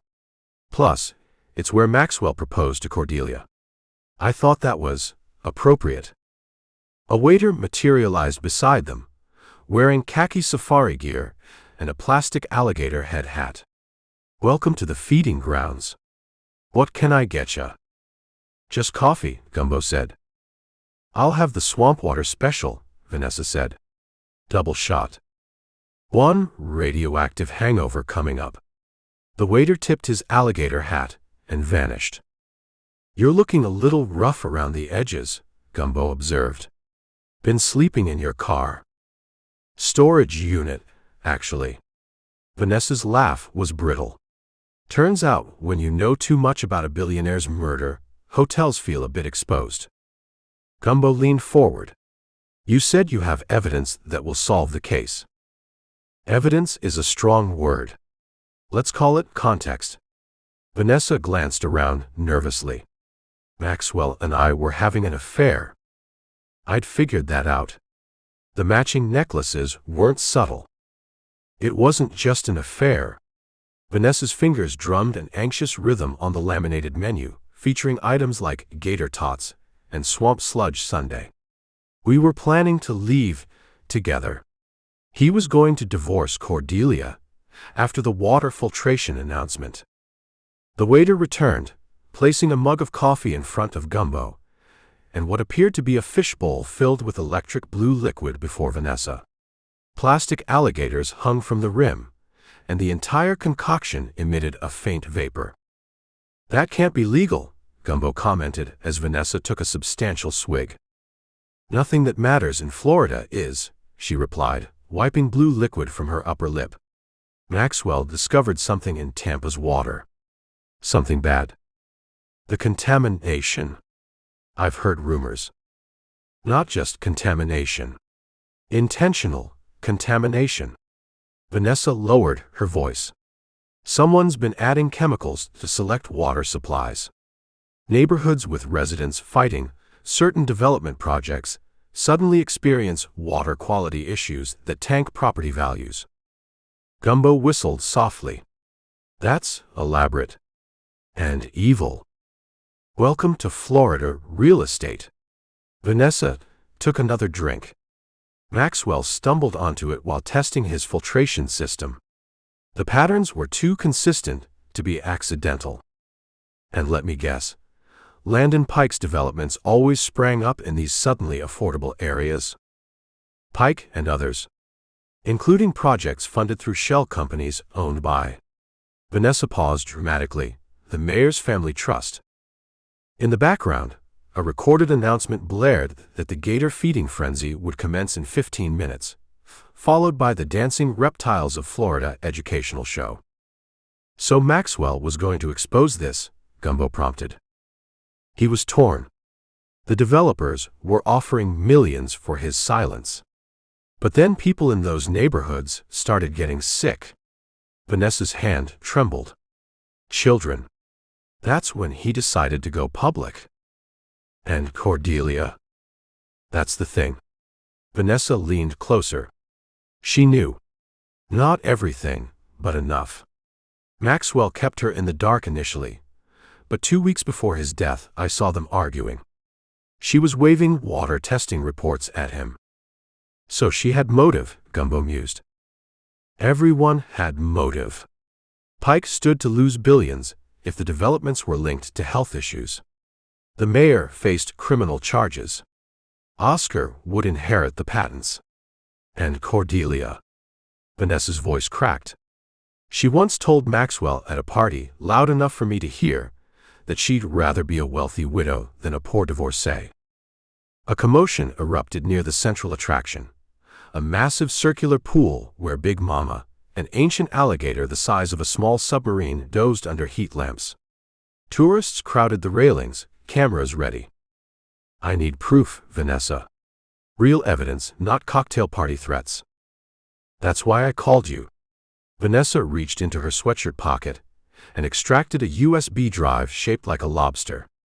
This contains Maxwell's complete research data, including water samples matched to specific developments, dates of contamination events, and communications between Pike's company and city officials. Gumbo reached for it, but Vanessa pulled back. Not yet. There's something else you need to know. The night Maxwell died. A piercing scream cut through the restaurant, followed by shouts and the sound of splashing water. They turned to see a staff member racing toward the main entrance, face white with panic. Baby gators loose. They're everywhere. The restaurant erupted into chaos. At least 30 juvenile alligators, each about 2 feet long, scuttled between tables and across the floor. Tourists leapt onto chairs while children either screamed in terror or squealed with delight, depending on their disposition. This isn't normal dinner theater, even for Florida, Gumbo muttered, standing to assess the situation. When he turned back, Vanessa was gone, the lobster USB with her. Only her half-finished swamp water special remained, one plastic alligator ornament now missing from its rim. Gumbo spotted a service door swinging shut behind the kitchen, and vaulted over a baby alligator, making determined progress toward the salad bar. He pushed through the kitchen, dodging panicked staff and one surprisingly calm chef who continued flipping gator burgers while muttering about his inadequate hazard pay. The service door led to an employee parking area where Vanessa was already speeding away in a silver Prius.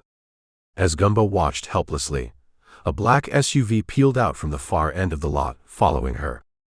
"Damn it," he growled, sprinting back to his Jeep. By the time he navigated around the growing crowd of emergency vehicles responding to the Great Gator Escape of Tampa, both cars had vanished. Back inside, staff were corralling alligators with pool skimmers and complimentary souvenir nets, while the manager offered free "I Survived the Gator Hole" t-shirts to anyone willing to sign liability waivers. Gumbo surveyed the chaos, eyes narrowed. The baby gators hadn't appeared by accident. Someone had released them precisely when Vanessa was about to share crucial information. As he picked his way through the pandemonium, he spotted something under Vanessa's abandoned booth, a business card for Blackwood Marine Research, the company Maxwell had founded. On the back, hastily scrawled, "Storage Unit Number 217, Gulf Coast Security Storage. Code 3825. Not Cordelia." Gumbo pocketed the card as Amber approached, now significantly less perky and missing one exclamation point from her name tag. "Sue," she sighed, plucking a small alligator from a nearby high chair with the resignation of someone whose day could not possibly get worse. "Will that be cash or credit for your coffee?" Outside in the parking lot, Gumbo called Ellie. "I need everything you can find on Gulf Coast Security Storage," he said without preamble. "And maybe bring some alligator repellent, if that's a thing. Just in case." "Do I want to know?" Ellie asked. "Probably not. But I'm starting to think we're dealing with something bigger than a jealous wife or a business rivalry." As he spoke, an air horn blasted from inside the restaurant, followed by an announcement that Big Mama had awakened from her nap and was now pursuing enrichment activities throughout the dining area. "Gumbo, what's that sound?" Ellie's voice carried a note of concern.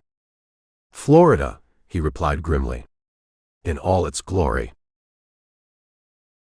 Chapter 20. The morning sun beat down on the Tampa Bay area with the enthusiasm of a tax auditor who just discovered offshore accounts. Gumbo Malone's head throbbed in perfect synchronization with the ceiling fan's arrhythmic wobble as he nursed a coffee strong enough to strip paint off a battleship. The events at the alligator farm had left him with minor scrapes, a ruined shirt, and the distinct feeling that Florida's wildlife was personally out to get him. His phone buzzed. "Ellie. Please tell me you're not in jail," she said without preamble. "Or the hospital. Or attempting to wrangle any more reptiles." "None of the above," Gumbo replied, wincing as he shifted in his chair. "Though I think I've developed a newfound respect for Steve Irwin. Vanessa Krill called our office 3 times this morning. Sounded panicked. Said something about, 'They know I talked,' before hanging up." Gumbo sat up straighter. "When was the last call?" "About an hour ago. I tried calling back but got voicemail. I'm heading to her place now. Want backup? Just keep your phone on. And maybe alert the local hospitals to be on the lookout for a pie with terrible luck and worse judgment." The drive to Vanessa's waterfront apartment took 20 minutes, during which Gumbo rehearsed at least 17 different ways to tell her that alligator-infested restaurants were not ideal meeting spots for exchanging sensitive information. The building, a modernist monstrosity named the Pelican's Perch, despite a notable absence of pelicans, loomed over a manufactured canal where jet skis and pontoon boats jockeyed for space like commuters on a highway. The security guard at the front desk had the bored look of someone who'd seen everything Florida had to offer and found it all disappointingly predictable. "I'm here to see Vanessa Krill," Gumbo announced, flashing what he hoped was an authoritative smile. The guard, whose name tag read Chuck in aggressive capital letters, barely glanced up from his crossword puzzle. 7-letter word for deception? Artifice, Gumbo replied automatically. About Miss Krill? Haven't seen her since yesterday, Chuck said, filling in the word with visible satisfaction. But there was a commotion up there around midnight. Thought about checking it out, but Judge Judy was on. A commotion? Thumping. Crashing. The usual preludes to either passionate reconciliation or domestic homicide. And you didn't investigate? Look, pal, Chuck sighed, finally looking up. This is Florida. If I investigated every strange noise, I'd never get my crosswords done. Besides, noise complaints are for the day shift. Gumbo pressed his luck. Any chance you could let me up to check on her? I'm a private investigator. He produced his license, which Chuck examined with all the interest of someone reading nutritional information on a gum wrapper. Sure, why not? Makes it easier to identify your body if things go sideways. Apartment 714. The elevator smelled of sunscreen, desperation, and someone's attempt to mask both with a tropical air freshener. Gumbo exited on the 7th floor and followed the hallway to 714, noting the water stains on the ceiling that suggested the building's maintenance didn't quite match its premium pricing. He knocked. No answer. Vanessa? It's Gumbo Malone. Silence greeted him like an old friend. Something wasn't right. He pressed his ear against the door and heard the faint sound of a television. With a glance down the empty hallway, he tried the handle. Locked. Sorry, Vanessa, he muttered, retrieving his lock-picking set from his pocket. Professional curiosity. The lock surrendered with minimal resistance, much like the building's security guard. Gumbo eased the door open, instantly hit by the acrid smell of burnt coffee and something else, a metallic tang that made his stomach clench. Vanessa. The apartment looked like it had been decorated by someone with a Pinterest board labeled Coastal Chic on a budget. Wicker furniture, blue and white striped everything, and no fewer than 17 decorative items featuring starfish in various states of artistic interpretation. But it was the overturned coffee table, shattered lamp, and spray of paperwork across the floor that captured Gumbo's attention. Signs of a struggle, or a particularly aggressive furniture rearrangement session. The television droned on in the background, a cheerful home shopping host extolling the virtues of a mop that could apparently solve all of life's problems for 3 easy payments of $19.99. Gumbo moved cautiously through the space, noting the details: 2 wine glasses on the counter, one with lipstick on the rim, a woman's shoe kicked under the sofa, a damp towel on the bathroom floor. But no Vanessa. A buzzing sound from beneath the scattered papers caught his attention. Vanessa's phone, the screen cracked but still functional, displaying multiple missed calls, 3 from Ellie, 2 from work, and 7 from a number labeled only as Do Not Answer. Gumbo picked up the phone, weighing privacy concerns against the possibility that Vanessa was in danger. Florida ethics were always situational, he decided, and began scrolling through her recent messages. The text chain with Do Not Answer was illuminating. We know you talked. The alligators were a warning. Next time won't be baby gators. Smart people know when to disappear. The last message had been sent at 11:47 p.m. around the time of Chuck's commotion. Gumbo's gaze fell on a bookshelf where dozens of Florida tourism guides stood in neat rows, except for one that lay open on its side, its pages hollowed out to create a hiding space. Inside was a flash drive and a handwritten note. If you're reading this, I'm either dead or running. The truth is in the water. The blueprint is on the drive. Trust no one. Especially not the sister. The sister, Gumbo muttered. Iris. Cordelia. A noise from the hallway sent him into high alert. He pocketed the drive and note, moving silently toward the kitchen. The door handle turned slowly.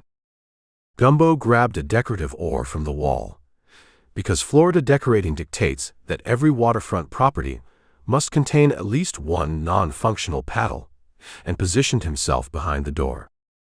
It swung open to reveal a maintenance worker carrying a toolbox.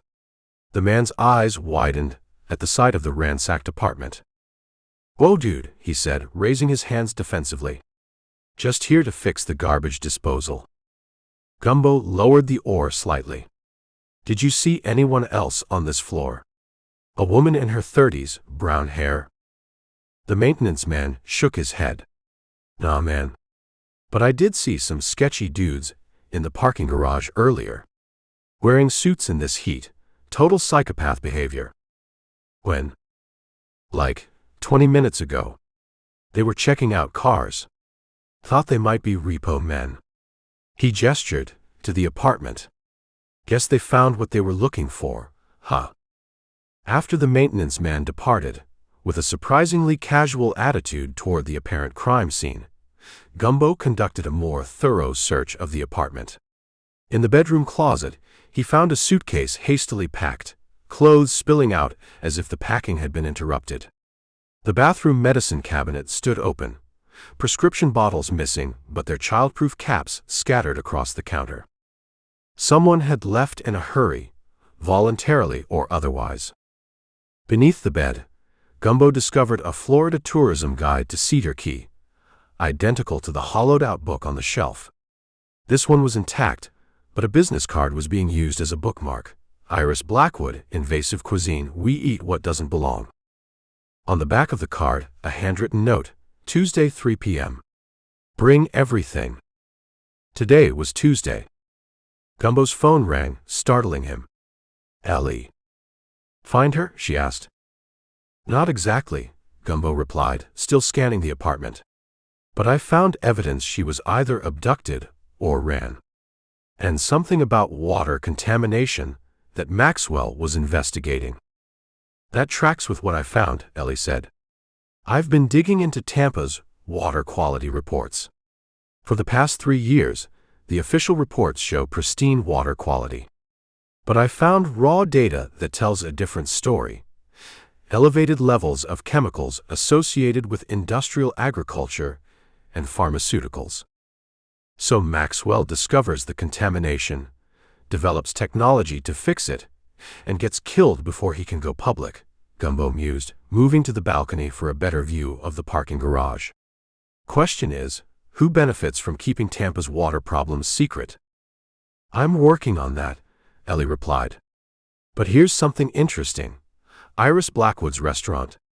It's partially funded by a holding company that traces back to Landon Pike." "Maxwell's competitor," Gumbo said, watching as a black SUV with tinted windows circled the parking garage. "And Cordelia's sister. Convenient. There's more. That restaurant specializes in invasive species, right? Turns out Iris has a background in marine toxicology. She did her doctoral work on—" "Let me guess," Gumbo interrupted. "Lionfish." "Bingo. Specifically, the pharmacological applications of lionfish venom." The SUV stopped near the garage exit. 2 men in dark suits stepped out, scanning the area with mechanical precision. "I need to go," Gumbo said quickly. "I think Vanessa's welcoming committee is doing a second sweep." "Where are you heading?" "To sample some invasive cuisine," Gumbo replied, already moving toward the apartment door. "I suddenly have a craving for whatever doesn't belong." Exiting the apartment required more stealth than Gumbo had anticipated.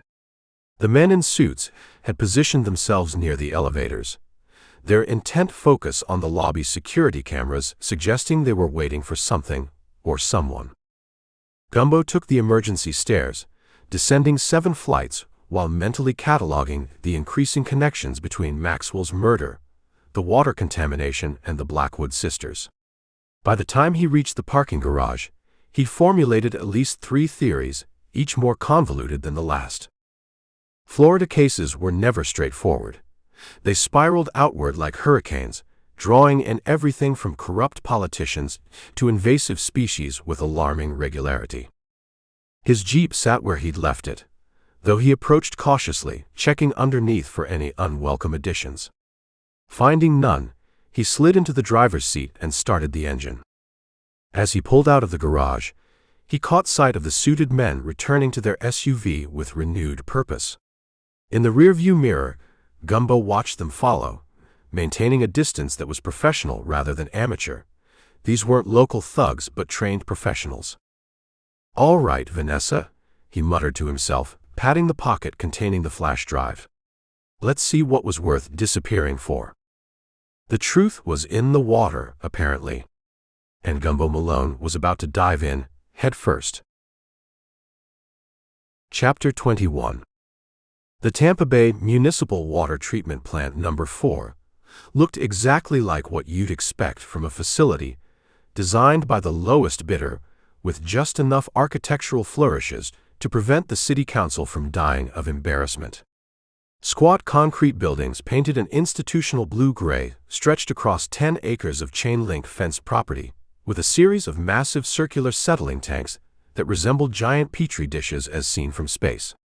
A sign at the entrance proclaimed, "Keeping Tampa's water crystal clear since 1987, though someone had helpfully spray-painted ish after clear." Gumbo Malone stood among 23 retirees and a suspiciously enthusiastic middle school field trip, all wearing visitor badges that depicted a cartoon water droplet giving a thumbs up next to the slogan, "Hydration Vacation." The tour guide, a wiry man named Phil with tragically high-waisted khakis and the defeated expression of someone who had explained the coagulation process 11,000 times too many, droned about polyaluminum chloride while the retirees nodded with performative interest. "And now we're entering the flocculation chamber," Phil announced with the enthusiasm of someone reading a grocery receipt. "Please stay behind the yellow line." Gumbo checked his watch. 23 minutes into the tour, and he was already contemplating drinking whatever chemicals might end this misery fastest. Vanessa's notes had been frustratingly vague. Treatment plant No. 4, filtration control room, check the override logs. Getting to the control room would require ditching the tour, which meant creating a diversion, or... "Is that an alligator?" Gumbo suddenly pointed toward one of the settling tanks. 23 heads swiveled in perfect synchronization. Phil sighed with the weariness of a man who had heard this joke multiple times per day for 15 years. "Sir, I can assure you there are no alligators in our water treatment." "Right there," Gumbo insisted. "It just submerged." Mrs. Hofstadter from Sarasota, who had been asking increasingly specific questions about microplastics in tap water, clutched her commemorative water treatment plant tote bag. "I saw it too." She hadn't, of course, but Mrs. Hofstadter had spent 47 years married to a pathological liar and had developed the ability to back up falsehoods with Oscar-worthy conviction. Phil's face contorted in professional anguish. That's impossible. Our screening systems..." "It was huge," added Gumbo, stretching his arms wide. "Like a dinosaur." The middle schoolers, sensing chaos, began screaming with delight. Their chaperone, a woman whose expression suggested she was mentally calculating the years until retirement, half-heartedly attempted to restore order while secretly hoping the alleged alligator might thin the herd of her most troublesome students. "Everyone stay calm." Phil's voice cracked. "I'll call maintenance. Please remain in this spot." As Phil powerwalked toward an emergency phone, Gumbo slipped away from the group, ducking through a door marked "Authorized Personnel Only." The corridor beyond smelled of chlorine and bureaucratic despair. He consulted the rough map he'd sketched from Vanessa's notes, then headed left toward what should be the central control room. The hallway opened into a large, circular chamber with windows overlooking the treatment tanks. Computer stations ringed the perimeter, each monitoring different aspects of the purification process. A lone technician sat at the far end, his attention fixed on a phone game involving matching multicolored fish. Gumbo adopted his best official posture. "Annual security inspection," he announced, flashing an ID card too quickly to be read. Need to check your override authorization logs. The technician, whose name badge identified him as Daryl M., barely looked up. Third terminal from the right. Password is Waterworks 1234. Because security is our top priority, he added with dripping sarcasm, returning to his fish-matching game. Gumbo slid into the chair at the indicated terminal, wondering if all critical infrastructure was this easy to infiltrate, or if Florida just had a special talent for negligence. He navigated to the system logs, searching for the dates Vanessa had specified. The pattern emerged quickly once he knew what to look for. Every Tuesday and Thursday night for the past 6 months, someone had manually overridden the automated testing protocols for a specific set of contaminants. The system would flag dangerous levels. Then someone would enter an override code and manually adjust the readings before they were reported to state regulators. Well, hell, Gumbo muttered, pulling out his phone to photograph the screen. Finding everything you need, Inspector, came a voice that was decidedly not Daryl's. Gumbo turned to find himself facing a man whose dimensions suggested he consumed small vehicles for breakfast. His security uniform strained against muscles that had muscles, and his crew cut was so severe it appeared to be painted onto his skull. Just finishing up, Gumbo replied smoothly, slipping his phone into his pocket. Routine compliance check. Funny, said the human mountain, whose name tag read Bronson. I don't recall any inspections scheduled for today. That's the point of random inspections, Gumbo countered. They're random. Also funny, Bronson continued, his smile suggesting humor was a foreign concept he'd heard about but never experienced.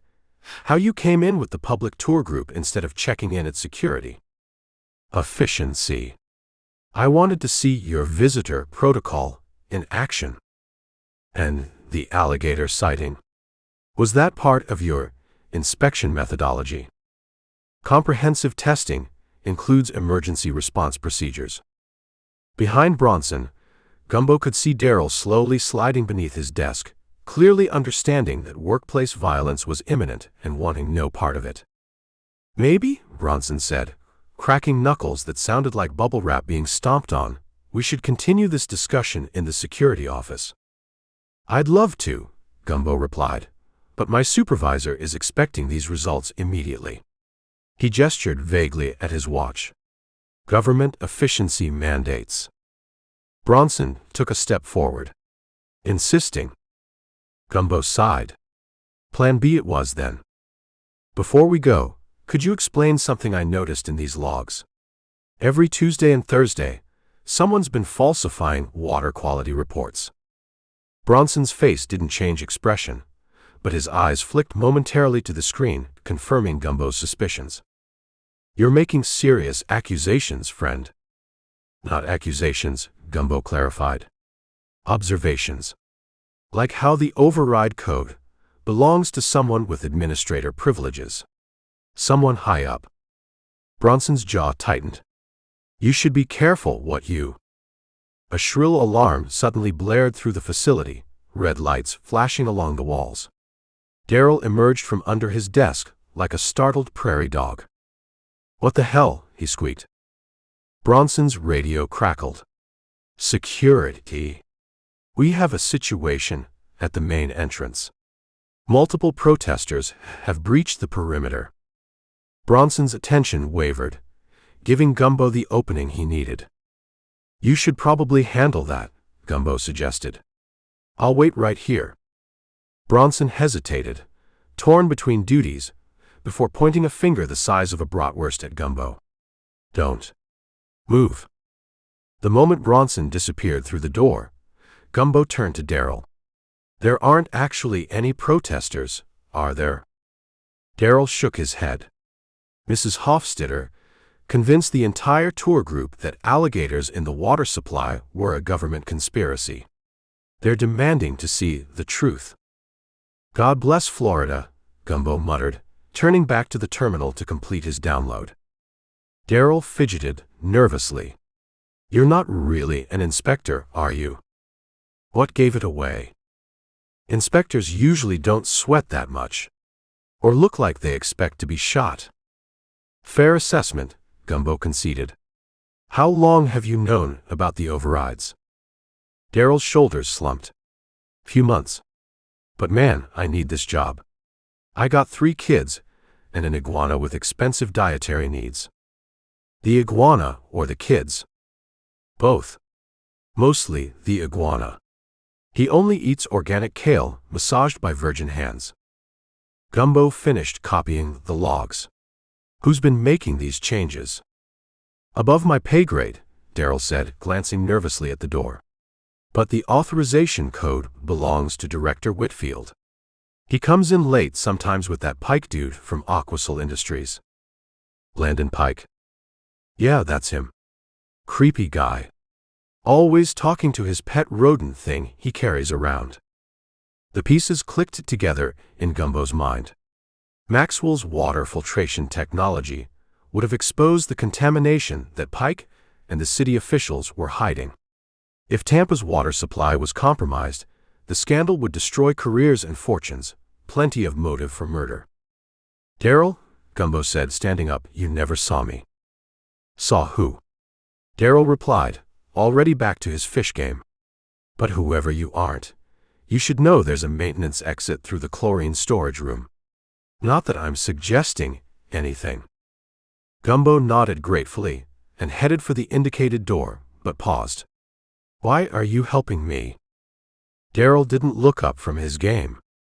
My kid got sick last year. Doctors couldn't figure it out. Then I started bringing bottled water from outside Tampa Bay. She got better in 2 weeks.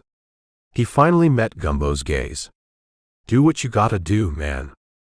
The chlorine storage room was a maze of tanks and pipes, the air so heavily chemical it made Gumbo's eyes water. He navigated through the labyrinth, following exit signs toward the maintenance door. Behind him, he could hear Bronson's voice echoing through the facility. Check every room. Nobody leaves until we find him. The exit door appeared ahead, a gleaming portal to freedom. Gumbo pushed the release bar, flinging it open, only to find himself facing a concrete canal filled with churning, partially treated water. Beyond the canal lay a chain-link fence and sweet freedom. There he is. Bronson's voice boomed from behind. Gumbo looked at the swirling, chemical-laden water, then back at the advancing security team. With a resigned sigh that contained at least 17 profanities, he clutched his phone protectively and launched himself into the frothy current. The water hit like liquid ice, a cocktail of chemicals assaulting every sense. Gumbo surfaced, gasping, as Bronson and his team reached the edge. You crazy son of a bitch! Bronson yelled, almost admiringly. That water hasn't been fully treated. Tastes great. Gumbo shouted back, though great wasn't the adjective that came to mind, as he dog-paddled through what felt like liquefied pool supplies. Really refreshing. The current carried him toward a large outflow pipe. Bronson and his team followed along the walkway, unable to do much except watch, as Gumbo was swept toward what appeared to be a waterfall into another treatment stage. You might want to hold your breath. Bronson called out with suspicious helpfulness. That's the aeration cascade. The what now? Gumbo's question was answered as the water plunged over a 6-foot concrete weir, carrying him into a churning basin designed to add oxygen to the water. He tumbled through the white water like a sock in a washing machine, eventually surfacing near a service ladder at the basin's edge. Sputtering and coughing, he hauled himself up the rungs, his clothes dripping chemicals that would probably give nearby plants interesting mutations. The evidence was safe, though. His waterproof phone case had earned its $15 price tag today. As Gumbo squeezed through a gap in the fence and limped toward the visitor parking lot, he reflected that this case had taken a definitive turn. He now had proof of water quality tampering, a connection to Landon Pike, and a possible motive for Maxwell's murder.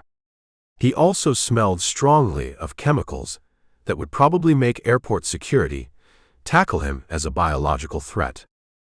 But most importantly, He had confirmation that Maxwell's discovery wasn't just about more efficient water filtration. It was about exposing a public health crisis being actively covered up. As he reached his jeep, Gumbo's phone rang. Cordelia's name flashed on the screen. "Tell me you found something," she said without preamble. "I found something," Gumbo confirmed, dripping onto his driver's seat. "And nearly became part of Tampa's water supply in the process." "That doesn't sound sanitary." "It wasn't," Gumbo agreed, peeling off his soaking shirt. "But neither is Tampa's water. And I think your husband died because he was going to expose that fact." "Then we need to talk," Cordelia said, her voice tense. "Immediately. And Gumbo, be careful. You're not the only one who's been digging around today." As Gumbo started the jeep, he glanced in his rearview mirror to see Bronson emerging from the facility, talking urgently into a phone while staring directly at him. "Careful is my middle name," Gumbo lied, pulling out of the parking lot with enough speed to suggest it absolutely wasn't. "Your middle name is Danger," Cordelia countered with unexpected accuracy. "With Stupidity as your confirmation name." "Harsh but fair," Gumbo admitted, checking his mirrors for pursuit as he merged onto the highway, his clothes still squishing with each movement. "Where are we meeting?" "The aquarium," Cordelia replied. "I have something to show you. Something I found in Maxwell's private collection." As Gumbo drove toward downtown Tampa, smelling strongly of industrial chlorine and poor life choices, he couldn't shake the feeling that the water treatment facility was just the surface of a much deeper conspiracy, one that had already claimed Maxwell's life and now had him firmly in its sights. Chapter 22. The sun beat down on Tampa with the relentless enthusiasm of a timeshare salesman who'd spotted a busload of retirees. Gumbo Malone slouched in his rented Chrysler, the air conditioning wheezing asthmatically as it fought Florida's natural state of tropical oppression. The car was parked across from Tampa City Hall, a gleaming monument to bureaucratic self-importance that looked like an architect had made it a corporate headquarters with a cruise ship. "Tell me again why we're stalking the mayor." Ellie's voice crackled through the speaker of Gumbo's phone, which was propped against an empty cup of Cuban coffee strong enough to dissolve dental work. "Because Mayor Franklin Poole has his fingers in more pies than a quality control inspector at a bakery," Gumbo replied, adjusting his binoculars. "And one of those pies is Aquapure Solutions." "The water treatment contractor?" "The very same. They've held the exclusive contract for Tampa's water treatment for 20 years, despite bidding higher than competitors for the last 3 contract renewals." "That's just normal corruption," Ellie sounded unimpressed. "This is Florida. Politicians taking kickbacks is like alligators in golf course ponds, expected and mysteriously tolerated."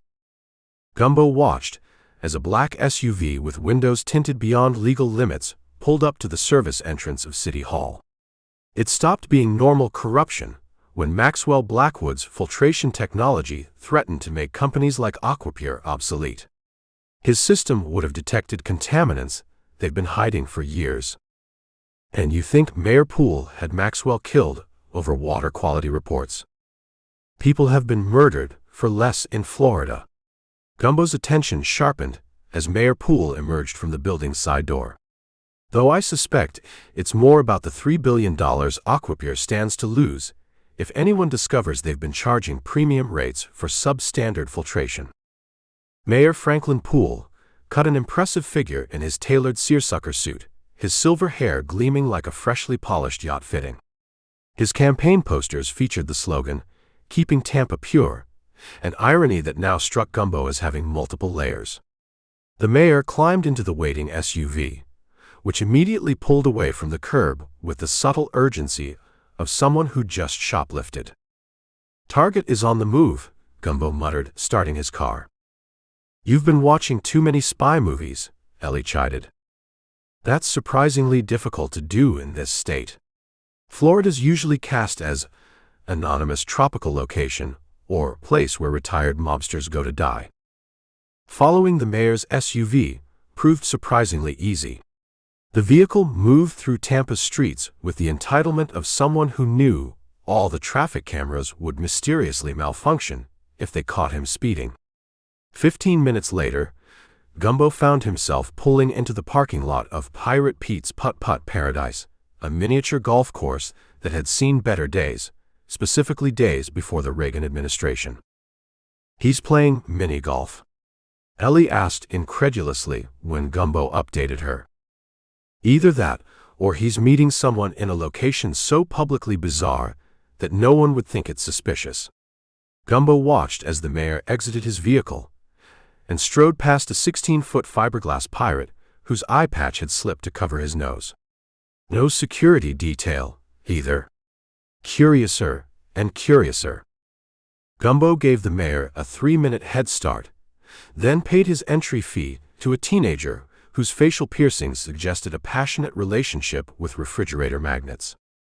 "Enjoy your putt-putt experience," the teenager droned with the enthusiasm of someone reciting their own obituary. "Clubs are to the left, balls are color-coded by difficulty, and if you see the raccoon family that lives in the shipwreck on hole 7, please don't feed them. They've developed a taste for human flesh." The course was mercifully deserted on a Tuesday afternoon, allowing Gumbo to follow the sounds of voices toward the back.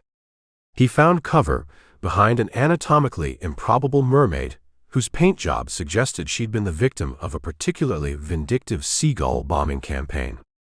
Mayor Poole stood at the 18th hole, a complicated contraption where the ball had to navigate through the open mouth of a giant grouper, deep in conversation with none other than Landon Pike.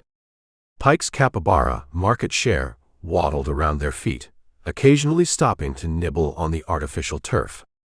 "You assured me this would blow over," the mayor was saying, his public-speaking voice replaced with something significantly more reptilian. "Now I've got the EPA sending inquiries about our water quality reports." Pike leaned on his putter like a gentleman farmer on his walking stick. "Relax, Franklin. The EPA investigates thousands of water systems. They're underfunded and overwhelmed.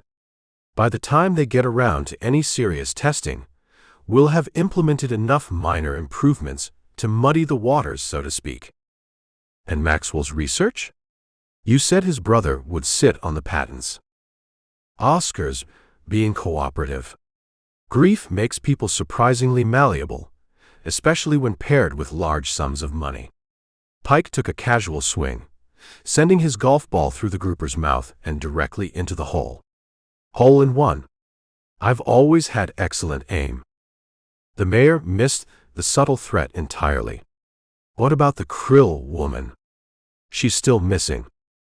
"Being handled," Pike replied with the casual dismissiveness of someone discussing an overdue library book rather than a missing person. "My sources tell me our mutual pie friend has been looking for her." "Malone? He's a nobody.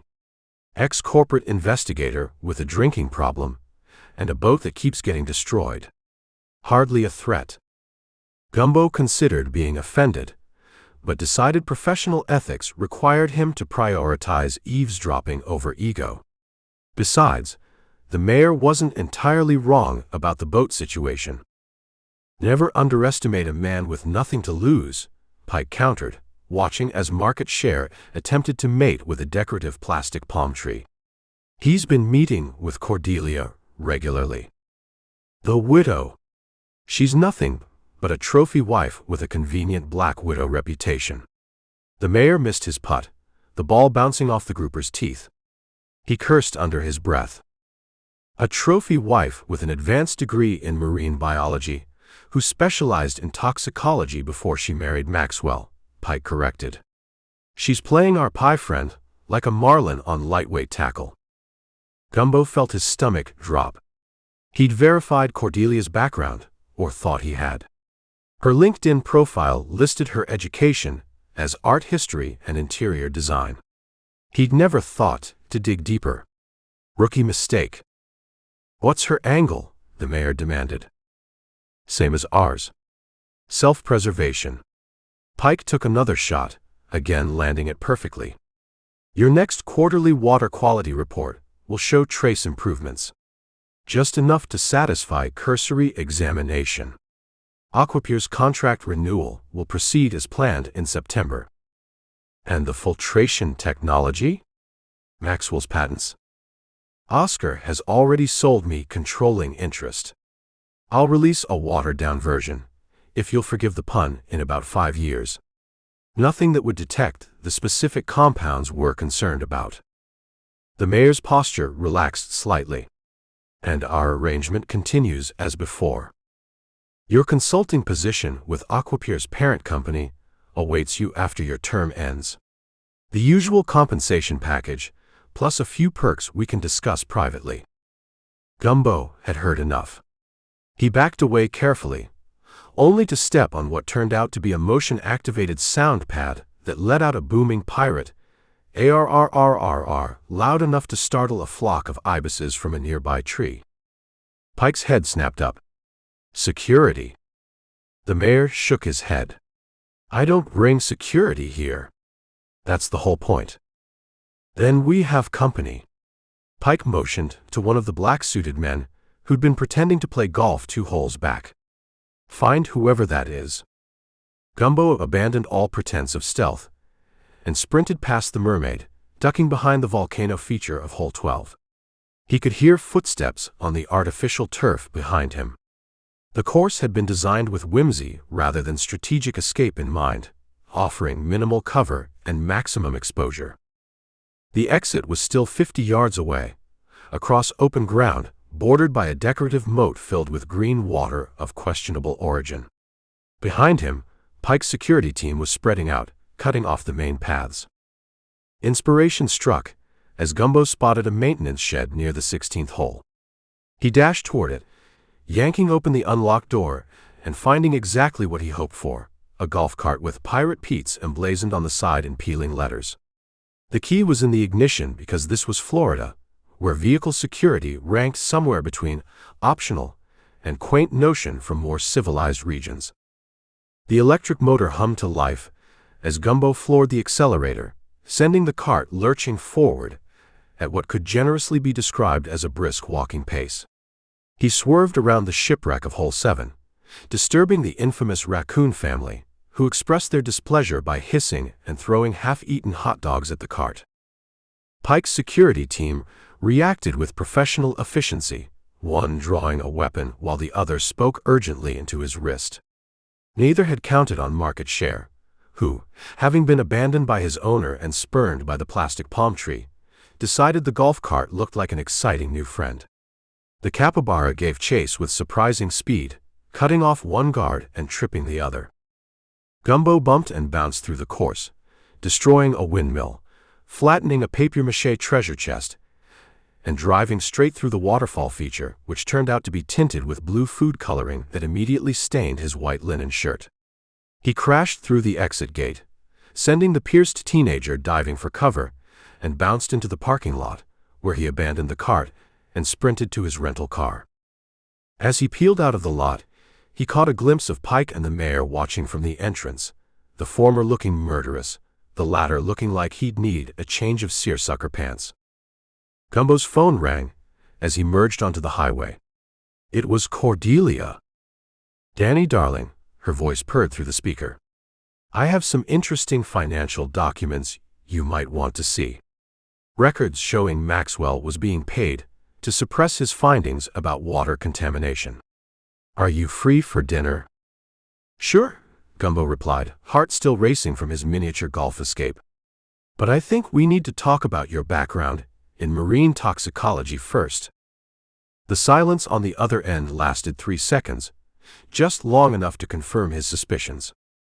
"I see you've been doing your homework," Cordelia finally said, her tone shifting subtly from purring cat to something more akin to a jaguar deciding whether you were prey. "That's what makes you so valuable, Danny. You're thorough." As Gumbo navigated toward the bridge to Tampa Bay, he pondered how many layers of deception he was still wading through, and whether, like the water supply Blackwood had been investigating, the truth had been contaminated beyond recovery. Chapter 23.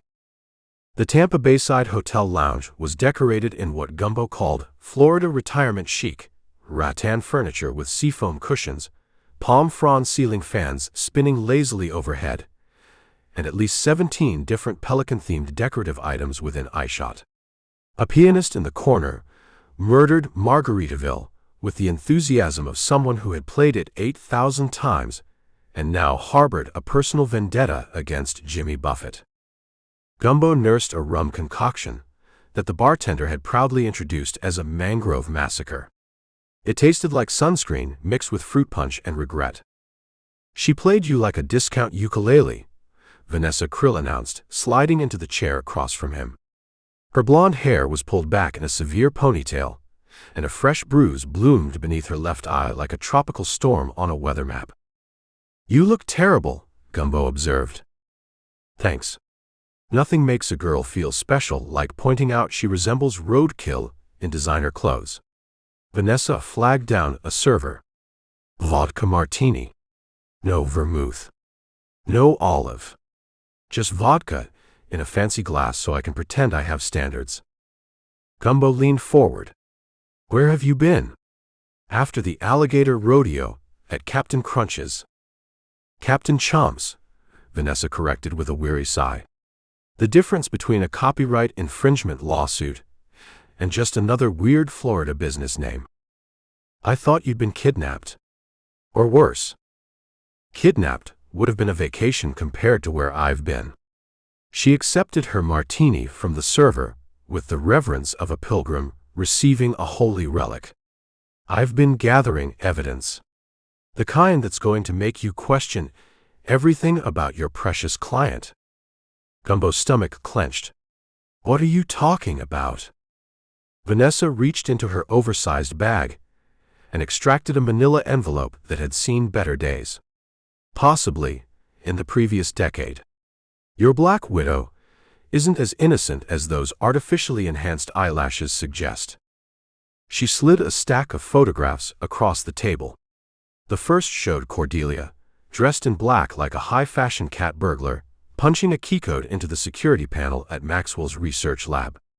The timestamp showed 11:42 p.m., the night before Maxwell's death. "Security footage?" Gumbo asked, shuffling through the images that showed Cordelia moving purposefully through the lab. "The supposedly missing footage. Turns out it wasn't missing, just relocated to a private server accessible only to certain executives." Vanessa's smile had all the warmth of an alligator eyeing a poodle. Like senior executive assistants with the right motivation. Gumbo studied the images, his blood running cooler than the air conditioning. "This doesn't prove she killed him." "Keep going, Sherlock Swamp." The next photo showed Cordelia at a laboratory station, carefully extracting something from a tank labeled Pterois volitans. "Lionfish," Gumbo muttered. "Gold star for the detective who can read Latin." "The next ones are my personal favorites." The subsequent images showed Cordelia expertly handling laboratory equipment, concentrating a liquid into what appeared to be a small vial. The final photo captured her slipping the vial into a pendant, the same distinctive necklace Gumbo had seen in Vanessa's framed photo. "That's my necklace she stole," Vanessa said, her voice edged with bitterness sharper than a sawgrass cut. "A gift from Maxwell. She took it the day before he died, claimed it was a family heirloom that I'd somehow acquired. Maxwell backed her, he always did, and made me return it. 24 hours later, he's dead from lionfish toxin delivered in a pendant that could release the poison with a simple twist." Gumbo felt like he'd been sucker punched by reality, a sensation he'd grown uncomfortably familiar with since moving to Florida. "Why are you showing me this now? Why not go to the police?" Vanessa barked a laugh that caused several elderly tourists to glance nervously in their direction. "With what?" "Evidence I obtained by accessing secured servers I wasn't authorized to use. That's a one-way ticket to jumpsuit accommodations." She gulped her martini, then continued. "Besides, the cops are half in the pocket of the mayor, who's 3/4 in bed with Landon Pike's interests, who's entirely focused on burying Maxwell's water filtration technology.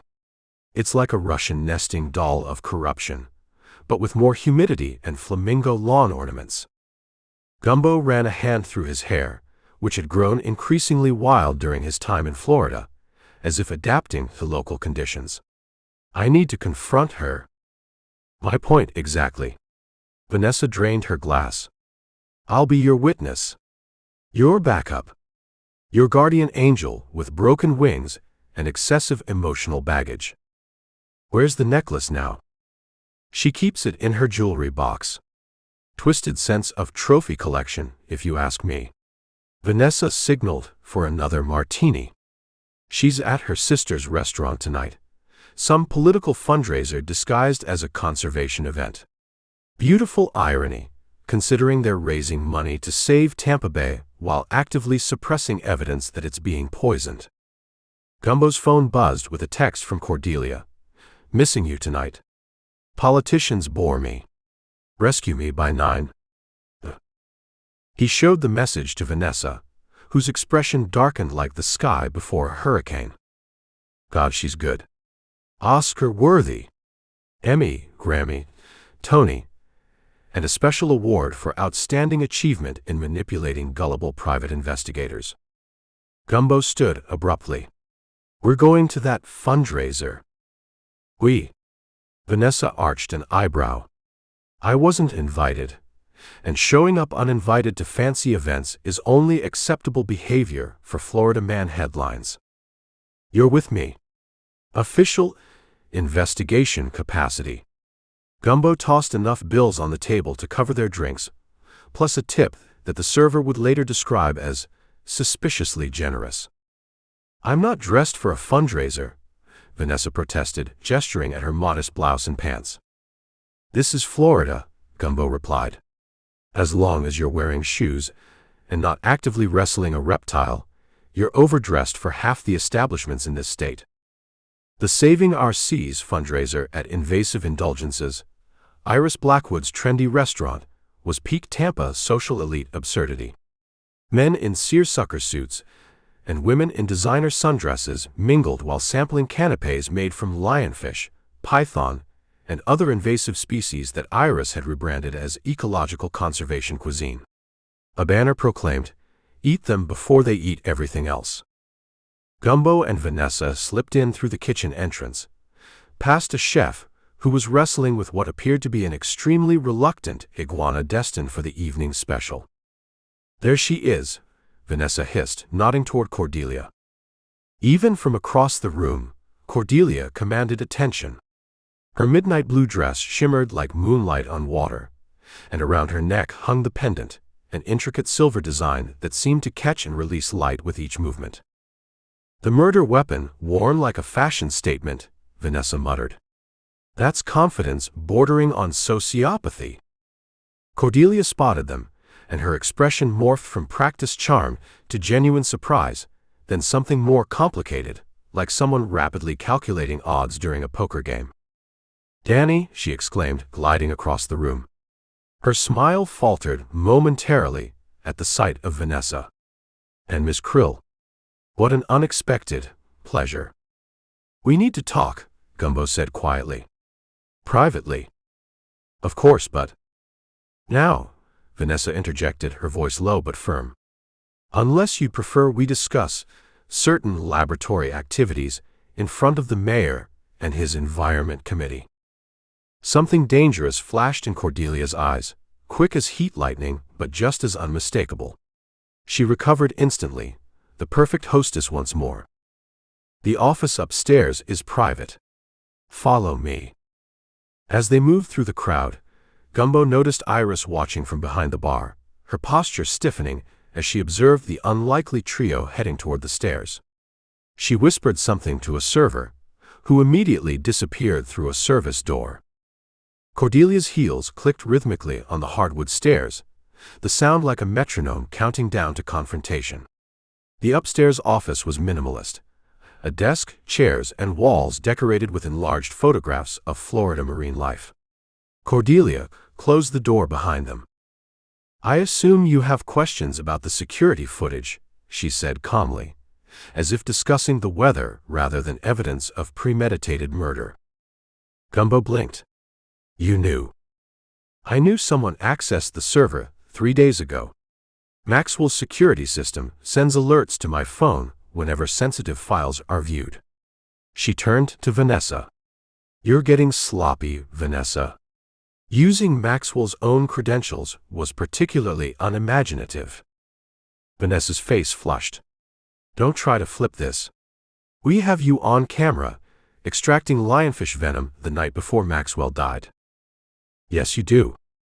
Cordelia's admission hung in the air like humidity. I did extract lionfish venom in Maxwell's lab. I did place it in this pendant. She touched the necklace at her throat. What the footage doesn't show is why. Gumbo felt like he was watching a tennis match where the ball kept transforming mid-volley. Why don't you enlighten us? Cordelia's perfect composure cracked, just slightly.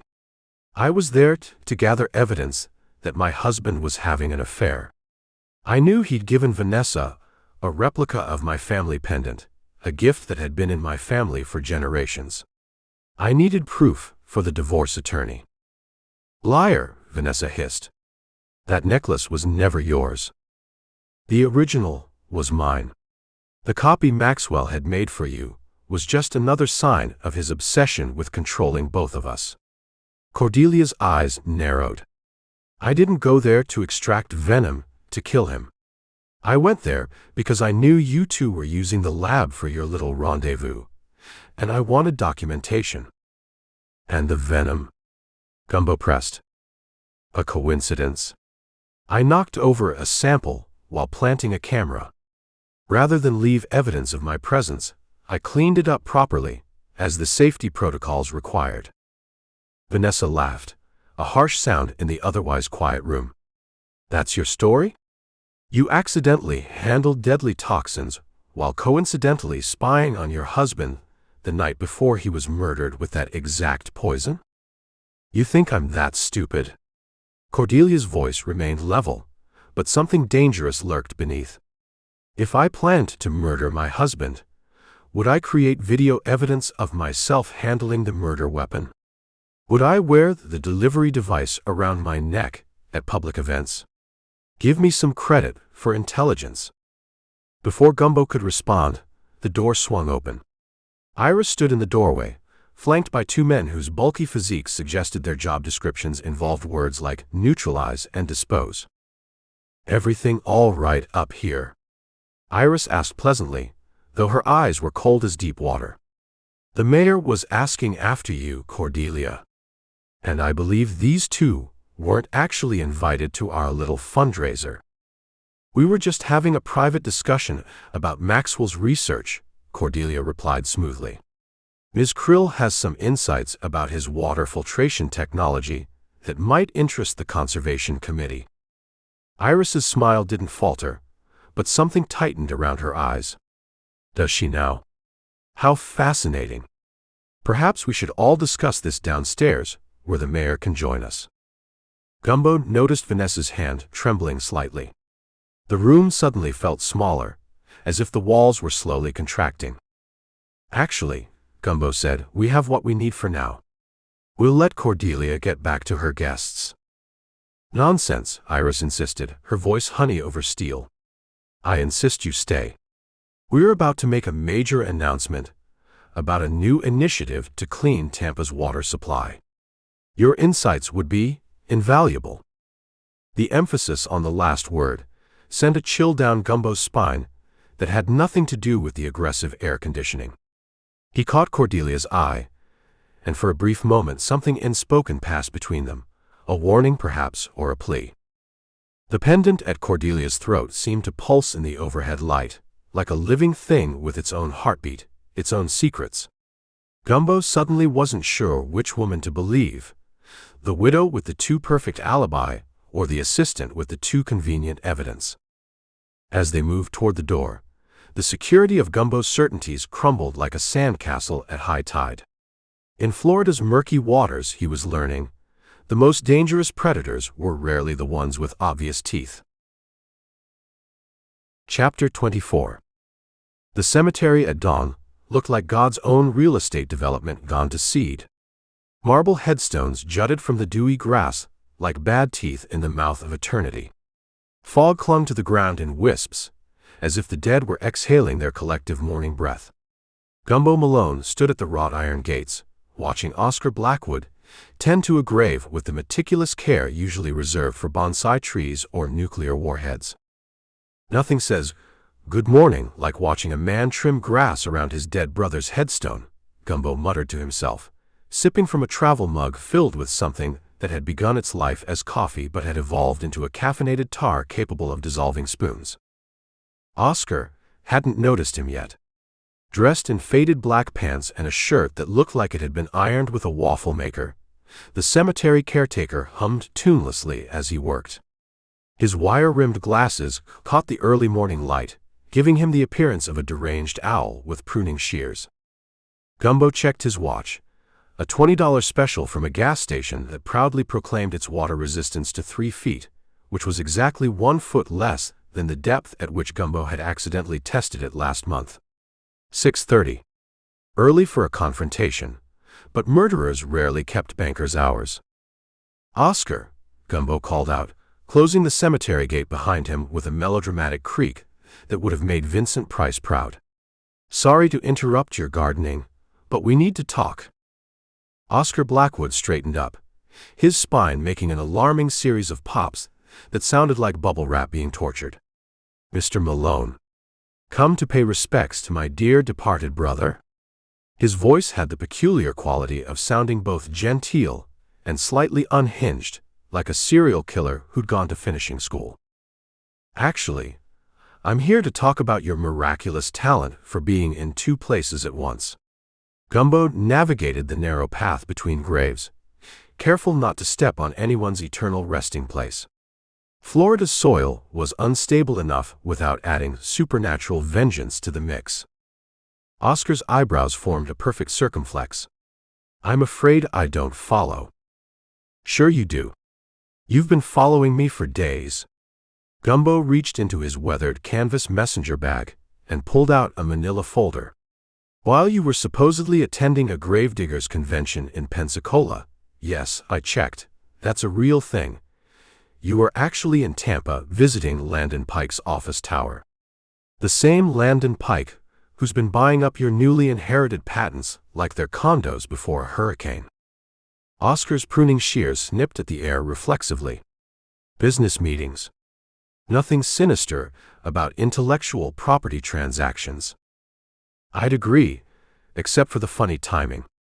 You finalized the sale of Maxwell's water filtration technology patent exactly 17 hours after his death. Before his body was even cold. Before the police had even called you." Gumbo pulled out a document with a flourish that would have impressed a magician with carpal tunnel syndrome. "You signed the papers at 3:17 a.m.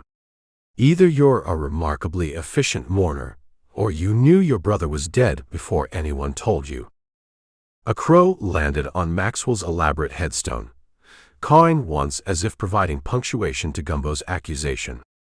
Oscar stared at it with the intensity of someone trying to telepathically communicate with avian life forms. "The death of a sibling is a complex emotional experience," Oscar said finally, his voice taking on the tone of a cut-rate meditation app. "Some process grief through productivity. And some kill their brothers for patents worth billions." Gumbo stepped closer, noting how Oscar's left eyelid had developed a twitch that made him look like he was perpetually winking at invisible conspirators. "I visited your cottage yesterday while you were out. Broke in, actually. Not my proudest moment, but murder investigations tend to play havoc with professional ethics." Oscar's face drained of color faster than a tourist with sunstroke. "You had no right." "Found you a little hobby room," Gumbo continued, ignoring the interruption. "Most people collect stamps or bottle caps. You collect research on lionfish venom extraction techniques. There's dedicated, and then there's I built a hidden laboratory behind my vintage casket collection, dedicated." The pruning shears dropped from Oscar's hand, landing with a dull thud beside an arrangement of plastic flowers that had faded to colors not found in nature. "I can explain," Oscar began, his voice climbing an octave with each word. "I'm sure you can. People who extract deadly neurotoxins in hidden rooms tend to be excellent explainers." Gumbo produced his phone, showing Oscar a series of photos. "These are from your trash. 5 pairs of puncture-resistant gloves. 3 empty vials with trace amounts of what I'm betting is concentrated lionfish venom. And a receipt for a custom aquarium delivery to your cottage 3 days before Maxwell died." The crow, apparently sensing the dramatic tension, chose that moment to hop closer, its beady eyes fixed on Oscar with judgmental intensity. "You don't understand," Oscar hissed, glancing nervously at a nearby crypt as if expecting reinforcements to emerge from the marble mausoleum. "Maxwell was going to destroy everything. By cleaning up Tampa's water supply? The monster.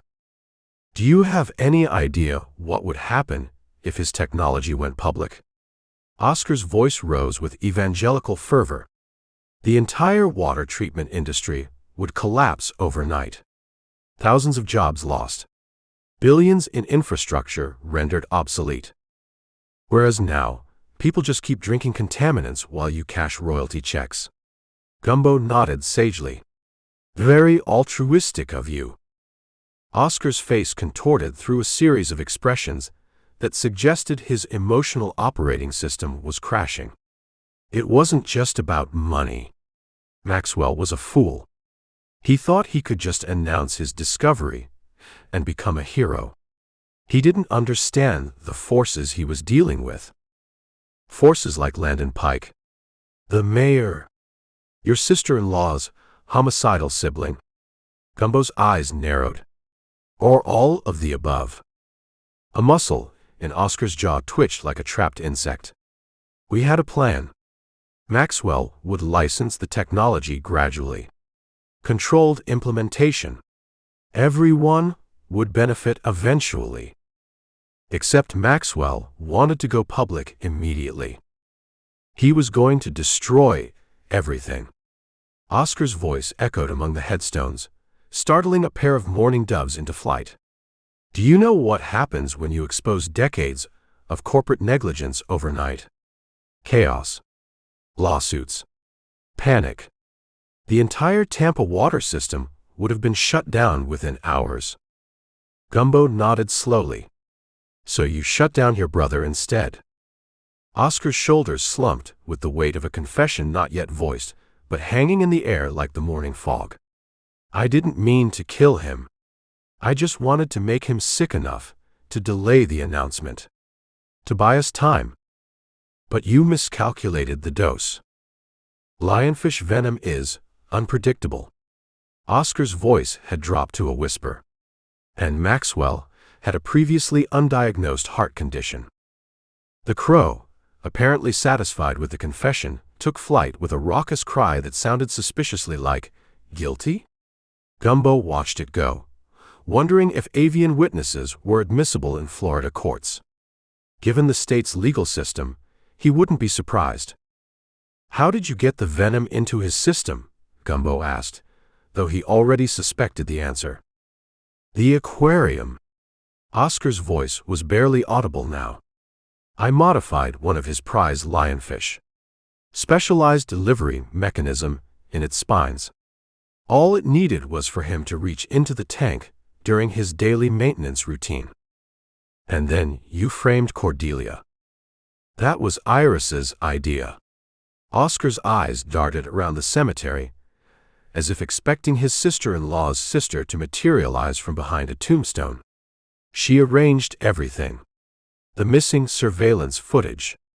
The contaminated evidence. Even Vanessa's disappearance." Gumbo nodded, pieces falling into place like a jigsaw puzzle assembled by a tornado. "And you sold the patents to Landon Pike, who planned to release a revolutionary new water treatment system in a few years, coincidentally right after his company finished building treatment plants in 6 major cities." "They're still going to release it," Oscar said, a note of desperate pleading entering his voice. Just gradually.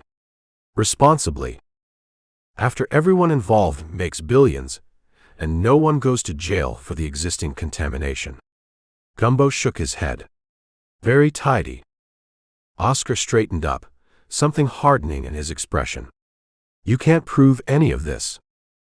Actually, I can. Gumbo gestured toward Maxwell's headstone, where the crow had been perched. That little gadget stuck to your brother's marker?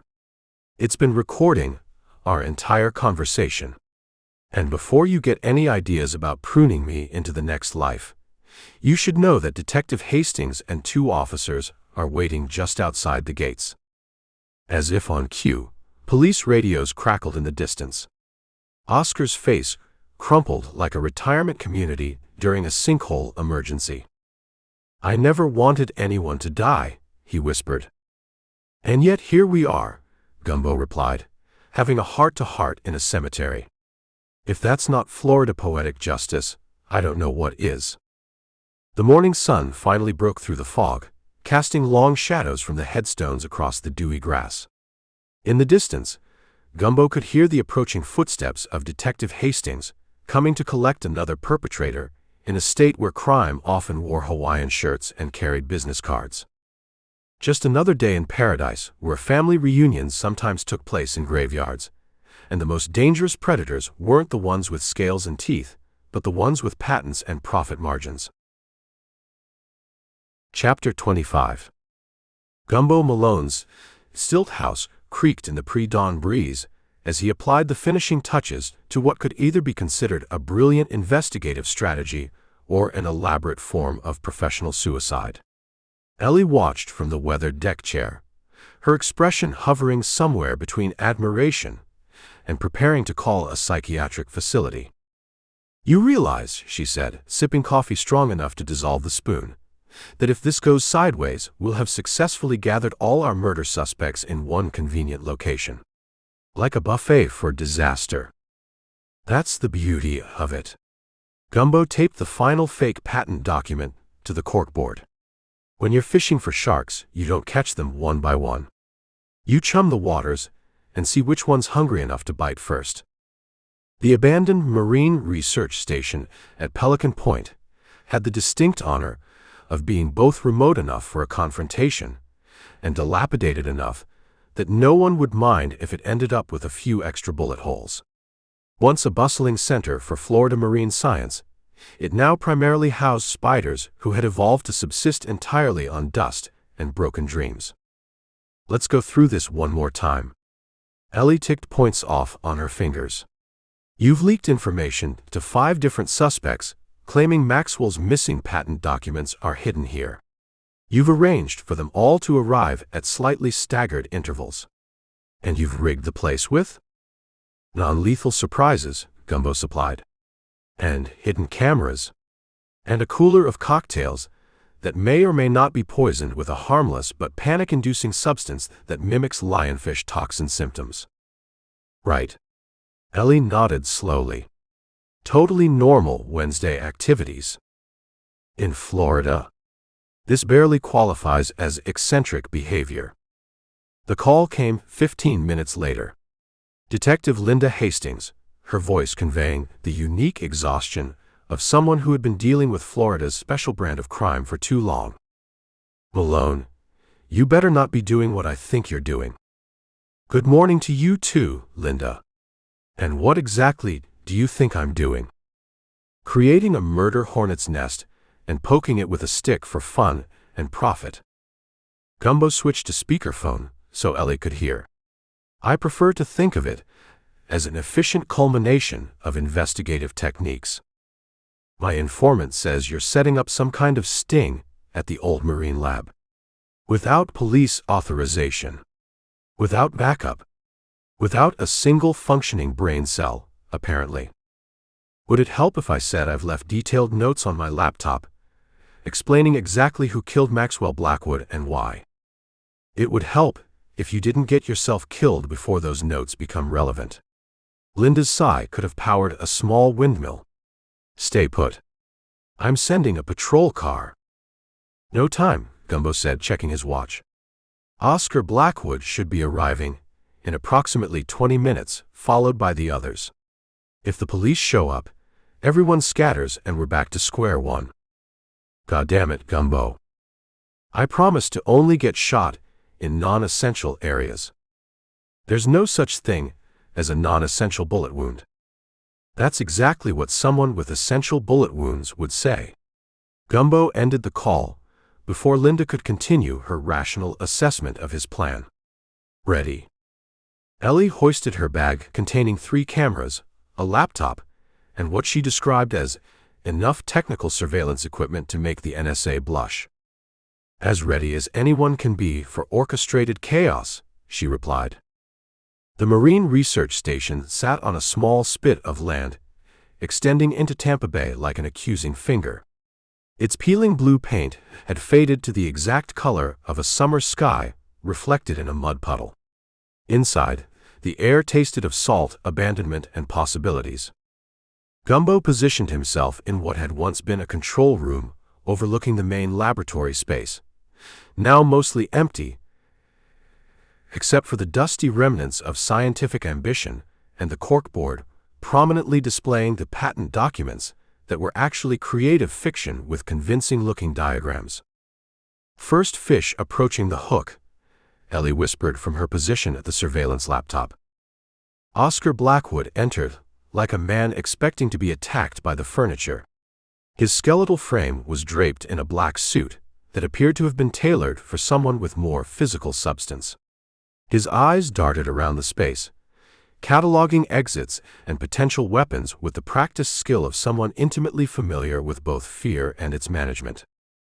Punctual, Gumbo murmured. I respect that in a potential murderer. Oscar circled the room, eventually making his way to the corkboard. He examined the documents with the intensity of an art forgery expert, occasionally nodding or frowning. Then, apparently satisfied with what he saw, he took a seat at one of the dust-covered desks and waited. 7 minutes later, the metal door creaked open again. Landon Pike strode in with the unearned confidence of a mediocre man who had been told he was exceptional his entire life. His designer safari outfit suggested he thought he was entering actual wilderness rather than an abandoned building. Blackwood, Pike acknowledged with a curt nod. Didn't expect to see you here. Likewise, Oscar replied, his voice as dry as year-old crackers. I assume you received the same information I did. About Maxwell's missing patents being stored here? Yes. Pike's eyes narrowed. The question is, who sent that information? Before Oscar could respond, the door opened a third time.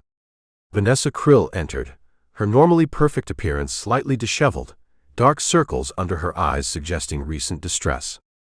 She froze upon seeing the 2 men. Well, she said after a moment of tense silence. This is awkward. Getting more so by the minute, came a fourth voice, as the mayor of Tampa waddled in, his expensive suit straining against the evidence of too many fundraiser dinners. He stopped short, his florid face registering surprise. What is this, a convention?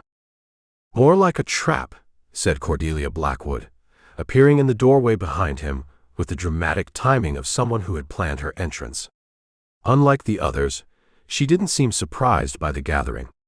She looked glamorous despite the surroundings, like a diamond that had accidentally fallen into a junk drawer.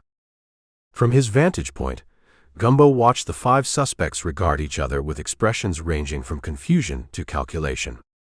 The air crackled with tension thick enough to spread on toast. Since we're all here, Gumbo called out, stepping into view, perhaps we should cut to the chase. 5 heads snapped in his direction. 5 expressions morphed from surprise to varying degrees of anger and alarm. What is this? The mayor demanded, his jowls quivering with indignation. This, Gumbo said, descending the metal stairs with deliberate steps, is what we in the detective business call a convergence of interests. You all came here thinking you'd find Maxwell's missing patent documents. Instead, you found each other. And me. Isn't that cozy? Ellie emerged from her hiding spot, laptop in hand. And we've been recording your reactions since you arrived. Very telling, all of them. This is outrageous, Pike sputtered. I was simply following up on information about stolen intellectual property, Gumbo suggested. Curious, since Maxwell's patents legally transferred to Oscar upon his death. Nothing was stolen, unless you're referring to something else. Oscar shifted uncomfortably in his chair. I was just protecting my inheritance by selling it to Pike's company before the body was cold. Gumbo turned to the table where he'd set up his props. I've prepared refreshments. Who'd like a drink?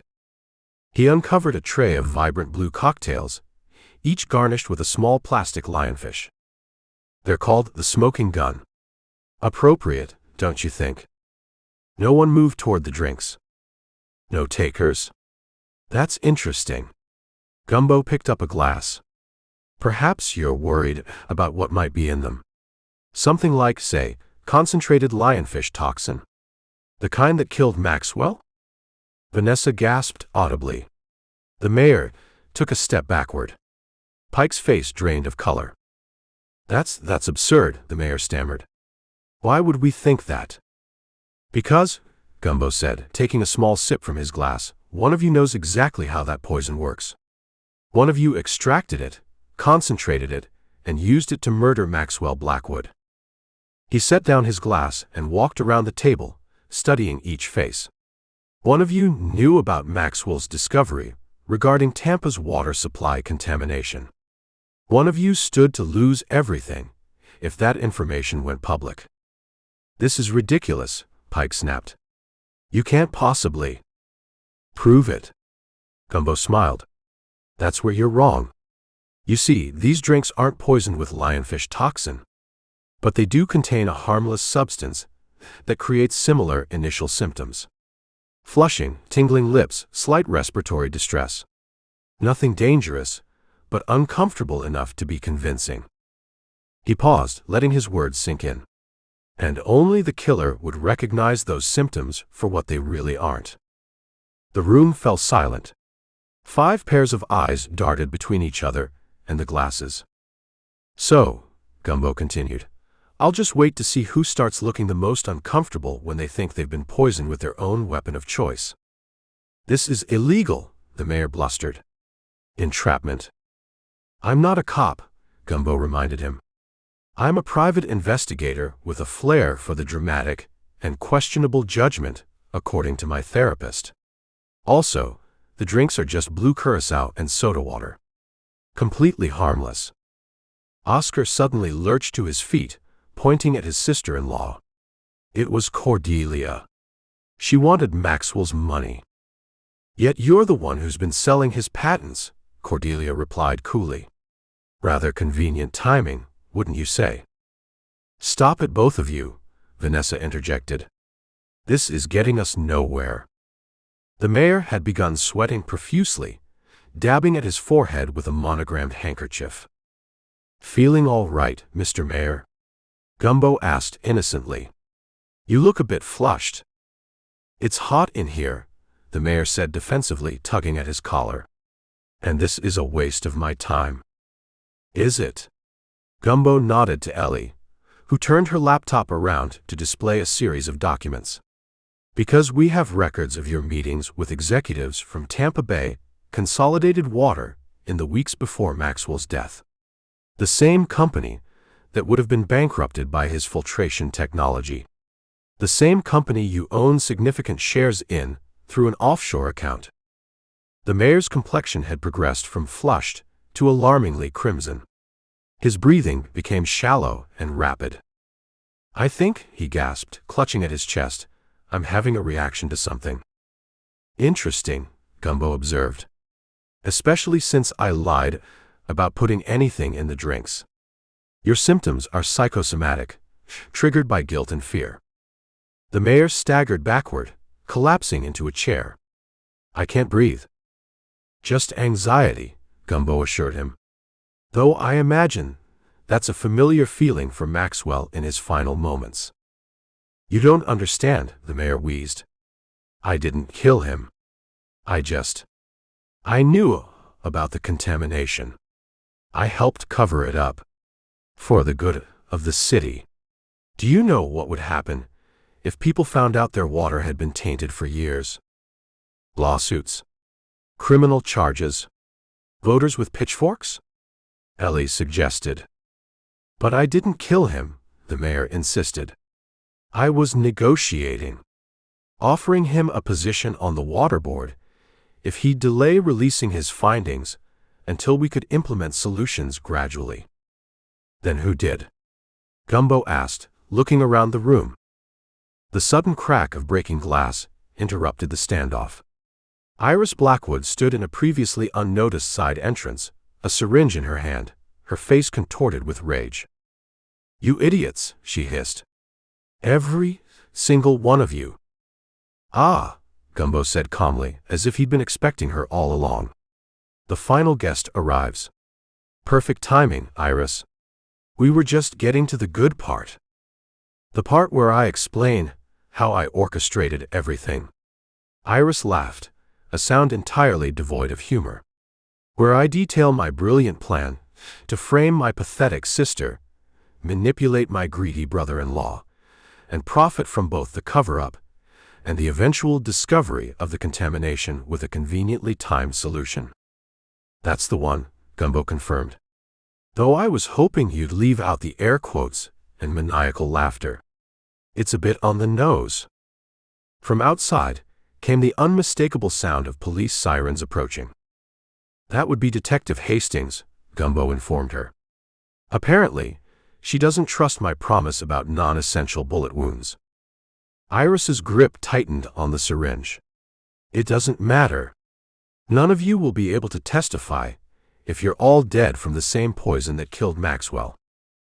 About that, Ellie said, tapping something on her laptop. We've been live streaming this entire conversation to the police. So even if you manage to poison everyone here, you've already confessed to an audience of Tampa's finest. Iris's face contorted with fury and desperation. She lunged toward Cordelia, syringe raised. Only to be tackled by Oscar Blackwood with surprising agility for a man who looked like he subsisted entirely on grief and cemetery air. That's for my brother, he grunted as they crashed to the floor. As police officers poured into the building, Gumbo exchanged a satisfied glance with Ellie. Not bad for a Wednesday, he remarked. Just another day in paradise, she agreed, closing her laptop with a decisive click. Chapter 26. The sun beat down on Tampa Bay with the relentless intensity of a debt collector at a deadbeat's doorstep. Gumbo Malone squinted through his windshield at Iris Blackwood's restaurant, Invasive Flavors, where the parking lot shimmered with heat waves rising from the asphalt like ghostly dancers. The garish neon sign featured a lionfish wearing a chef's hat, a detail that now seemed less quirky and more damning given recent revelations. You sure about this? Ellie's voice crackled through his cell phone. She was back at their makeshift office in Cedar Key, surrounded by financial documents and red-string conspiracy boards that would make a true crime podcaster weep with envy. As sure as alligators are dinosaurs, Gumbo replied, adjusting his Panama hat. A gift from Ellie after their third case, it had become his good luck charm. Though luck in his line of work typically meant only moderately injured rather than hospitalized. The financial trails all lead back to Iris, Ellie continued. 6 shell companies, 3 offshore accounts, and a suspiciously named LLC called Pufferfish Holdings. All connected to both the mayor's re-election campaign and Pike's technology acquisitions. And the kicker. Gumbo reached for his thermos of coffee strong enough to dissolve the spoon he'd accidentally left in it yesterday. Iris Blackwood wasn't always Iris Blackwood. She was Dr. Iris Kendrick, Ph.D. in marine toxicology from the University of Miami, specializing in lionfish venom extraction and concentration, Gumbo finished, memories clicking into place like tumblers in a lock. That framed diploma in her office bathroom. I knew it looked familiar. Changed her name 8 years ago. Convenient timing, right after that research scandal involving misappropriated university funds for unauthorized pharmaceutical applications. Gumbo took a long swig of his coffee, wincing as it stripped another layer from his esophagus. So Big Sister has been playing us like a carnival midway game. Question is, was Cordelia in on it? That, detective, is why they pay you the mediocre bucks. The call ended, and Gumbo sat staring at the restaurant. It was between lunch and dinner service, the perfect time to confront a murderous restaurateur with a penchant for exotic poisons and family betrayal. The interior of Invasive Flavors was dim and cool, a merciful respite from Florida's merciless sunshine. Mounted on the walls were stuffed specimens of Florida's most notorious invasive species: pythons, lionfish, wild boars, and one particularly unsettling iguana posed as if reading a tiny newspaper. A placard beneath it read, "Local Florida man finally reads something." "We're closed until 5, called a melodic voice from behind the bar. Iris emerged, wiping her hands on an apron emblazoned with the restaurant's motto, "If you can't beat 'em, eat 'em." Her copper hair, several shades darker than Cordelia's strawberry blonde, was pulled back in a severe bun that highlighted her sharp cheekbones and sharper eyes. "I'm not hungry," Gumbo replied, settling onto a bar stool. "Though I am curious about that special ingredient you use. The one that's not on the menu." Iris's smile remained fixed, but something flickered behind her eyes, a coldness that reminded Gumbo of sharks he'd seen while fishing. Dead eyes. Hunter's eyes. "You'll have to be more specific, Mr. Malone. We use over 40 invasive species in our cooking." She reached beneath the bar, ostensibly for a menu, though Gumbo noted how her hand lingered out of sight. "I'm thinking of something from your previous career, Dr. Kendrick. Something with a sting." The temperature in the room seemed to drop 10 degrees. Iris slowly withdrew her hand, empty thankfully, and placed both palms flat on the bar. "My sister warned me you were thorough," she said, her voice now stripped of its honeyed warmth. "Though I'm curious how you made the connection." "Little things. The framed diploma in your bathroom when I used it during that fundraiser. The specialized aquarium equipment in your office. The fact that you correct people's pronunciation of scientific names without realizing it." Gumbo shrugged. "Plus, you keep actual poison dart frogs as pets, which seemed like a red flag even for Florida." "They're just for show. Their toxicity comes from their diet in the wild." Her voice was clinical now, professorial. "Exactly the kind of thing a toxicologist would know." Gumbo leaned forward. "Just like how to extract, concentrate, and preserve lionfish venom to make it lethal enough to kill Maxwell but look like a natural accident from his own aquarium." That's quite an accusation from a man who drinks rum for breakfast. Former hedge fund manager, current private investigator. My life choices speak for themselves. Gumbo waved dismissively. "But we're not here to discuss my functioning alcoholism.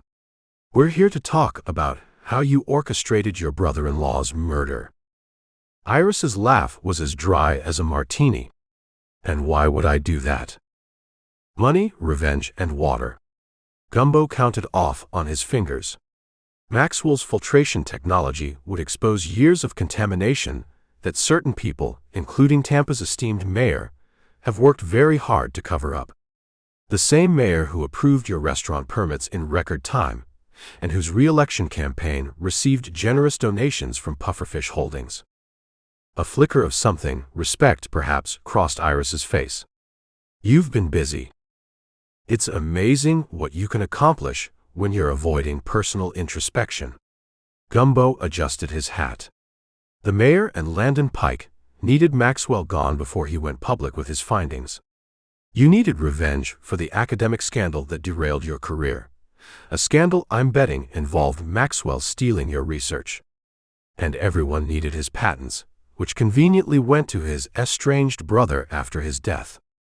Oscar was always the more reasonable sibling, Iris murmured, her fingers tracing patterns on the bar top. Easily persuaded. Easily compensated.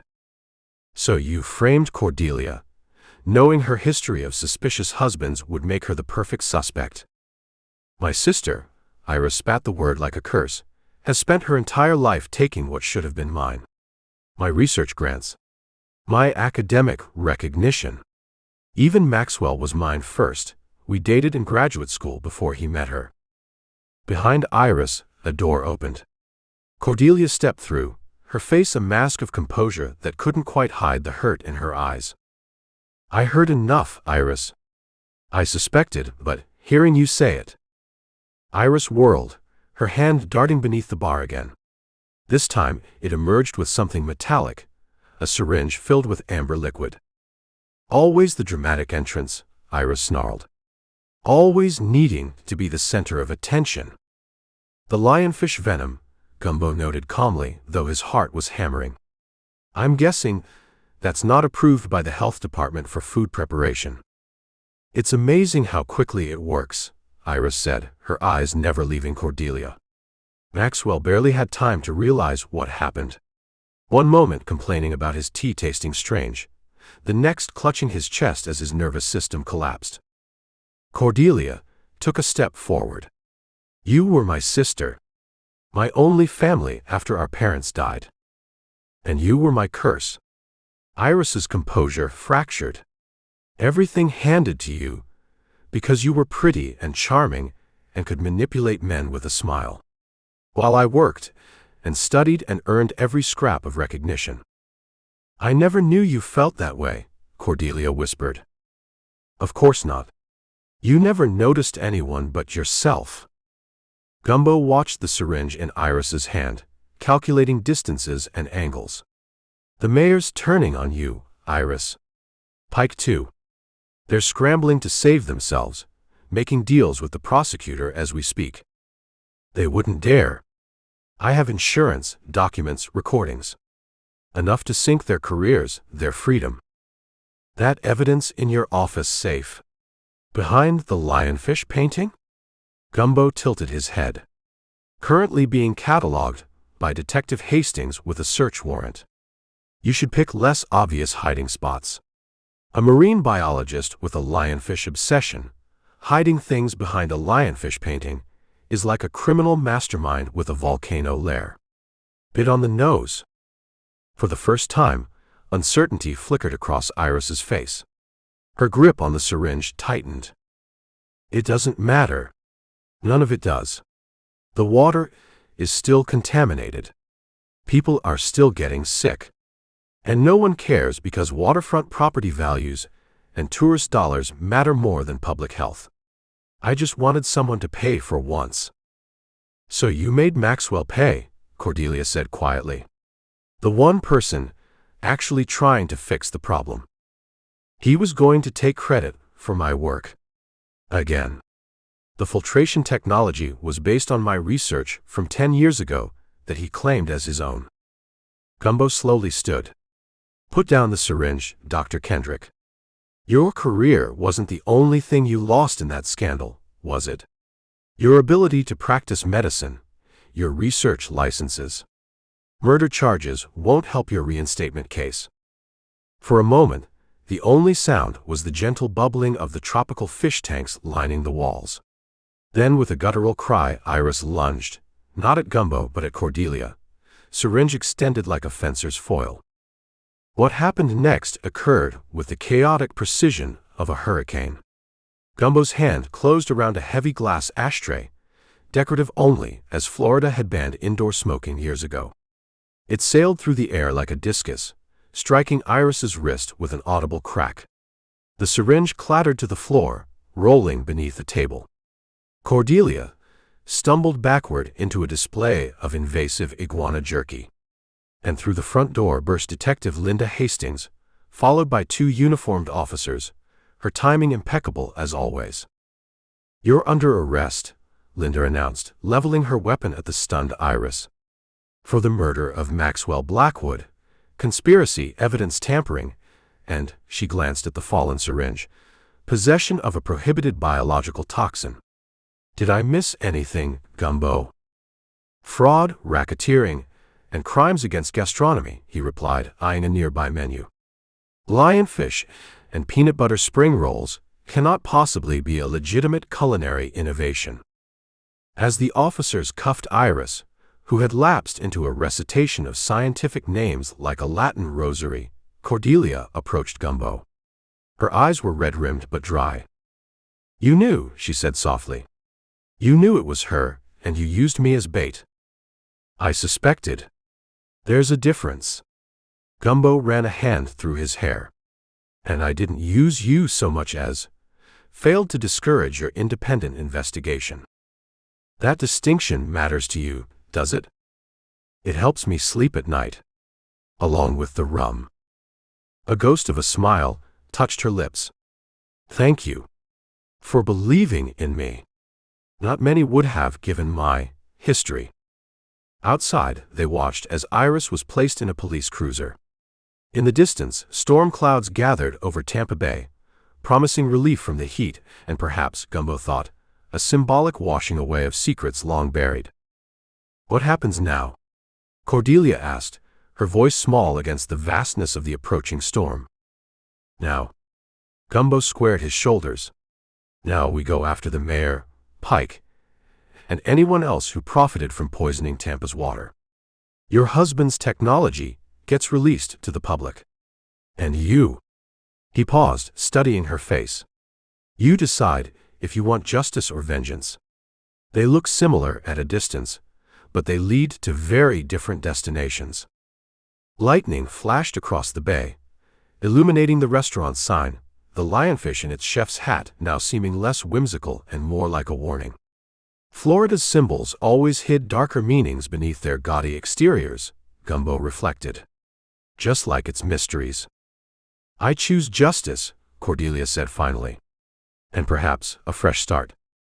Thunder rumbled its approval as the first fat raindrops began to fall, sizzling against the hot pavement like tears on a burning photograph. Chapter 27. The sun descended over Tampa Bay with the reluctance of a corrupt politician leaving office, painting the water in shades of amber and blood orange that seemed, to Gumbo's increasingly paranoid mind, like an omen. Iris Blackwood's restaurant, Invasive Tastes, floated on repurposed oil drums at the end of a rickety pier, its neon sign featuring a cartoon lionfish wearing a chef's hat and an expression of alarming enthusiasm for a creature about to be served on a plate. Tonight was the restaurant's annual Save Our Bay fundraiser, where Tampa's elite paid $500 a plate to congratulate themselves on their environmental consciousness while dining on creatures that were destroying said environment. The irony was as thick as the python bisque being ladled into porcelain bowls shaped like Florida. Gumbo adjusted his bow tie, an accessory he'd acquired from a street vendor who assured him it was genuine fake Versace. The elastic band dug into his neck like a determined mongoose, but fashion sacrifices were necessary when infiltrating gatherings of Florida's upper crust. "You look like a penguin with anxiety issues," Ellie commented through his earpiece.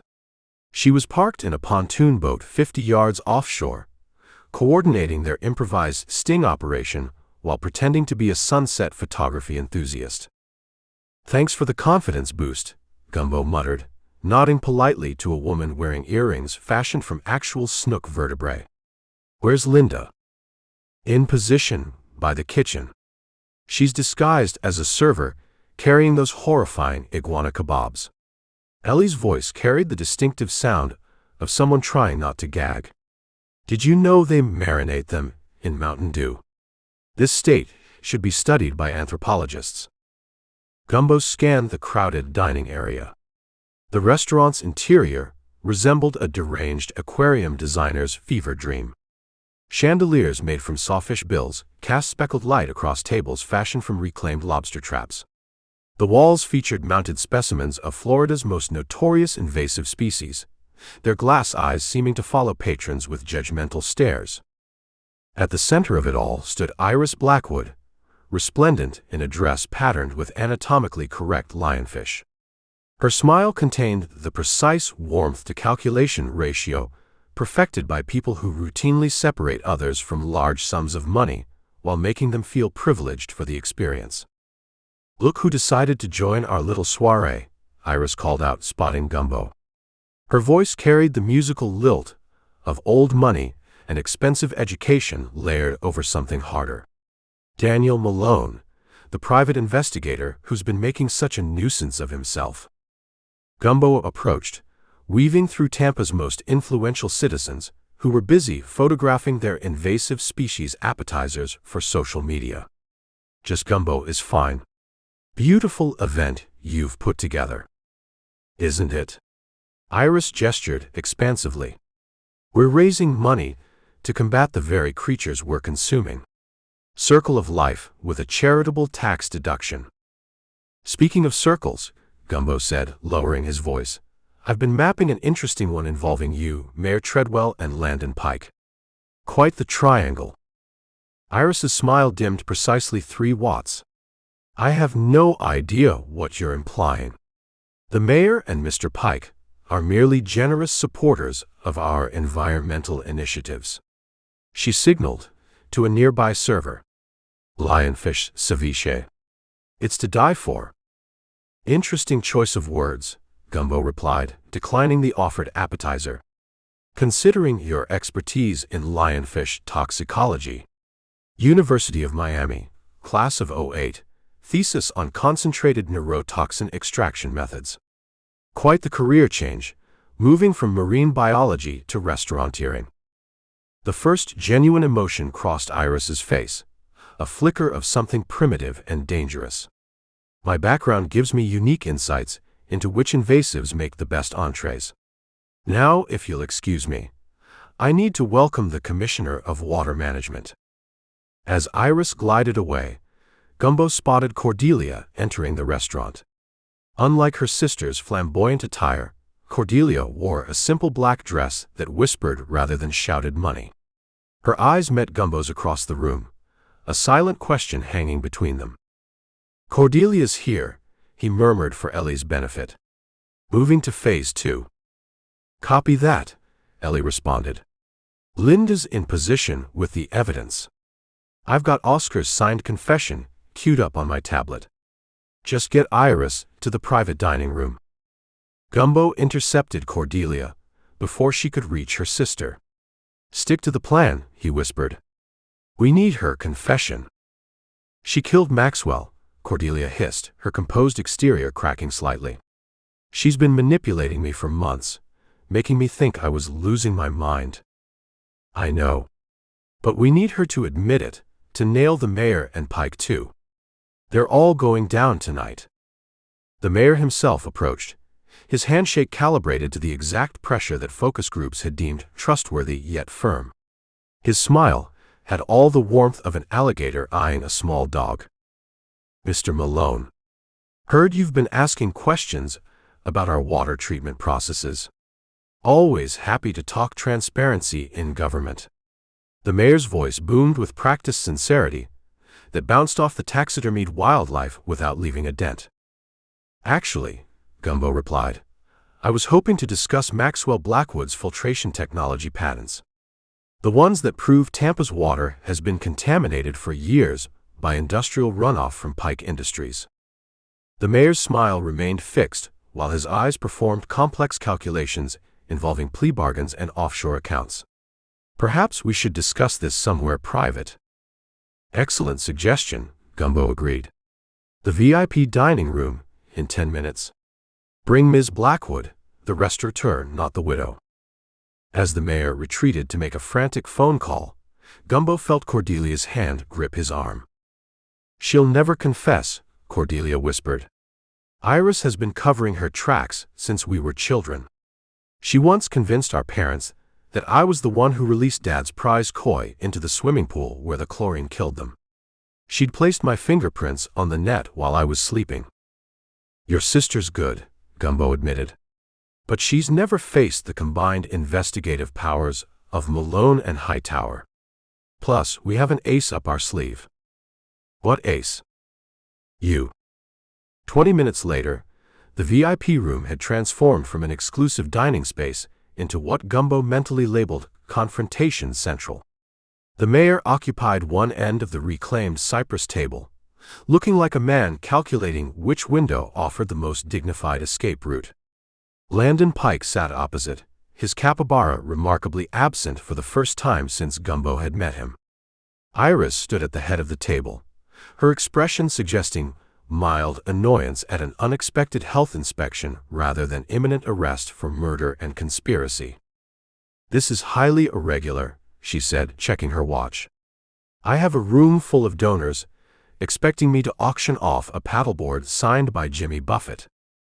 "They'll wait," Gumbo said, closing the door. "We have something more interesting to discuss. Like how you extracted lionfish venom using equipment stolen from your brother-in-law's lab, administered it through his private aquarium filtration system, then framed your sister while simultaneously orchestrating a cover-up of Tampa's water contamination with the mayor and Pike. The mayor's complexion achieved a shade previously documented only in certain sunset phenomena. Pike's right eye developed a twitch that Gumbo found oddly satisfying. Iris merely laughed, the sound like ice cubes clinking in expensive crystal. "That's absurd. And unprovable."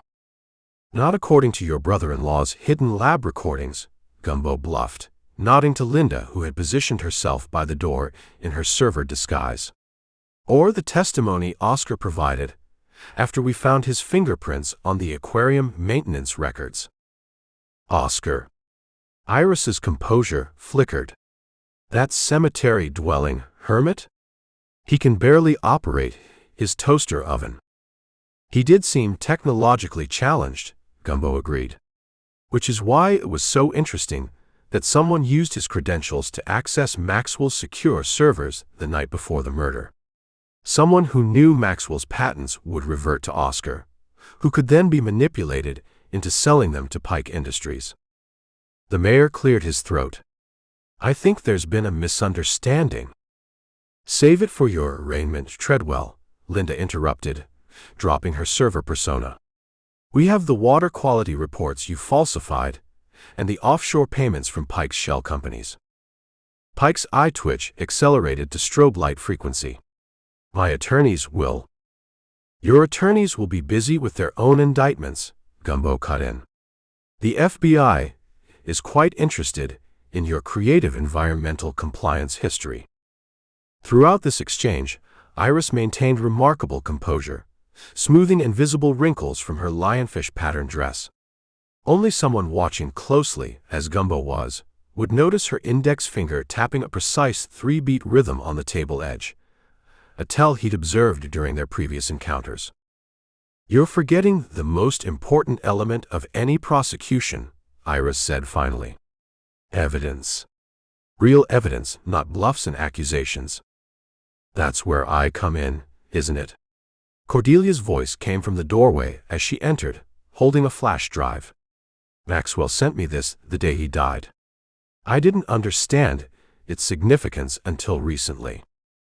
Iris's expression changed so subtly most would miss it, but Gumbo saw the microsecond of genuine shock before her features reassembled into skepticism. "Cordelia, darling." Always with the dramatic entrances. Iris's voice remained steady, but her finger tapping had accelerated. "What exactly do you think you have there?" "Maxwell's complete findings on Tampa's water contamination. His filtration technology discovered carcinogenic compounds that have been systematically hidden for decades. Plus, some interesting security footage from his home system that his cloud backup preserved. Including you, dear sister, entering his study at precisely 11:42 p.m. the night he died." The mayor half rose. "This meeting is over." "Sit down, Treadwell," Linda ordered. "Or I'll have officers detain you for obstruction." Iris's gaze locked with Cordelia's, a silent communication passing between them that spoke of a lifetime of competition and betrayal. Then, with the fluid grace of a predator, Iris reached into her clutch purse and withdrew a small case containing a syringe. "I always did underestimate your acting abilities, Cord," she said with something like admiration, backing toward her sister. "From childhood tantrums to grieving widow, you've always been convincing." Before anyone could react, Iris had grabbed Cordelia, pressing the syringe against her neck. This contains enough concentrated lionfish toxin to paralyze her respiratory system in 90 seconds. Back away from the door. Iris, Gumbo said, hands raised placatingly, think about what you're doing. I've thought about everything I've done, Iris replied, her voice eerily calm. Every calculation, every contingency. Maxwell was going to destroy everything with his self-righteous crusade. Do you know what happens to property values when people discover their water causes cancer? To tourist dollars? To restaurants like mine that depend on the illusion that Tampa Bay isn't a toxic soup. So you killed him to protect your investment portfolio. Gumbo kept his voice level, watching Linda slowly position herself for a potential intervention. I killed him because he was a hypocrite, Iris hissed, the veneer of sophistication cracking. His fortune came from the very industries that poisoned these waters.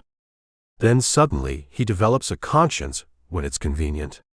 When he's already rich enough to weather the economic fallout. As she backed toward the emergency exit, half dragging Cordelia, something unexpected happened. Cordelia's hand shot up, grabbing Iris's wrist with surprising strength. You forgot who taught me self-defense after my first husband died, Cordelia said, twisting sharply.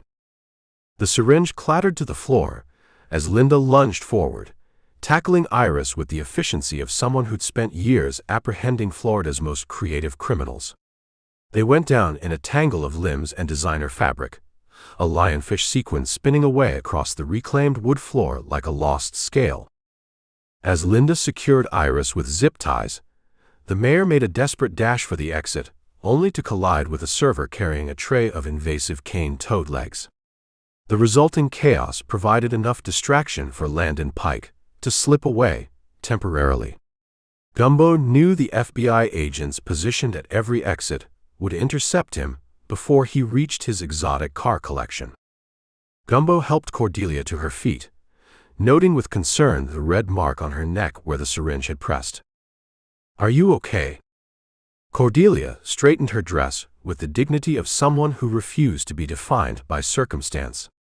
I will be. Once they're all held accountable. She glanced at her sister, now being read her rights by Linda. All of them. Outside, blue and red lights reflected off Tampa Bay's dark waters. The fundraiser guests stood in confused clusters on the dock as officers escorted the mayor to a waiting cruiser. Someone had tipped off the press, and cameras flashed like heat lightning before a summer storm. Some party, Officer Devereux commented, appearing beside Gumbo with a toothpick dangling from his mouth. Shame about the food going to waste. That python bisque was surprisingly not terrible. As the chaos unfolded around them, Gumbo noticed Cordelia standing alone at the pier's edge, silhouetted against the last embers of sunset. When he approached, she didn't turn. Was any of it real? He asked quietly. Between us? Cordelia continued staring across the water. Most of it. More than I expected. She finally turned to face him. Does that matter now? Before Gumbo could answer, his earpiece crackled with Ellie's voice. We got Pike trying to board his yacht. Also, there's a suspicious package on your boat with a Jacksonville postmark. Something about mermaids and lottery tickets. Gumbo smiled despite himself. In Florida, one case might end, but another always lurked just beneath the surface waiting to pull you under. Chapter 28. Sunset blazed across Tampa Bay like a 5-alarm fire in a paint factory, transforming the glass and steel skyline into a patchwork of orange reflection and deep shadow. Inside Iris's restaurant, Invasive Flavors, the mood matched the lighting, volatile, intense, and potentially explosive. Gumbo Malone stood 10 feet from where Iris Blackwood held her sister hostage, the syringe of lionfish toxin hovering near Cordelia's carotid artery. The restaurant's open kitchen design, once a charming feature allowing diners to watch invasive species become gourmet delicacies, now provided theater in the round for potential homicide. Everyone stay exactly where you are, Iris commanded, her voice carrying the precise diction of someone who'd practiced authority before needing to use it. This concentrated toxin will stop her heart in 90 seconds. No ambulance can reach us in time. That's MT-470, Gumbo said, recognizing the yellowish liquid. Developed at Maxwell's lab for pharmaceutical testing. You helped steal it, didn't you? Iris's eyebrows shot up briefly. A flicker of respect or annoyance, Gumbo couldn't tell which. My sister's investigator is more thorough than expected. But knowing the name of the poison won't save her. The mayor, a portly man whose campaign slogan, "Clean Water, Clean Government," now seemed like cosmic irony, tried inching toward the exit. Landon Pike grabbed his arm, hissing something about staying unified. Nobody's going anywhere, Gumbo announced, his voice carrying the calm certainty of a man who'd faced down Florida's finest lunatics. We're all going to have a little chat about Tampa's water supply and who's been poisoning it. You don't understand what you're meddling with, the mayor sputtered, his face flushing the same shade as the commemorative Tampa Bay Water Festival tie he wore. There are national security implications. National security, Gumbo repeated, rolling the phrase around like a bad oyster. Funny how that excuse appears whenever someone's caught with their hand in the cookie jar, or in this case, the water supply. Iris tightened her grip on her sister. You think this is about money? About patents? It's so much bigger. Oh, I know exactly how big it is, Gumbo said, stepping closer despite the danger. Maxwell discovered that the new microplastics filtration system was actually concentrating certain compounds. Compounds that originated from Pike Industries' dumping grounds upriver. Pike's composed tech mogul facade cracked. That's preposterous. We're an environmental leader. Your company dumped experimental petroleum derivatives for 15 years, Gumbo continued, his tone matter-of-fact. When Maxwell's water filtration technology detected it, you tried buying him off. When that failed, you enlisted the mayor to help suppress the findings. The restaurant's signature fish tank, filled with invasive species awaiting their culinary fate, bubbled ominously. A particularly aggressive lionfish seemed to be watching the proceedings with interest. And when Maxwell refused to be silenced, Gumbo continued, you needed him eliminated in a way that would discredit his findings and direct suspicion elsewhere. That's where I came in, Cordelia said suddenly, her voice steady despite the needle at her throat. The convenient black widow with a history of dead husbands. Iris's hand faltered slightly. Shut up, Cordelia. No, let's have truth hour, Cordelia insisted. I knew about Maxwell's affair with Vanessa. I went to his lab that night to collect evidence for a divorce. But I found something else instead, his research notes about the water contamination. Gumbo nodded, pieces clicking into place like a well-oiled revolver. But you didn't kill him, because you recognized the importance of his work. I was going to expose everything, Cordelia said, her eyes finding Gumbo's. But then Maxwell turned up dead, and suddenly I was the prime suspect. Such a convenient story, Iris snarled, pressing the needle closer to Cordelia's skin. Always the victim, never the villain. Says the woman holding a syringe of neurotoxin to her sister's neck, Gumbo observed. Behind them, a commotion broke out as Landon Pike made a desperate lunge for the kitchen door. His $500 loafers slipped on the polished concrete floor, sending him sprawling into a display of invasive plant garnishes. I had nothing to do with this, Pike shouted as he scrambled to his feet. The mayor approached me. It was all his idea. The mayor's face performed a remarkable transformation, from flushed to pallid. That's a damned lie. You came to me with documentation already prepared. And Iris provided the poison, Gumbo added, watching the mayor and Pike turn on each other like starved fire ants. The only remaining question is, who actually administered it? Iris's laugh was brittle as sun-bleached coral. You still don't get it, do you? Maxwell was never going to release his findings. He was negotiating with both sides. The government contracts were worth billions. But someone else had access to his private aquarium, Gumbo pressed. Someone who understood precisely how to harvest and concentrate lionfish venom. Oscar, Cordelia breathed, the name hanging in the air like humidity.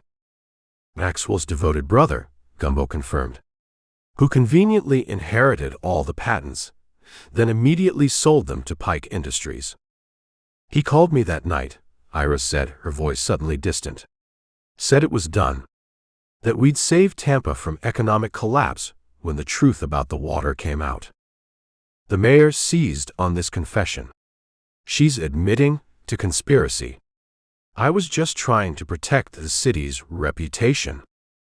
By covering up toxic waste that's been poisoning your constituents for a decade. Gumbo asked, his disgust evident. That's some protection. You don't understand Florida politics, the mayor shot back. If people knew the truth about what's in their water, there'd be panic. Property values would collapse. Tourism would evaporate. And Pike Industries would face the largest environmental lawsuit in state history, Gumbo added. So you all conspired to silence Maxwell, Cordelia said, her voice steady despite the needle. And when that failed, you had him killed and framed me. Elegantly simple, really, Gumbo concluded. Oscar administers the poison. Iris provides the expertise, Pike buys the patents, and the mayor buries the evidence. And Cordelia goes to prison for murder, Iris finished, her hand trembling slightly. Except for one small problem, Gumbo said, reaching slowly into his jacket pocket. I found this in Oscar's cottage. He pulled out a USB drive, shaped like a seahorse. Maxwell's complete findings, Gumbo explained. With a timestamp proving they were backed up after his death. Oscar didn't destroy the evidence, he copied it. The revelation hit Iris like a rogue wave.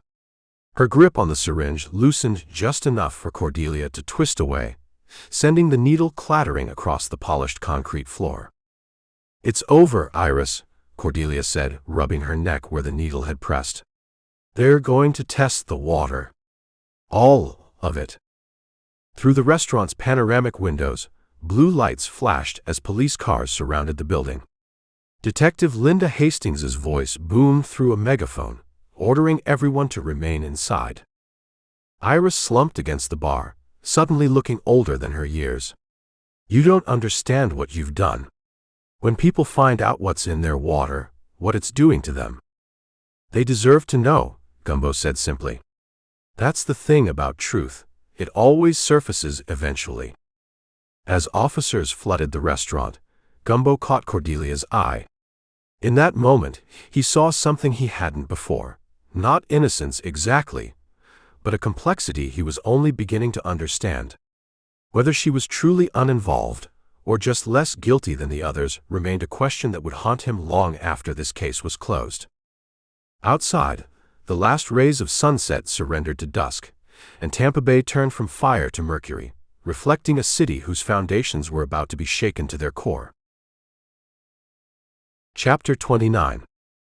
The Tampa courthouse hadn't seen this much excitement since that time in '98, when a defendant's emotional support python escaped during arraignment and was later found napping in the judge's chambers.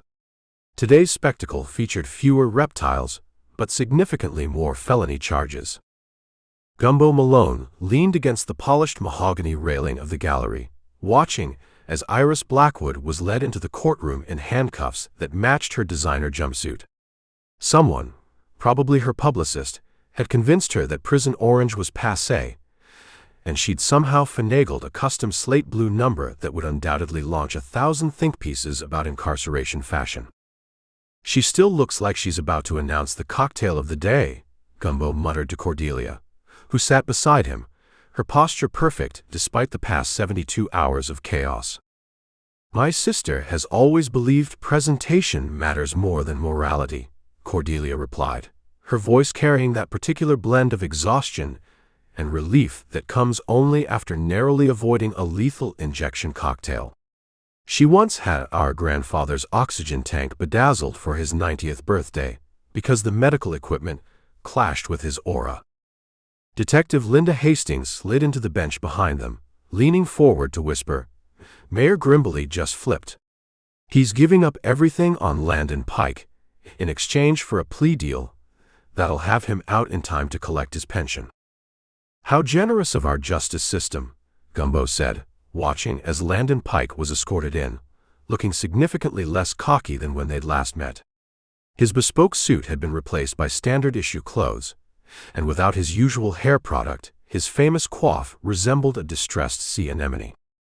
"Pike's lawyers are already claiming he was overenthusiastic about shareholder value, rather than complicit in murder," Linda continued, her eye roll almost audible. "But the forensic accountants found enough offshore transfers to sink a cryptocurrency yacht." The proceedings began with the theatrical gravity that only Florida's legal system could muster. Judge Marietta Westbrook, famous for both her no-nonsense rulings and her collection of exotic bird-shaped gavels, called the court to order by banging what appeared to be a wooden pelican against the block. Iris, flanked by a legal team that constituted a significant percentage of Florida's highest-paid attorneys, maintained the serene smile of someone who still believed money could fix anything, even murder, environmental catastrophe, and the attempted framing of her own sister. "Look at her," Cordelia whispered. "She's already planning the true crime documentary where she's the misunderstood victim." The prosecution laid out the case with methodical precision. Exhibits A through Z detailed how Iris had masterminded the complex scheme, extracting lionfish toxin using her restaurant's kitchen as a lab, manipulating her brother-in-law's research to protect the mayor's water contamination cover-up, then framing Cordelia for the murder while simultaneously orchestrating the theft of Maxwell's patents through his emotionally pliable brother Oscar. "She was going to profit three ways," the prosecutor explained, pacing before the jury. "The mayor's payoff for burying the water contamination report, Landon Pike's payment for the patents, and control of her sister's inheritance once Cordelia was convicted." The evidence was damning. Surveillance footage showed Iris entering Maxwell's lab 2 hours before his death, wearing an impressively accurate Cordelia disguise. Financial records revealed payments from shell companies linked to both Pike and Mayor Grimbley. Most decisive was the syringe of lionfish toxin found in Iris's purse during the restaurant standoff, a custom blend that perfectly matched the toxicology report from Maxwell's autopsy. During a recess, Gumbo stepped outside for air that didn't smell of legal anxiety and expensive cologne.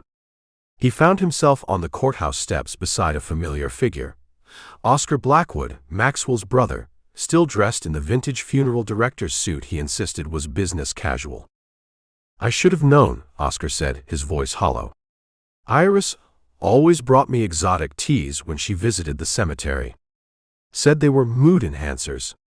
Turns out she was drugging me to be more compliant when signing those patent transfers." "She played everyone," Gumbo acknowledged. "Even Cordelia didn't realize how deep it went until the end." Oscar's pale fingers twisted the antique mourning ring he wore. Maxwell was trying to protect people. His water filtration technology would have exposed decades of contamination. The mayor, Pike's company, the waste management contractors, they all stood to lose billions in lawsuits and remediation costs. Inside, the court reconvened. Landon Pike's testimony was a masterclass in corporate deflection, blaming overzealous subordinates and miscommunication for what was clearly calculated corporate homicide. "Mr. Pike," Judge Westbrook interrupted, her Pelican gavel twitching in her hand, "this court has heard enough about market forces and competitive necessity to last several lifetimes. Did you or did you not approve the payment to Ms. Blackwood for her brother-in-law's suppressed research?" Pike's eyes darted around like a trapped mullet. "I merely authorized exploration of intellectual property acquisition through appropriate channels." "That's a yes," the judge translated, making a note. When Mayor Grimbley took the stand, his famous charisma had deflated like a week-old parade balloon. He'd campaigned on Tampa's record clean water ratings, ratings that Maxwell's research had proven were fabricated through years of manipulated testing and strategic sampling. The contamination would have bankrupted the city, Grimbley insisted, jowls quivering. We were handling it gradually, implementing filtration improvements on a fiscally responsible timeline. While children were drinking neurotoxins, the prosecutor countered. Within acceptable EPA variance parameters, the mayor protested, as if regulatory loopholes constituted a moral defense. The afternoon dragged on with testimony from Vanessa Krill, Maxwell's assistant and mistress, who had narrowly escaped becoming collateral damage in Iris's scheme.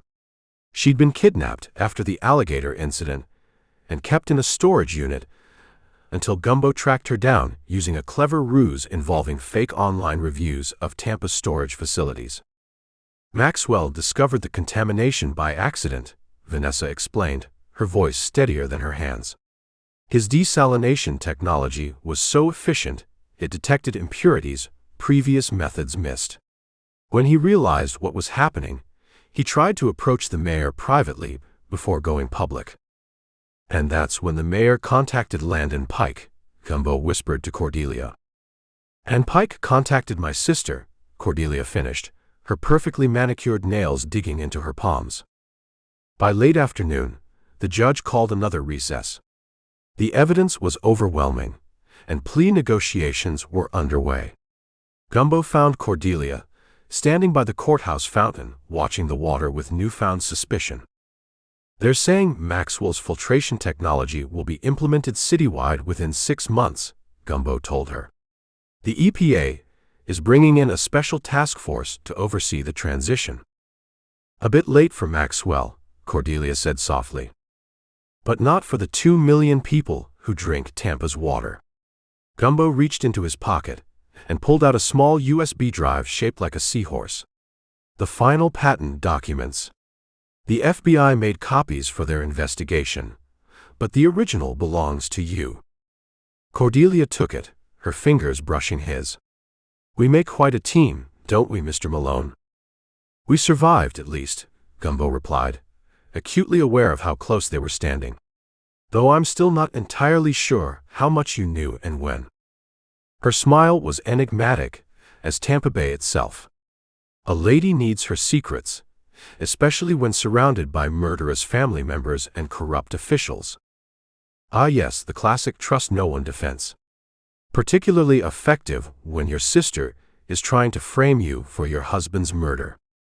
Speaking of trust, Cordelia said, her voice dropping to a confidential tone, I've been thinking about our professional relationship. Gumbo raised an eyebrow. Professional? Well, I'm no longer your client, now that the case is resolved. And you're no longer my investigator. Technical distinctions, Gumbo agreed, trying to ignore the way the setting sun caught in her hair. Which opens up possibilities, Cordelia continued, stepping closer. Perhaps dinner somewhere that doesn't involve courtrooms, evidence, or the threat of imminent arrest. Before Gumbo could respond, his phone buzzed with Ellie's custom ringtone. The theme from Jaws, which had seemed funny when they'd set it up, but now felt uncomfortably prophetic.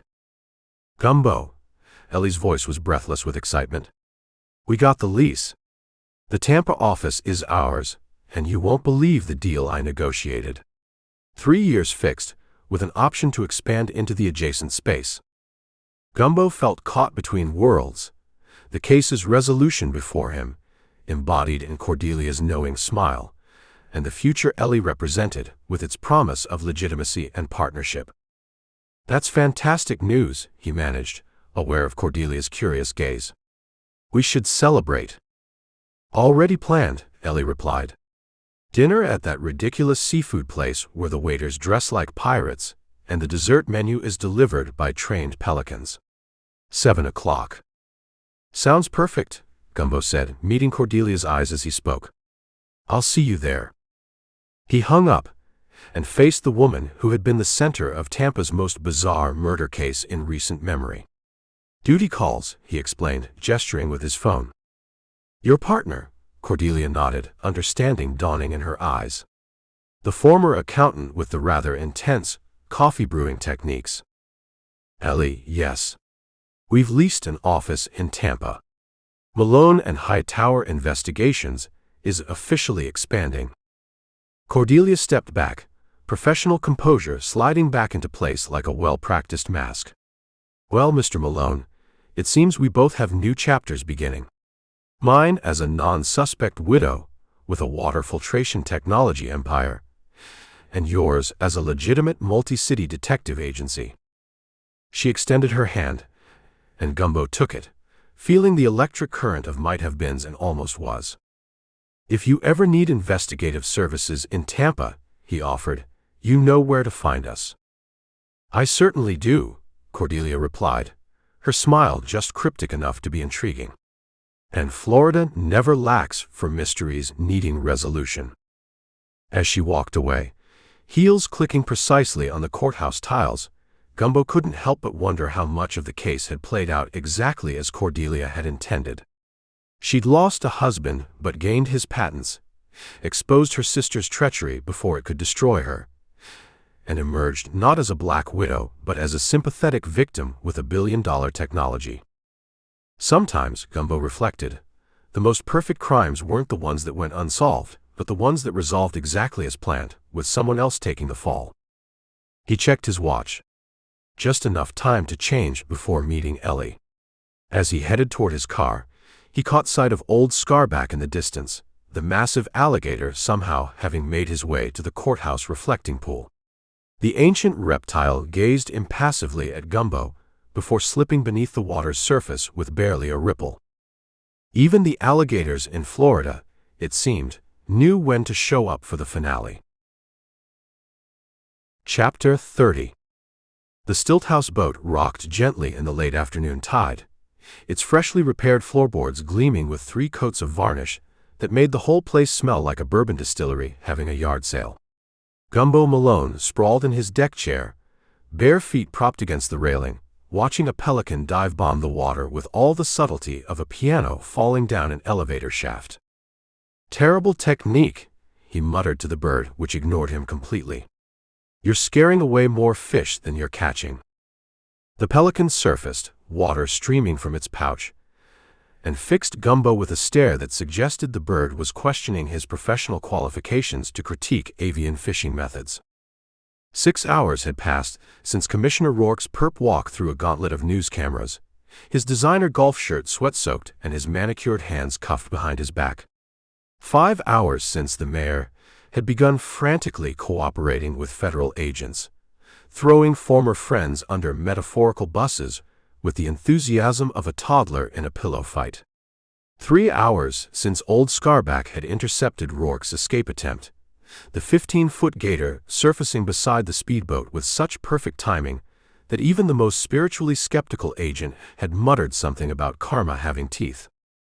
Gumbo's phone vibrated against the arm of his chair, dancing perilously close to a sweating glass of rum that contained exactly 2 ice cubes and a questionable lime wedge he'd found at the back of his refrigerator. Malone, he answered, catching the phone before it committed suicide by drowning. We made the national news. Ellie's voice had that peculiar mix of professional satisfaction and personal vindication that Gumbo had come to recognize as her victory tone. CNN, MSNBC, Fox, they're all running the footage of Rourke trying to climb onto the roof of his own boat to escape an alligator. Please tell me they have the part where his pants caught on the antenna. In glorious high definition. They're calling it swamp justice. Gumbo grinned, watching a fleet of sailboats tacking across the bay, their white sails bright against the deepening blue of the afternoon sky. Any word on the environmental charges? The EPA is bringing the hammer down, Ellie replied, the sound of clicking keyboards in the background suggesting she was still at her command center, otherwise known as the back office of the Driftwood Cafe. The wetlands case alone carries enough federal violations to put our developer friends away until Florida is underwater. Which, given climate change projections, might actually not be that long. A bloated speedboat roared past Gumbo's stilt house, its wake causing his deck to bob like a massive fishing lure. 3 sunburned tourists waved enthusiastically from the vessel, mistaking his dilapidated home for some kind of authentic Florida tourist attraction. Gumbo raised his rum glass in reluctant salute. And the wildlife trafficking? That's where it gets interesting. Ellie's voice dropped into what Gumbo had mentally categorized as her forensic accountant discovers bodies tone. The feds found connections to smuggling operations in 7 countries. Rourke wasn't just importing exotic animals. He was funding an entire network that specialized in moving contraband through protected lands. Environmental crime as a smokescreen for everything from drug trafficking to antiquities theft. So our sleazy developer was actually a criminal mastermind in golf pants. I wouldn't go that far, Ellie laughed.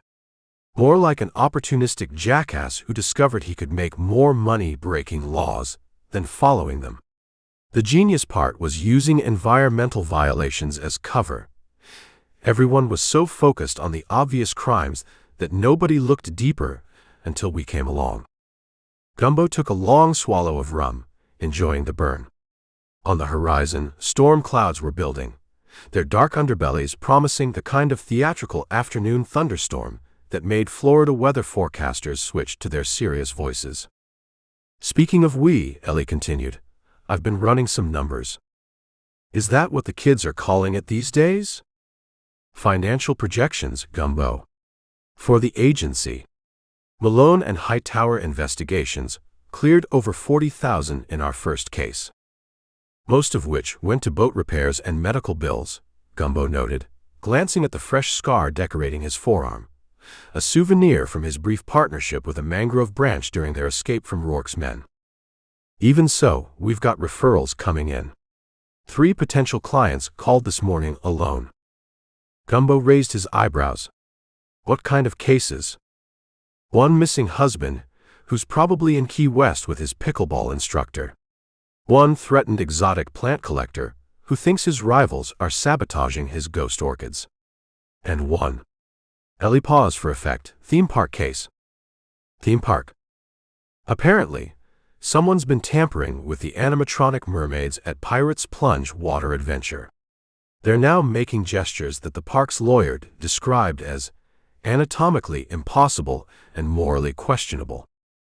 Gumbo snorted rum through his nose, which was approximately as comfortable as gargling with hornets. Please tell me you accepted that one. Already scheduled a site visit for Monday. I figured we could extend our professional courtesy to the water slides afterwards. A companionable silence settled between them, interrupted only by the distant rumble of thunder and the sound of Ellie shuffling papers. Gumbo watched as the first fat raindrops began dimpling the water's surface, creating perfect concentric circles that overlapped and merged. You know, he said finally, we're going to need an office. I was thinking about that storefront next to the marina. The one with the unfortunate Pelican mural. You mean Pelican's Revenge, when birds attack? The tourist trap that went out of business after that schoolteacher from Ohio got concussed by a falling ceiling fan. The very same. The rent's reasonable, and it has surprisingly good wiring for a building that survived 3 direct hurricane hits. Gumbo swirled the remnants of his rum, contemplating. The rain was falling steadily now, drumming on the roof of his stilt house with increasing insistence.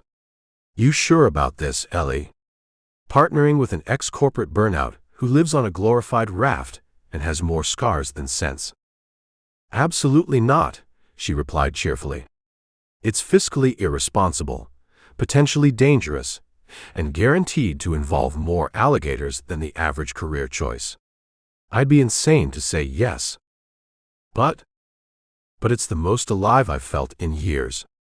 Besides, her voice softened slightly, someone needs to keep you from drinking that bottom-shelf rum.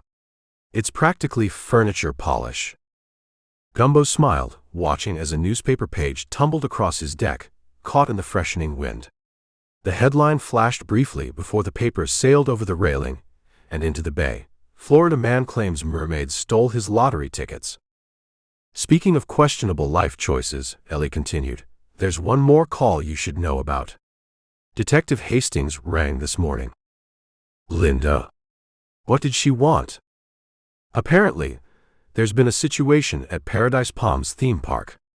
Something about missing performers from their mermaid show, and a maintenance worker claiming he saw the real thing in the filtration system. Lightning cracked across the sky, illuminating the bay in stark white. In the distance, near where the freshwater spring bubbled into the saltwater marsh, something large and sinuous slipped beneath the surface. For a moment, Gumbo thought he saw a flash of scales that matched no fish he recognized, followed by what might have been but certainly wasn't, the flick of an iridescent tail. Mermaids, huh? Gumbo drained his glass. Well, I guess we'd better stock up on waterproof equipment. As if in answer, old Scarback surfaced briefly by the dock, his ancient eyes regarding Gumbo with what could almost be mistaken for amusement before sinking back into the depths. Malone and Hightower investigations, Gumbo said, testing the sound of it against the backdrop of falling rain. Has a certain ring to it. Better than Gumbo gets into trouble while Ellie does the actual work, she replied. Though that's probably more accurate. Here's to accuracy, Gumbo laughed, raising his empty glass to the storm. The end. Don't miss A1A Book 2 in the series. Tide Homicide, Book 3.